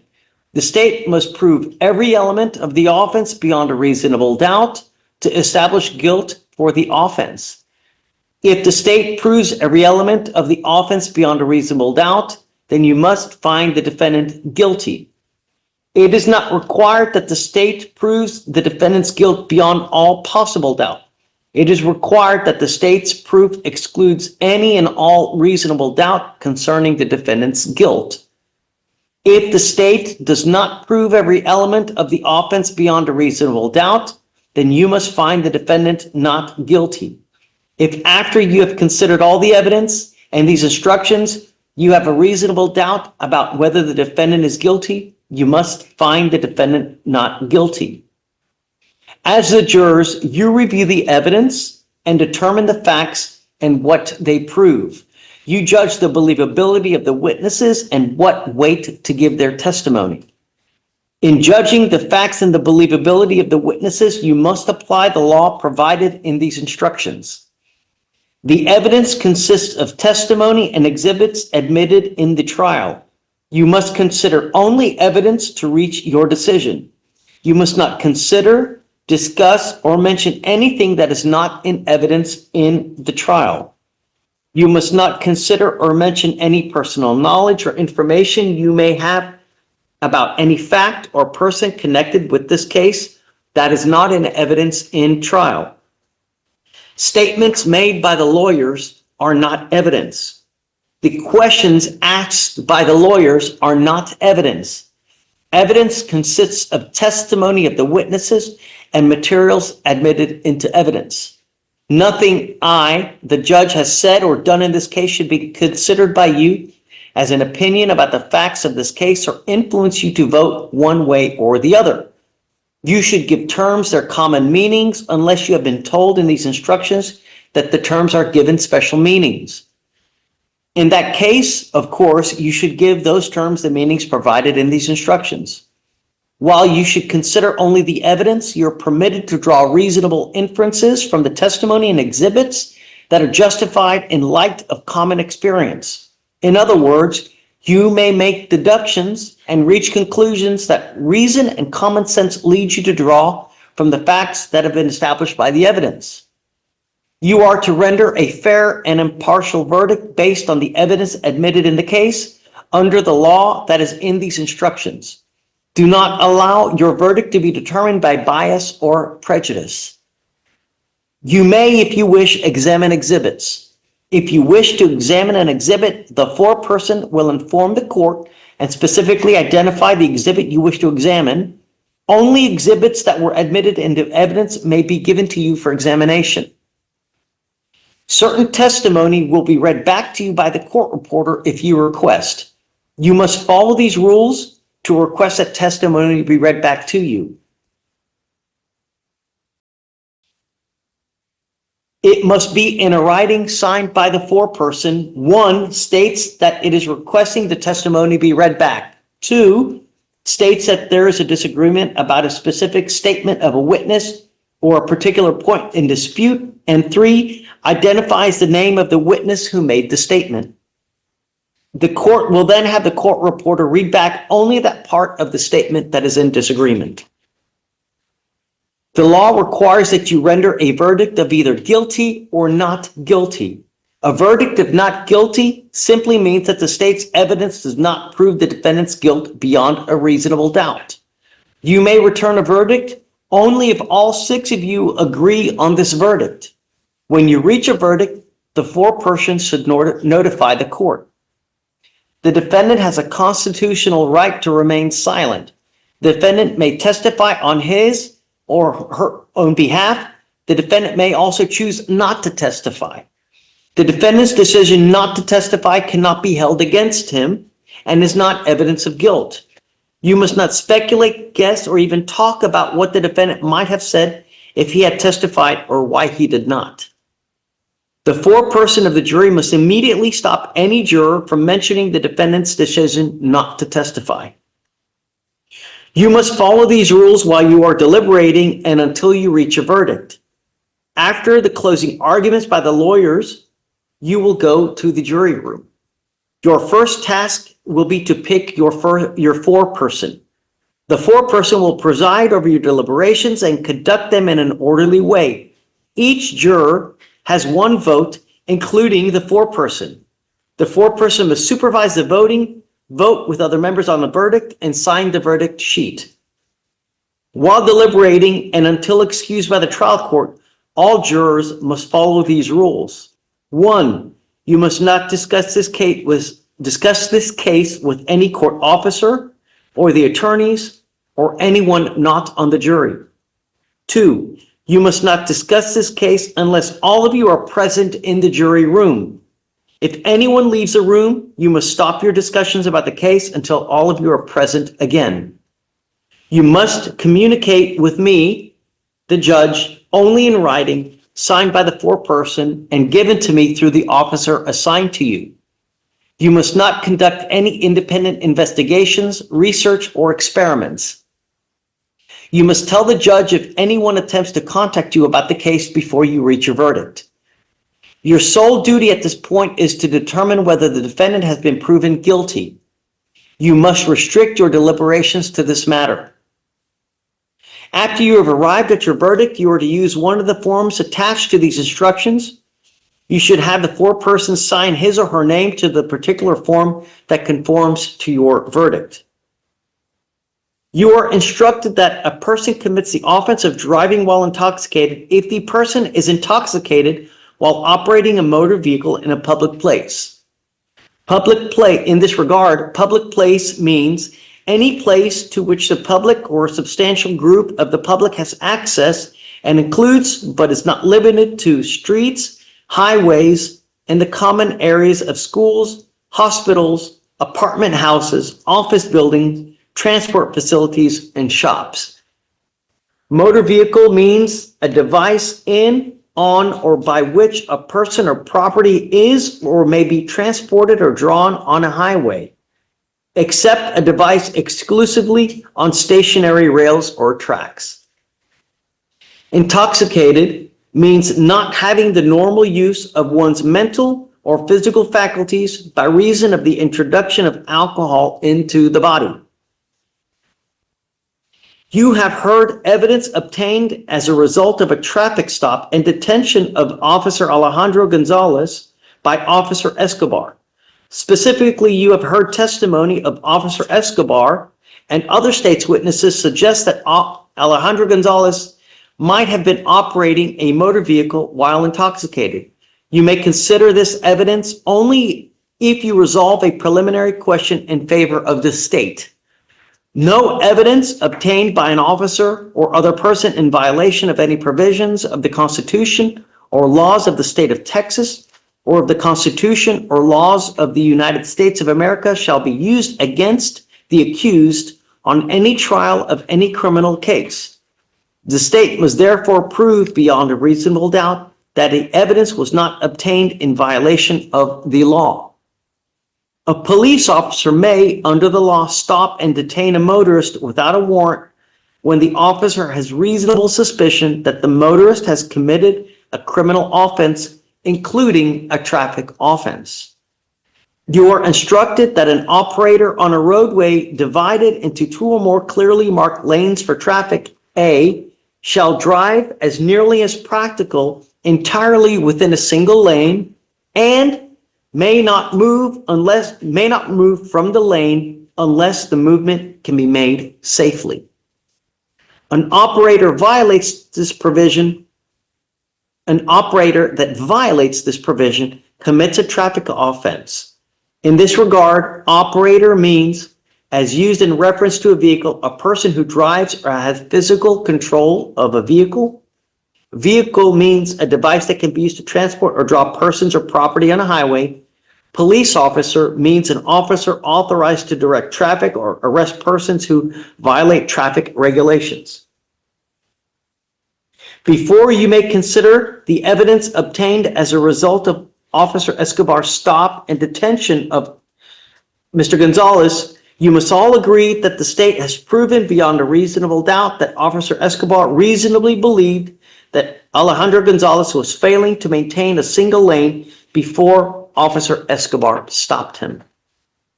If you find that beyond a reasonable doubt, then you may consider all of the evidence obtained as a result of Officer Escobar's stop and detention of the defendant. If you do not find that fact beyond a reasonable doubt, then you will disregard all the evidence obtained as a result of Officer Escobar's stop and detention of the defendant, and you will find Alejandro Gonzalez not guilty. Now, therefore, if you believe from the evidence beyond a reasonable doubt that the defendant Alejandro Gonzalez on or about July 25th, 2025 in Harris County, Texas did then and there unlawfully operate a motor vehicle in a public place while intoxicated, then you will find the defendant guilty of driving while intoxicated. If you do not so believe or have a reasonable doubt thereof, you will find the defendant not guilty. I now will sign the jury instruction form, and closing arguments will now commence. State? Yes, Judge. Should the technology's working? Did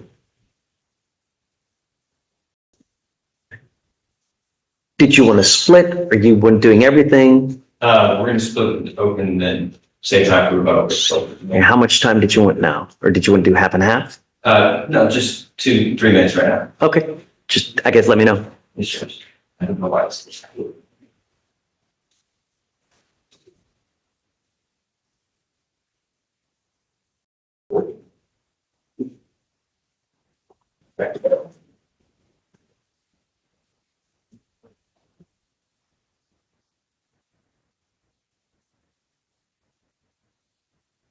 Yeah, when we started this trial, we told you to come down to one simple truth.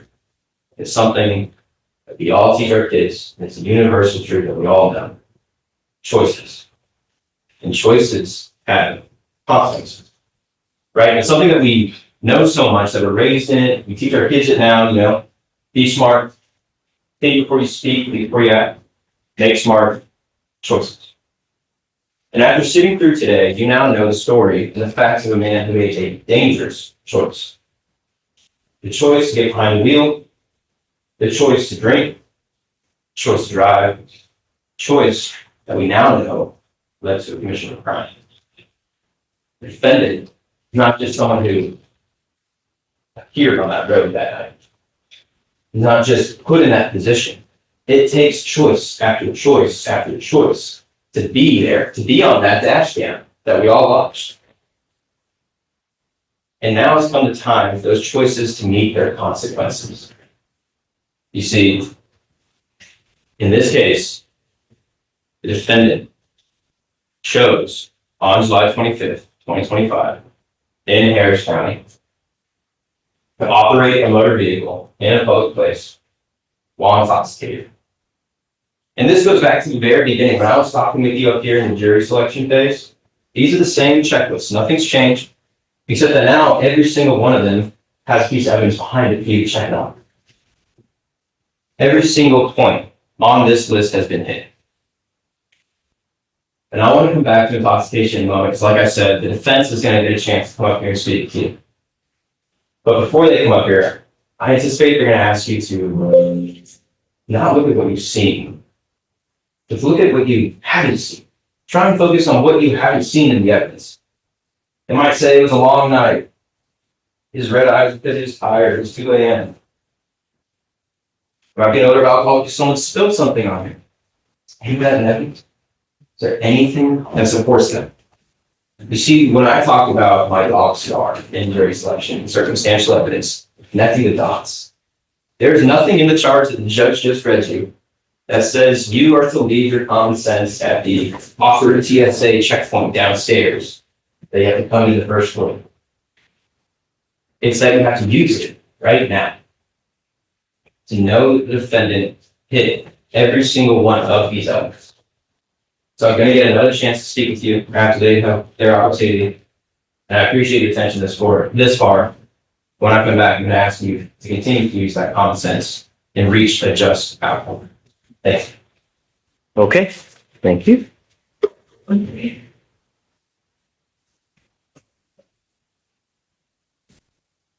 you going to do it? Do you want to split it?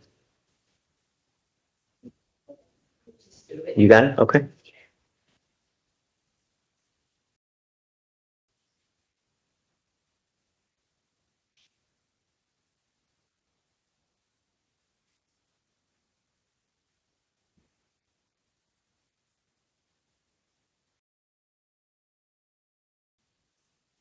Good afternoon again. My heart is in my visa. And I don't know. Maybe someone will do a really good job for Alejandro.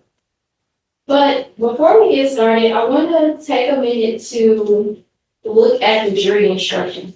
So in the jury instruction, the judge talks about the ability to disregard evidence if you feel like it was unlawfully obtained, which means you have the power to not consider something that you feel like wasn't obtained legally. I'm specifically referring to the stop. If you feel like the stop was not a good stop, you as a jury have the opportunity to disregard everything that happens after the officer stopped Alejandro. Now, Officer Escobar, he got on the stand and he said that, oh, he was swerving all over the lanes and he was posing a threat to other people. But then when you look at the video, Alejandro may have been swerving slightly between his lane, right? But the law says that you are instructed that an operator on a roadway divided into 2 or more clearly marked lanes for traffic shall drive as nearly as practical entirely within a single lane. It doesn't say that you can't move back and forth in your own lane. Also talk about you may be able to move if it can be done safely.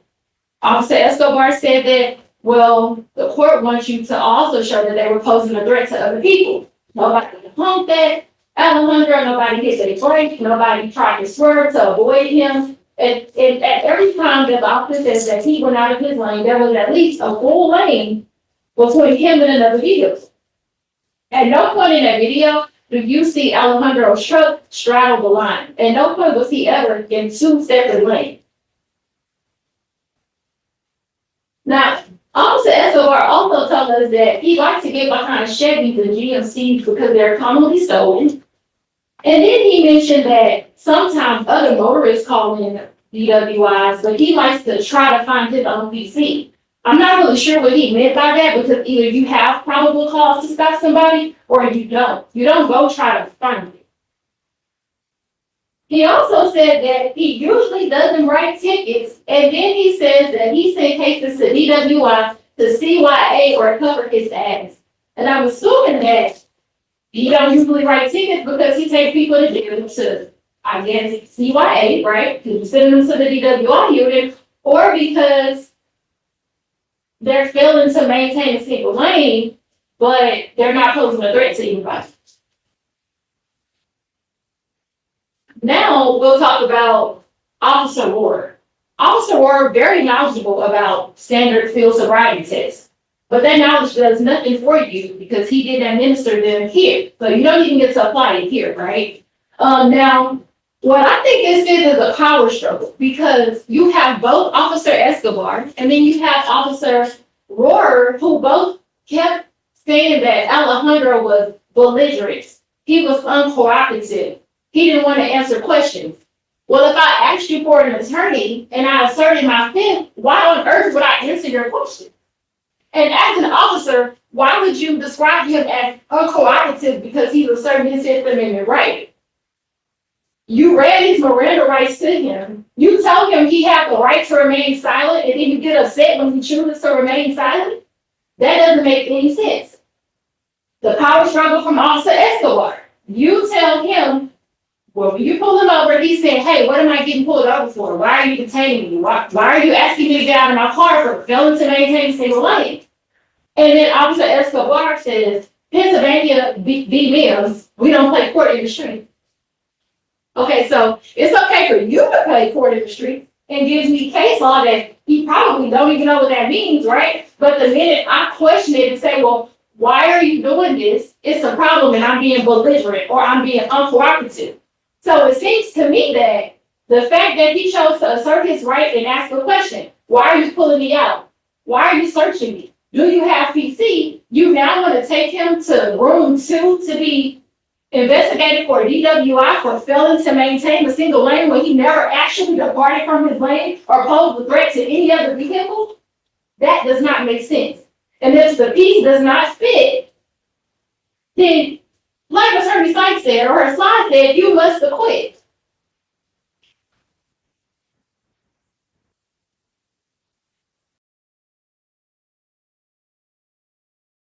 Now, they also talked about him losing, and I guess their case was based on him losing his mental or physical faculties. While he was driving, when the officer got behind him, he drove for a minute, but when he got ready to pull over, he turned on his signal light. He got into the left lane. He slightly yielded at a blinking yellow light. Then he turns into the parking lot without an issue. He stopped, he puts the car in brake, and when the officer opens the door, he has his seatbelt on. Seems like he was mentally capable to me. He said, officer, why are you pulling me out the car? Why do I need to get out? What are you stopping me for? Seems mentally capable for me. The officer was actually pulling on his arm to get him out of the vehicle. He didn't stumble out. He didn't fall out. He got out of the vehicle. He stood there. When the officer cuffed him and walked him to the car, he was able to physically do all those things on his own, right? And then he got in the car, and I can admit, he started acting like an asshole, right? He was talking noise to the officer the entire time. But again, you pulled me over. I don't know why you pulled me over. You pulled me out of my car. I don't know why you pulled me out of my car. Now you're searching my car. You didn't find anything. And now you're taking me to room 2 to do an investigation. And mind you, at this point, he has not even mentioned a DWI. So Alejandro don't even know why he's being transported other than for failing to maintain a single lane. And that does not make sense. So of course, he's upset. And then when he gets to the station, and Officer Ward starts doing his questioning and saying, well, he didn't stand on the line. I don't know about y'all, and you have the opportunity to ask to see the video, but at every point on the video, he stayed on the black line. Now, maybe he didn't keep his feet together and his arms by his side, but officer, I already tell you, I'm not doing these tests, I want a lawyer. So when you go to the back and you look at all the evidence that has been presented to you, I want you to think about everything from beginning to end. Was he really failing to maintain a single lane? If he was not, and you find that the officer just pulled him over because he liked to send stuff to DWI to CYA, or because Chevys are commonly stolen, or because he wants to find PC, you stop right there and it's a not guilty. If you decide, okay, well, yeah, he kind of was maybe moving out of his lane a little bit, and you get to the point where you say, okay, well, maybe they can go do a DWI investigation, you gotta look at the investigation, and you also gotta consider everything that was brought before you. Now, Officer Ward got on his stand, and he said about 3 or 4 times, I smelled a strong odor. Oh, it was a very strong odor, a strong odor. And then when I bring him his report, he reads it, and he reads just low enough that you don't hear him. And then I say, wait, read that part again. He completely disregards what type of odor it was and said, I smelled an odor of alcohol. So then I had to ask him a third time, officer, read exactly what your report says. I smelled a slight odor. Is slight and strong the same thing? I mean, he wants y'all to convict based on that. I don't think I need to say anything else because I know y'all gonna come back with not guilty. Thank you. Ready? Yes, Judge. Please. So I'd like to pick up almost right where she left off there. The jury instruction for you is to look at Officer Escobar's side. It's absolutely right. You're to follow the law. And you see, like she just said, and I wrote it down because I liked it. You see him moving out of his lane a little bit, then you go to the TWI investigation. That's exactly right. Moving out of his lane a little bit is what happened. And when he's looking for his own PC, it's not what happened here about calling in and finding PC based on a call. And for that, him referring to that, meaning he finds his own PC to do an investigation before pulling someone over, not pulling over just based on the call. He's checking it himself. So that's a little misinterpreted there. But in this case, it doesn't even matter because he sees the whole thing. He sees him moving out of his lane a little bit. And that's enough for failing to maintain a single lane at 2 a.m. in a lifted, tinted Chevy pickup truck here in Harris County. Now, let's go back to what I have to prove here. Remember this video from Fort Ire? No, my plan. Where the ball comes out and we thought, what might run behind it? Oh, a kid? Well, I want you to look at the video from this footage. Where it looks like as he goes through this light, that white line under his right tire, he's out of his lane a little bit, staying there, coming back over to the yellow line, out of his lane.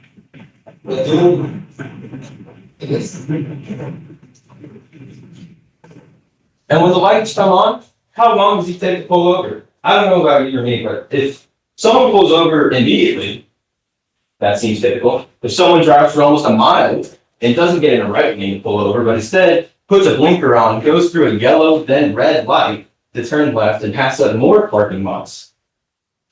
Officer Escobar said that there's concern for looting on a lifted truck with dark tinted windows, and that in other investigations, he's allowed to and has done in the past, pull someone out of the car for officer safety concern. But the fact of the matter is, he moved out of his lane a little bit. And by their own standard, we're on to the DWI investigation now. So now we're looking at the facts of what we saw on scene with the car, with him behind the wheel, and we're looking at what we see at the station. Back in Fort Ire, in jury selection, we talked about these definitions and the faculties, right? How the law allows us, the state, to prove our burden of intoxication by the loss of moral use of mental or physical faculties through the introduction of drug alcohol, right? That long sentence. What do we have here? Well, we heard from 2 people today, Officer Escobar, that he observed the defendant swerving, and we just watched that. That he observed the defendant pass several safe points to pull over, which gave him a concern for what the defendant might be doing in the car. He had red watery eyes when he met him, there was an odor of alcohol, and then we hear from Officer Rourke, the DRE, drug recognition expert, that he observed the defendant swaying while he's standing at the station. It's not like there's cars passing by him, it's concerning. It's not like anyone's in the middle of traffic making him step aside or something like that. He's in a room. It's a quiet room, and he can't stay still. That, as Officer Rohr explained, is a sign of intoxication. We also saw red watery eyes, an odor of alcoholic beverage, can't follow instructions, can't stand still, can't stand on the line, can't hold his hands by his sides, and we now know that that's important for SFSTs. That's important for determining intoxication because they're attention diversion. It's to see if you can listen to instructions and pay attention just like you have to behind the wheel. That's why if they find that SFSTs are okay, they let you on your way. The fact of the matter is the defendant never gave me a chance to conduct a full test of SFSTs, did he? Instead, he sat there repeating questions that were asked just minutes before, and he declined to do the test, and he declined to print the test. So what do we know about the defendant? We know that he has red watery eyes and slurred speech, he's swaying. And for these signs of intoxication in general, right, in general, what we know from Officer Escobar and Officer Rohr, that these are the signs that indicate to them that someone has lost the normal use of their faculties for the operation of a motor vehicle. Whether or not they're belligerently drunk is not what the standard is. These signs indicate to officers every day that they have lost their faculties to drive. And what do we see in the defendant? At the station, the same signs, red watery eyes, slurred speech, swaying, can't follow instructions, smell of alcohol. So what we see from Officer Rohr, again, the drug recognition expert with over 350 DWI cases and nearly thousands of SFSTs administered, he reached one final conclusion, that there was no doubt in his mind, based on his years of experience and training, that the defendant fit this box. And if sometimes you don't want to take the officer's word for it, sometimes the defendant can tell you themselves.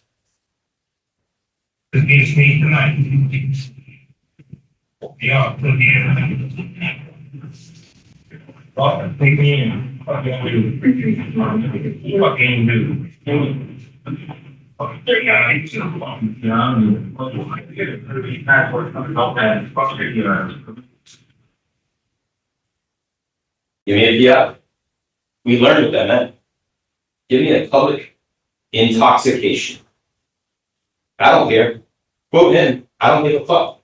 Give me a PI. Give me a public intoxication charge. If you don't want to take it from the officers at the station minutes or hours later, take it from the defendant minutes after he's pulled from behind the wheel, that he's intoxicated. And so we go back to our checklist. And at this point, we know that every single element is hit. We know that honor about in Harris County, defendant Alejandro Gonzalez did operate a motor vehicle in a post while intoxicated. And again, I won't play it again, but the defendant's own words give you more than enough to show you that at the time of him driving, he was intoxicated. And that's why at this point, we've come to what's known as the proverbial passing of the baton, right? This is the end of the relay race, the last lap. And it's my job to make sure that you are well equipped for your job, to go back there and ask each other questions and reach a just outcome. And at this point, we feel as a state that we have done that beyond a reasonable doubt. So when you go back to that jury room and you deliberate, I want you to remember two things. All the evidence that you saw from the witnesses reached one conclusion. He was intoxicating with time. And second, it flipped the defendant himself, saying, give me a public intoxication, because he's not even hiding himself. Take me in. I don't give. Give me a PI. Charge me with intoxication. He knew in the moment that his consequences were coming. That his actions, his choices, had finally met their mate. And at this point, the only option is to find the defendant guilty of driving while intoxicated. Thank you. All right, thank you. Okay, I think it's time for you guys. Are you ready? Should we bring this up? Yes. Yes.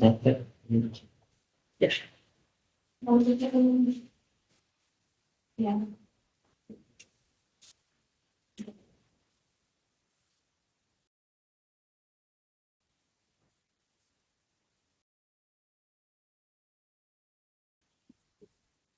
Yeah, Archie, do you mind handing this to them? And then, if you mind taking them back to the jury room so they can deliberate. All right, for the jury. Remember, officer. Off the record. Remember, Joel, it's not go back. Okay, is Richie going here?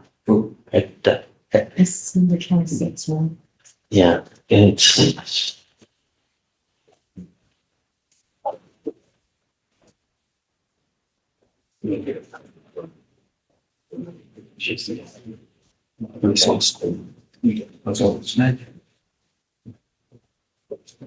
Thank you. All right. Okay. Good luck.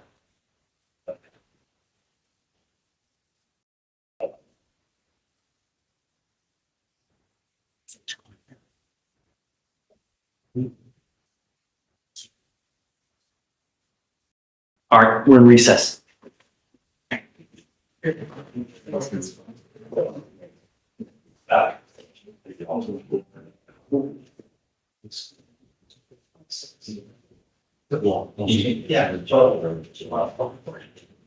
She can't cover it with.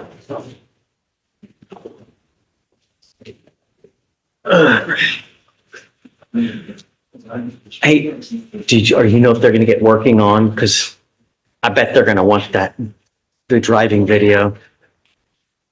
My feeling is that they're gonna want the drive, I mean. Well,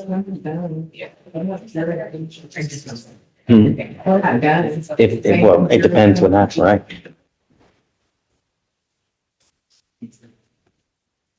Let's come back.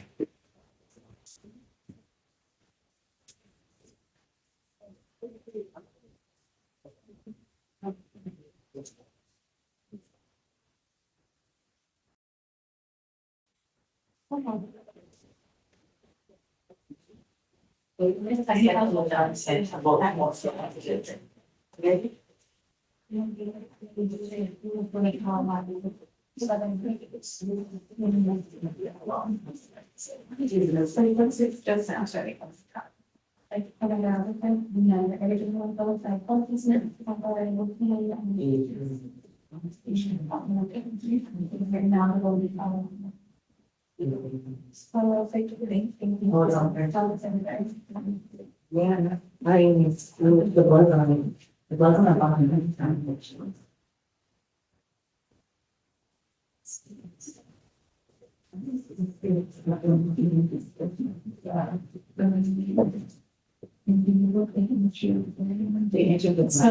So my glasses place is very red dog.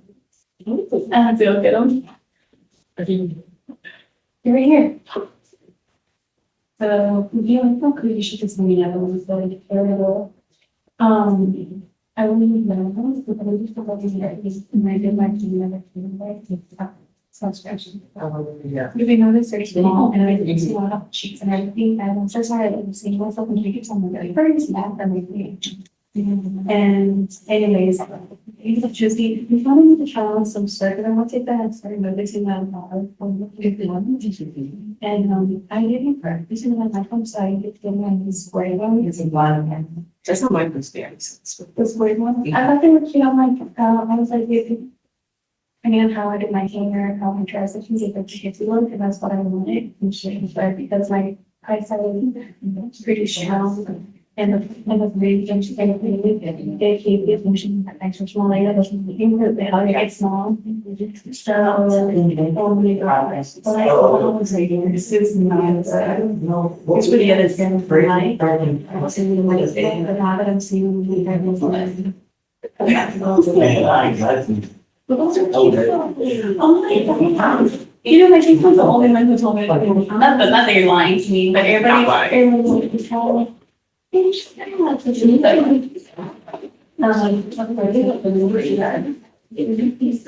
Hey, you told him 2 dings for, Yes, sir. Maybe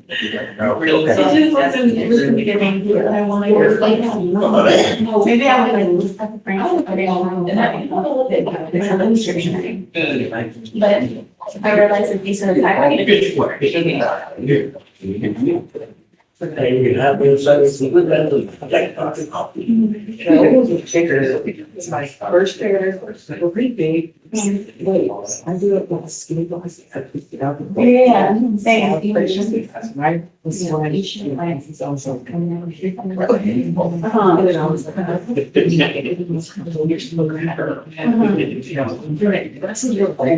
Yeah, why not? I think it's. I was 13. It's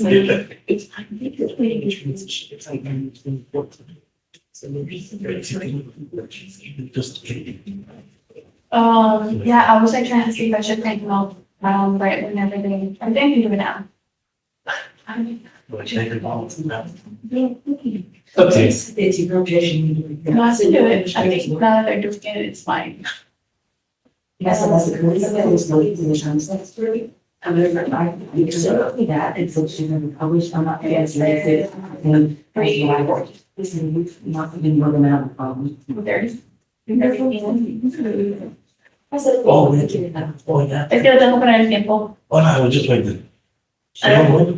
Oh, it's okay. I mean, I guess it's big, I mean, it's really up to them, really. So, but I'll actually bring my answer. No, I don't think I have somebody to say. Okay.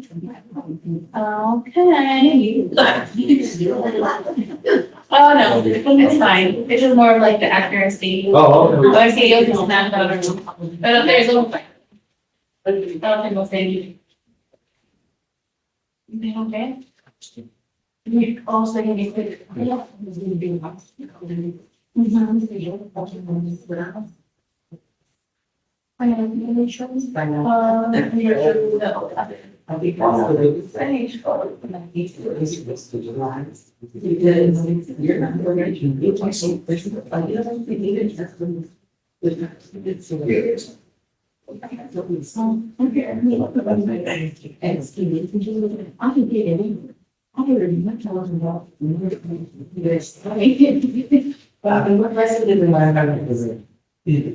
not saying that. That's just really good. Cause I didn't.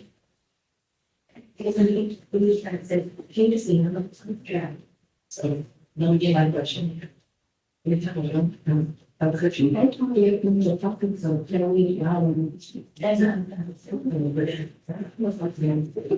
Excuse me. Thank you. Bless you, I'm sorry. Thank you. Would you like?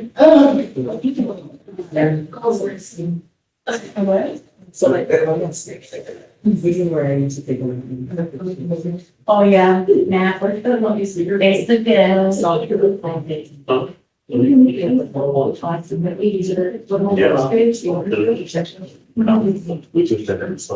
So like. Oh, yeah, those were definitely.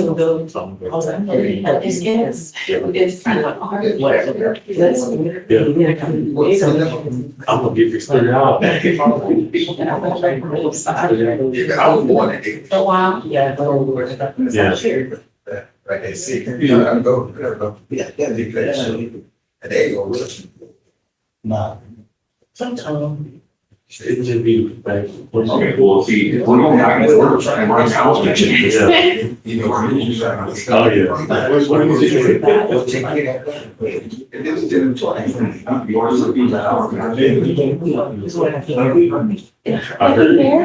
yeah. See, they're bigger. Yeah, and it's not go up like these. Yeah.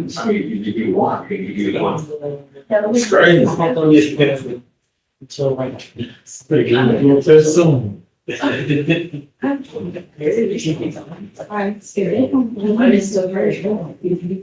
some for you. No, I need still hostile. Why am I still here? What's your question? Yeah, because I'm still here. It's the tone and how. No, that's it though, so if you give me. So remember, Yeah, for that. whenever you get to I always talk to you in a nice. Oh. Write that down. does it not always have a certain sass to it? No, I would just honestly grab this. and What do you grab time. I say, why you still here? Okay, so exactly what I said. So what's the difference? But you still ask and sexy. But I'm I asking. think this is only 9 years of board though. Yeah, so that's probably it. Yeah. And we all do, because we have roll calls. Yeah, but, you know, if you just, and then. So I was gonna say, So we call it. so this is the one that we go off. That's on it's one that is not on this. Yeah. So it's 11:30, like is this the one? Yeah. Because it. Yeah, that's. So it's literally different. Yeah, you just email me those. See how you said that? Yeah, like I'm supposed to know what y'all talking about. Like I'm supposed to read your mind and just knows all about my When you won, we won. Okay. I know what you're talking about. Yeah, so when I just ask. I can forward it. I'm just curious. I was sitting right here. Not interrupting my conversation. Don't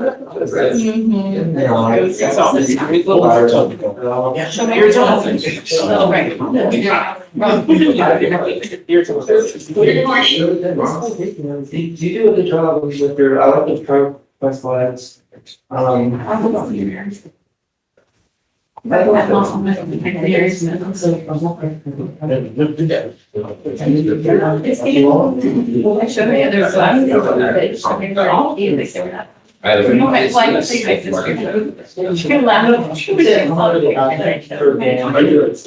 I was talking about person. I'm sorry. But I said properly. And I told her that you Is on the station. Go ahead. But now everyone thinks it. Yeah, they do. So. You all know Computer here, and there's somebody else myself. Yeah, we all have. Now, I feel. Christina. They can record anyways. We're. So there's a box camera dash camera and stadiums. But yeah. You see that? Camera's fine.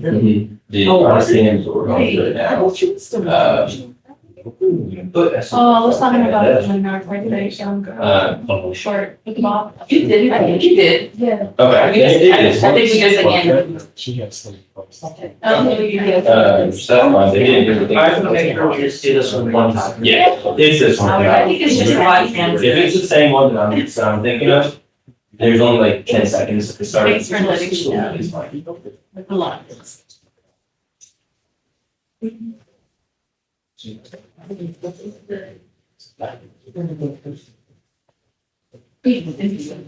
just like, kind of when things go down more than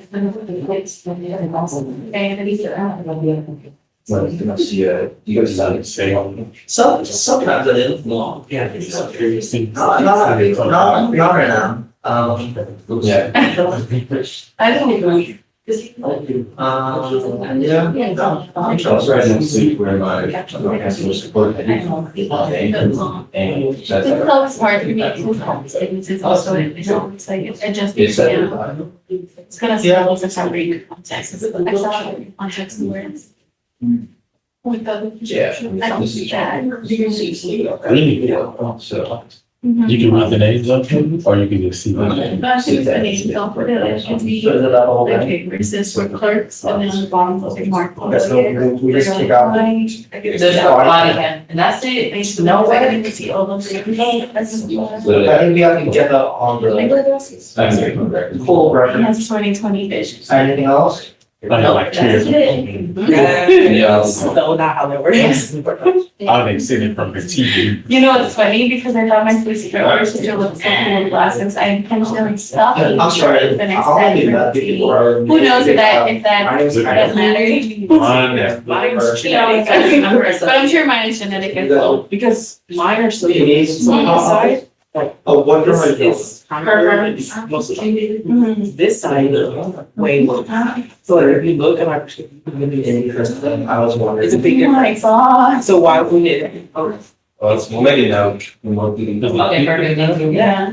Like this side is like 75, this side is like 3. Straight 3. I can get here, I can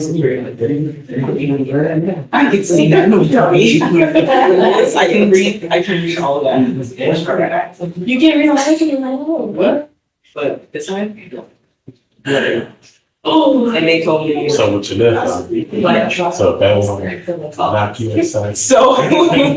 I felt where you live. That's the first thing. First of all, you got to raise the, no, I like that. Here's the, you need some money.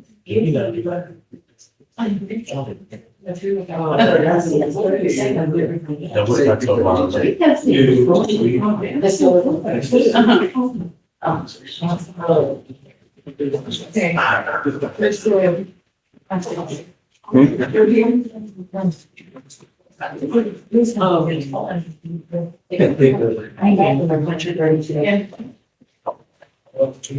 Oh, and maybe straight and slide. This is right. And when I look like this, I don't see this. Oh, wait. So it's like my brain's going to this pulling this one.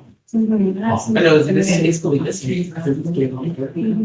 And I was like, oh, I mean, and so that's why get one leading? From learning, literally, so I came It's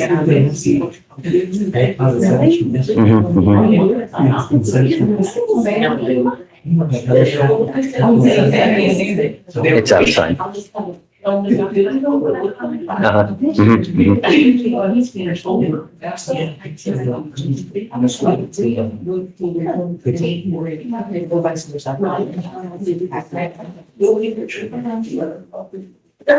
That's something I did. Look,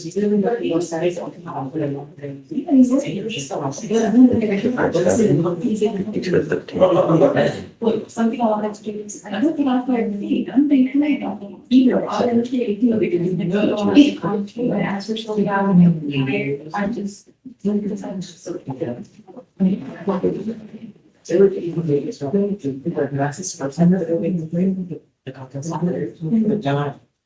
Yeah.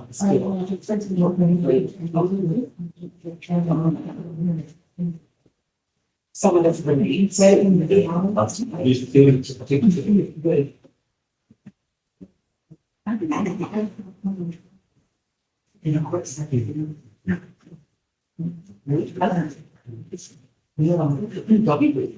No, we didn't. We were working.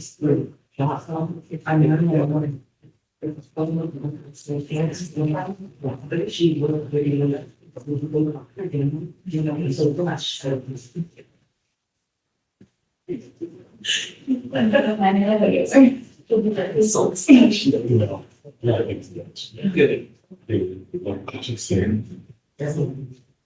I'm gonna be back here.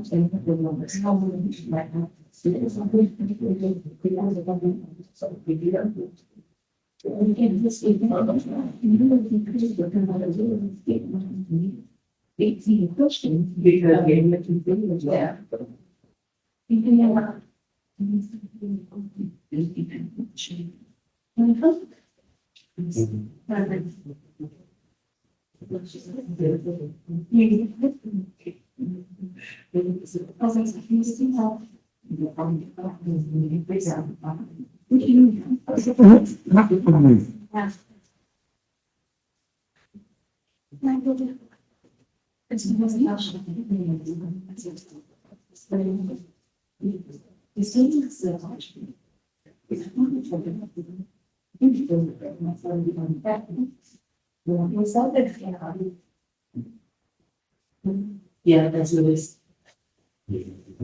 Do you know who the corporate is?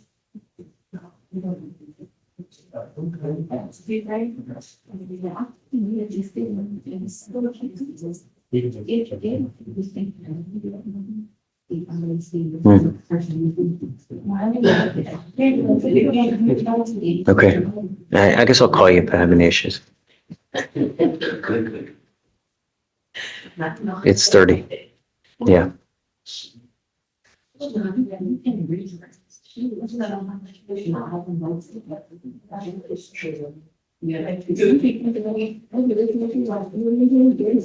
Okay, yeah, that'd be great. Okay, thanks. Bye.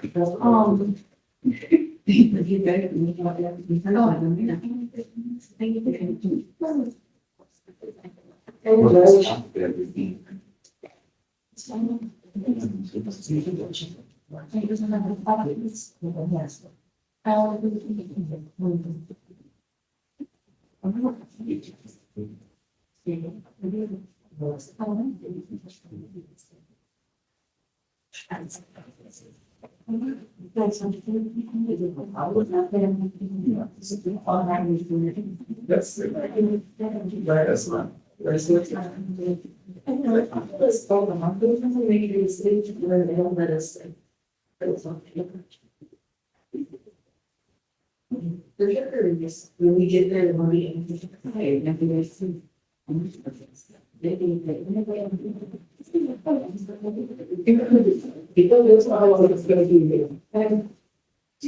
Watching it meeting.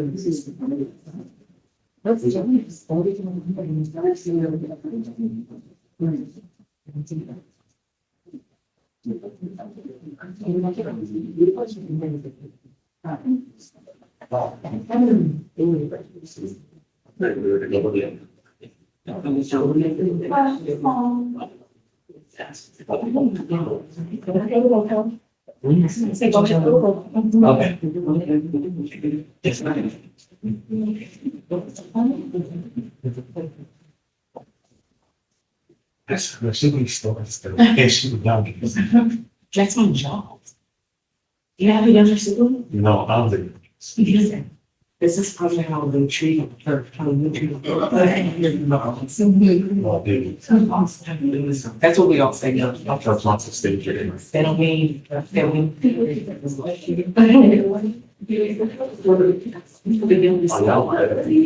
Okay. Yeah, you don't understand how they. Oh, I believe it. All she knows that. So, it's not being consistent.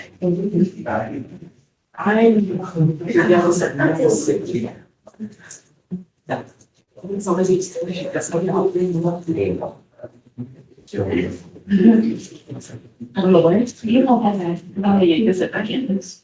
I can get on. You don't need that. like this week.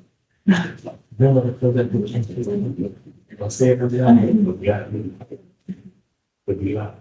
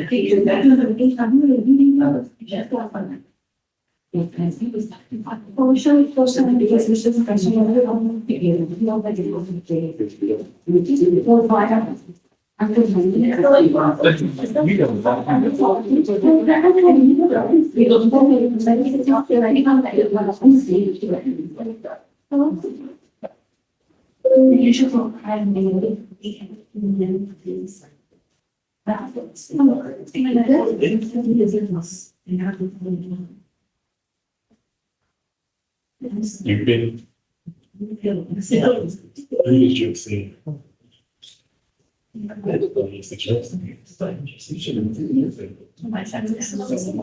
There's no legs. That's the little twist. Oh, somebody's house.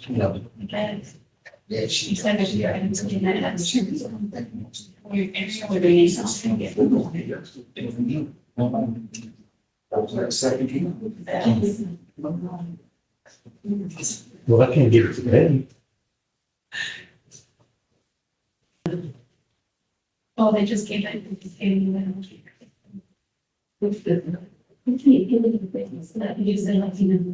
I said, I'm gonna go on Thursday's coming.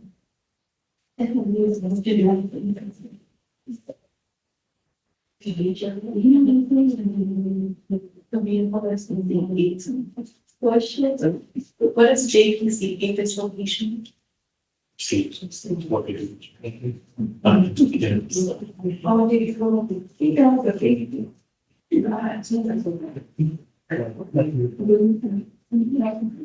Enjoy it so much. He said he has a chance. I'm enjoying the whole time. I'm enjoying the that was gonna be really simple. I heard you.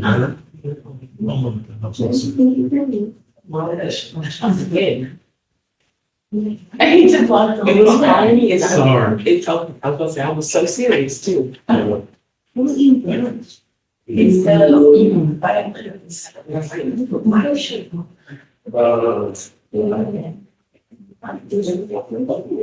Black and white. for weeks.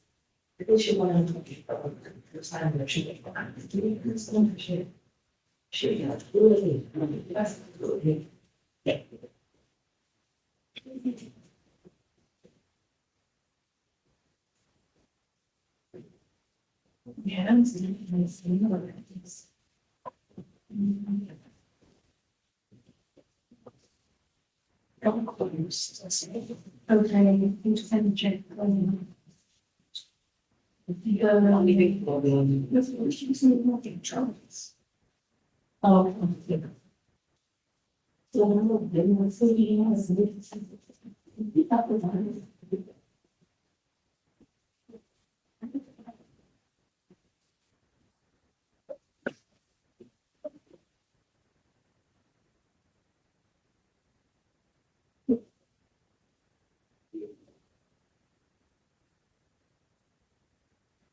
And Judge, I just wanted to give you an update on the video. The station video is fine, but the body cam for Officer Moore is a whole blood draw. So the state, I guess when they come back, they said they're willing to just withdraw it from evidence. Yeah, that's fine. Okay. That's okay. Sure.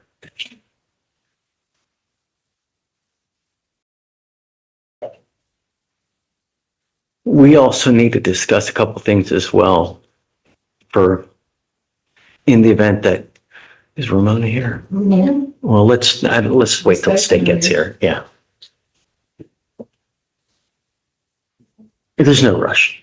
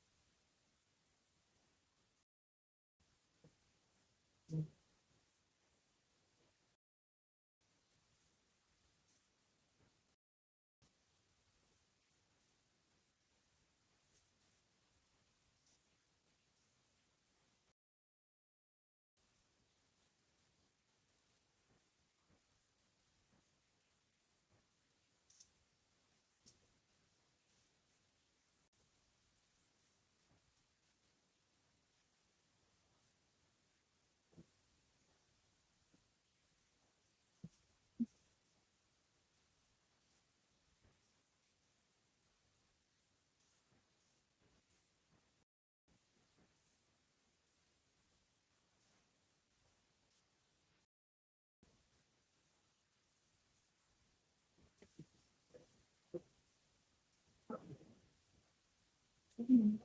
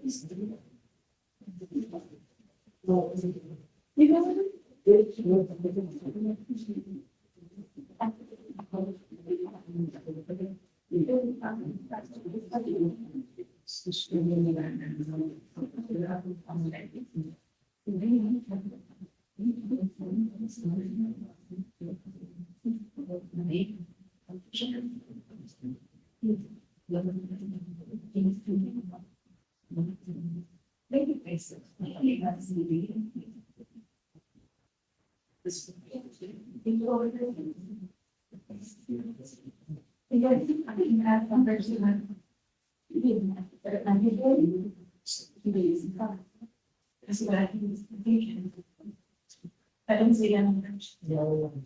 I didn't you have to see me, I've done any lower than I've seen the budget. Oh, we have to have it. Okay.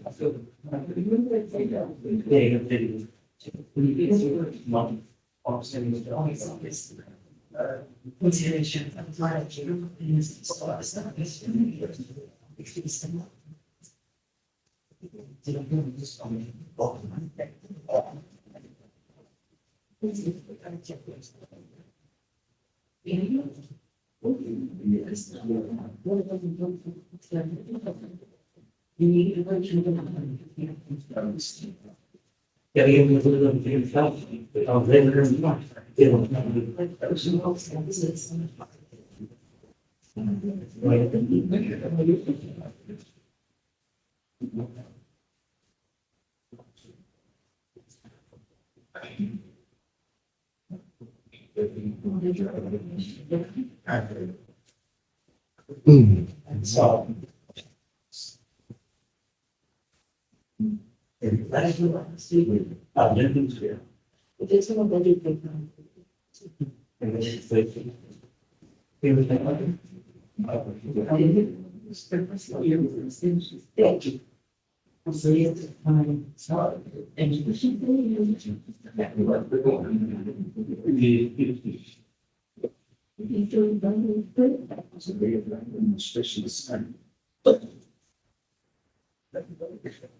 Ramona, what time should we tell them that we're gonna read the count?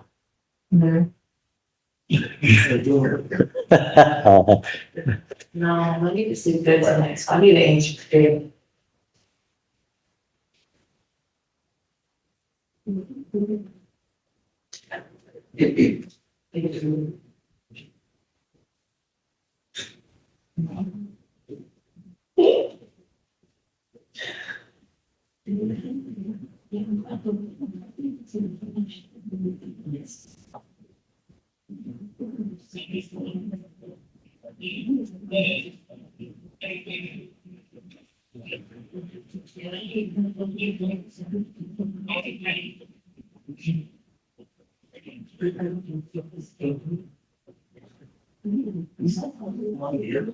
Just that one time. I think it's gonna be.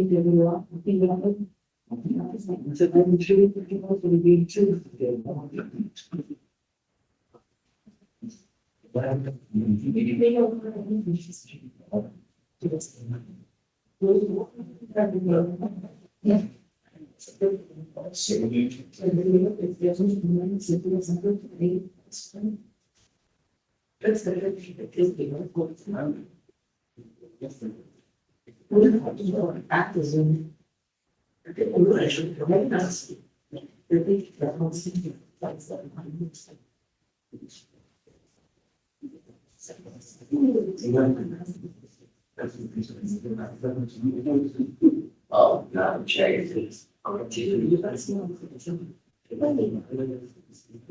I'm saying.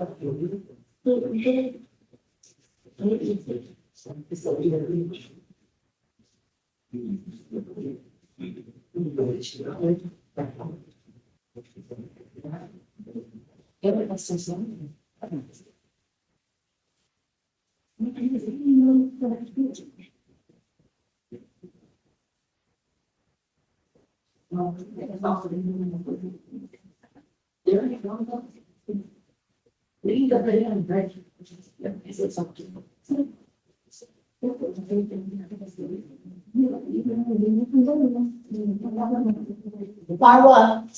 Yeah, this is a charger. Oh, yes. So we need.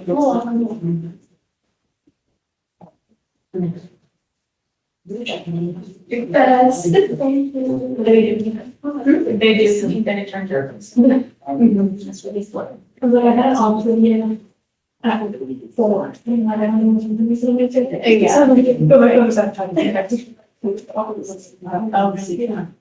like, I'm just gonna move it too, so I'm like, Saturday. I'll be here.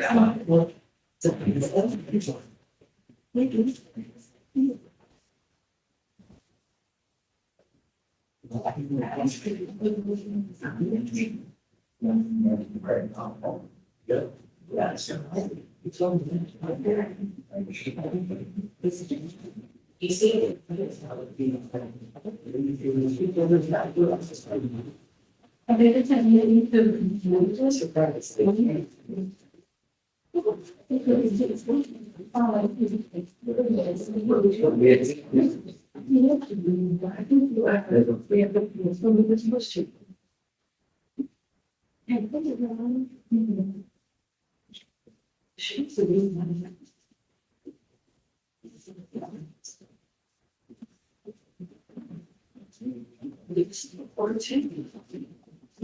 There's nothing like this.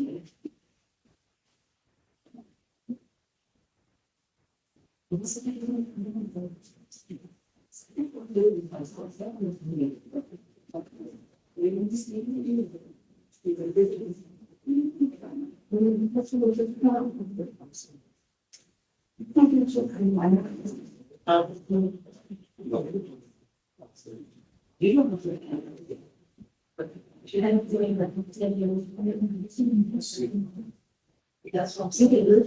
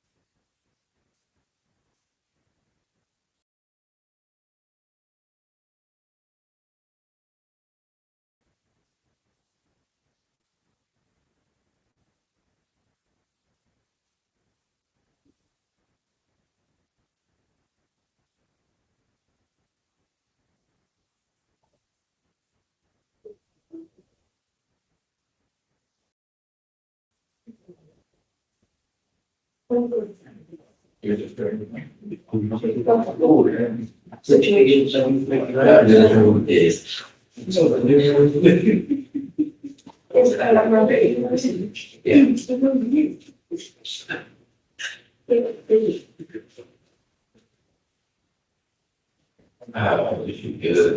That's then.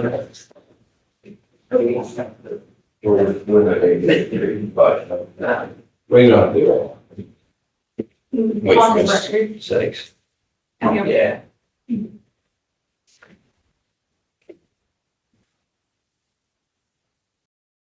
Mr. Miller. Do I talk back? You're hard to cut. Oh, no, you're gonna move. Oh, I have my minutes. How many moments do I have? A lot or a little? Yeah. Okay. I'm hard to come in. I know far was fast.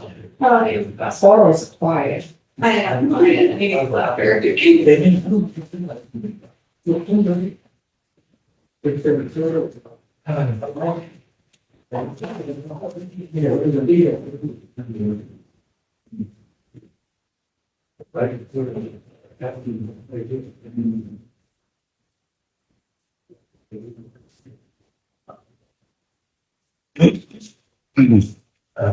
That's so, yeah, that's pretty, that's really. This is Tuesdays. So I don't think it's me. Oh, we do, yeah, awesome. Yeah, I thought it was mine. Oh, perfect, what about And that? that would be, I mean, I got to, I mean, Really? like the pressure thing.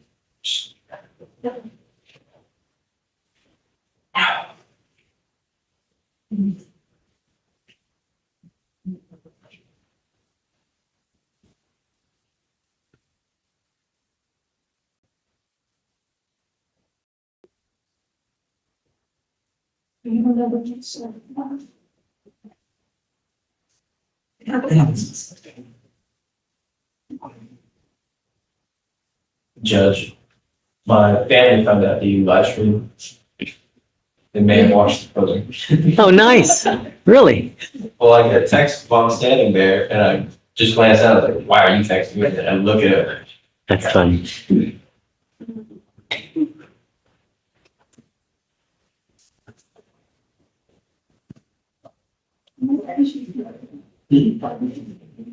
No, she's in the room. Dark skin, but she's good. Yeah. And you really like that she doesn't say that right now. Oops. Did you work in school? I've never seen that. Yeah, right down the street, 1,000 Lane.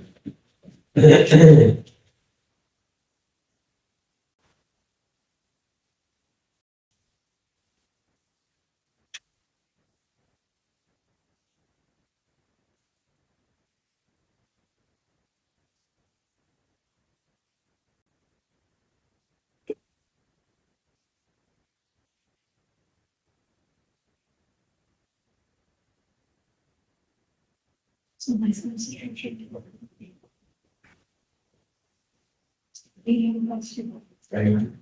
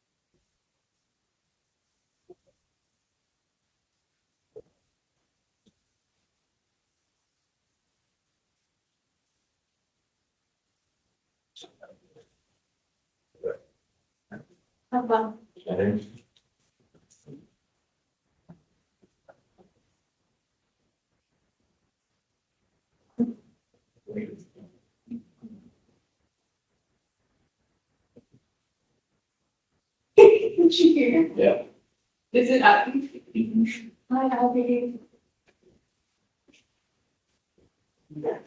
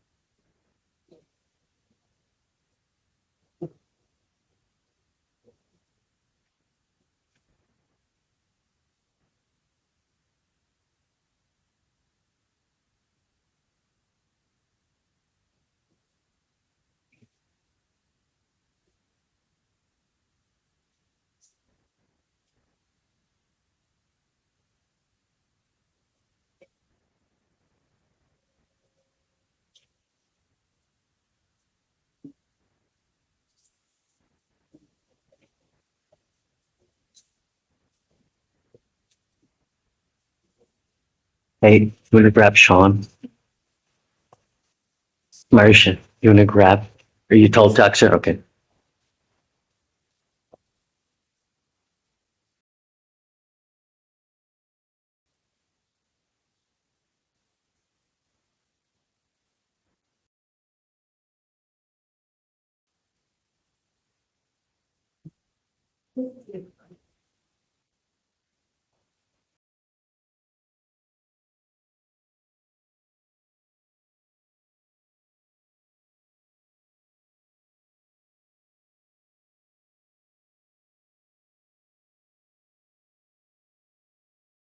Ready? Okay.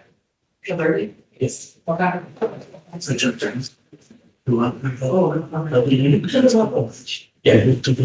Yeah. Judge, we're gonna grab our chief really quickly. She's just gonna be different. Yeah. Think so? It's a very thing.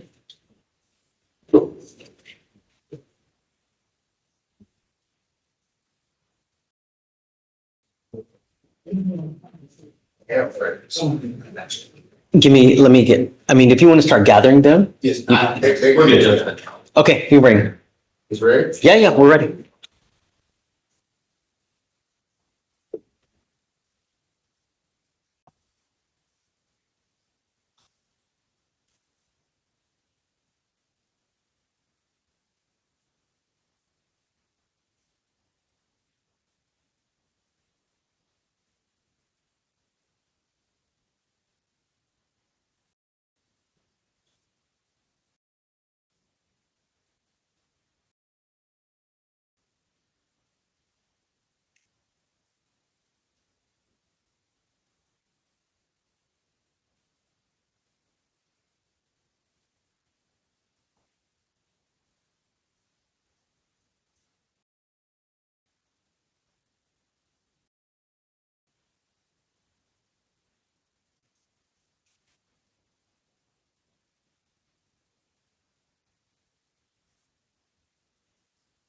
All right, for the jury.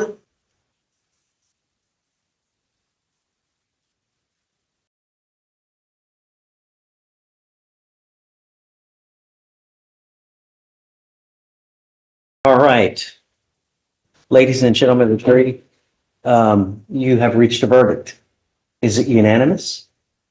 Yes. Okay, if you would mind handing the paper over to Debbie Knoll, you will hand me the verdict, all right, guys? Okay, in cause number 257-5231, the state of Texas versus Alejandro Gonzalez, we, the jury, find the defendant guilty of driving while intoxicated. Would you like the jury polled? No? Okay, you may be seated. Okay, ladies and gentlemen of the jury, this will take us to the next phase of the trial. We'll now begin the punishment phase of the trial. There are several things that I have to talk with the lawyers real quick, so I'm going to excuse you for literally about 1 to 2 minutes, and then I'm going to bring you right back in, and then we'll continue, okay? Okay, please, if you don't mind. All right, for the jury.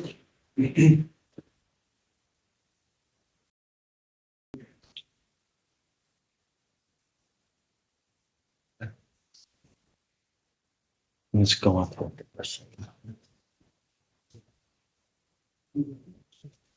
Lawyers, do you mind coming up real quick? Yes.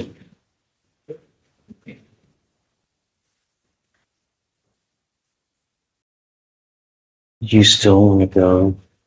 We do the reading. Okay, what? It's a 15-month probation with standard conditions of TRAS, DWI education, repeat offender course. It would be 30 hours of community service. And then It's a second offense, though. I think that on a second, though, there's a 30-day minimum jail sentence, though. That's the problem. When the jury finds the defendant guilty, my reading of the statute, if that's the case, if you agree to, okay. But I think that there is still a 30-day minimum. My reading is 30. I mean, because I was just now looking at it. Is it 35 for probation on effective? 30, this reading of the statute, because I was looking at it here.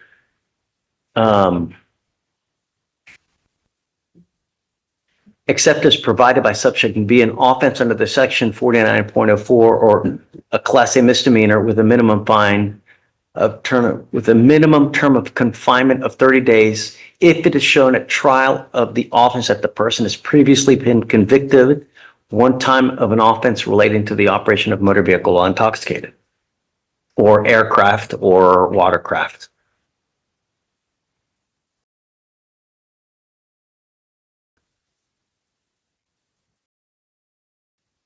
So it's 30 at trial, but 5 before trial is what this statute is. I even reached out to my staff lawyer just to be on the safe side. And what they said is it's a minimum term of confinement of 30 days. if it's found at trial that he's found guilty on the second. But just technically, he hasn't been found guilty of the second, it's just, he's been found guilty of the DWI. Yeah, I mean, and we need to do that as well. So it's either, it needs to be stipulated, or we have to have put on evidence that there's a second, and that would be, a fingerprint examiner, if there's no stipulation to it. Would you all be, Sorry. would you all be amenable to doing it as a I mean, if you want to abandon the enhancement, Which is what I'm saying, and yeah. then we'll go the minimum of 5. Right, this is what I'm saying, would y'all be agreeable to doing it on first, that he's still doing the 5 days and with the probation 15, he does 5 days as a condition, but we do it on the first. Yeah, you have my blessing. If that's what you want to we do. can do it that way, I mean, at the end of the day. We'll just put it on the record that all the parties agree to it, and then, yeah.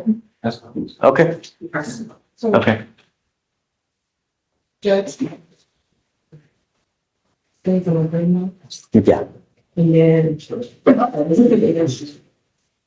right, we'll have it stipulated on the record that everybody's in agreement. We'll do it, yeah, we'll contract the client first. And But then, we'll stipulate it on the record for you. Okay, no problem. Yeah. and then let me, Yes. I'm gonna go excuse the jury then, I guess. Okay, would we have the opportunity to talk to them? Yeah, of course. Yeah, but let's do everything here first. Let's get it done. Once it's done, at that point, talk to them for 5 minutes, and then you guys can have it. Yeah, because we go for talks now. All right, I'm gonna go ahead and That's gonna run.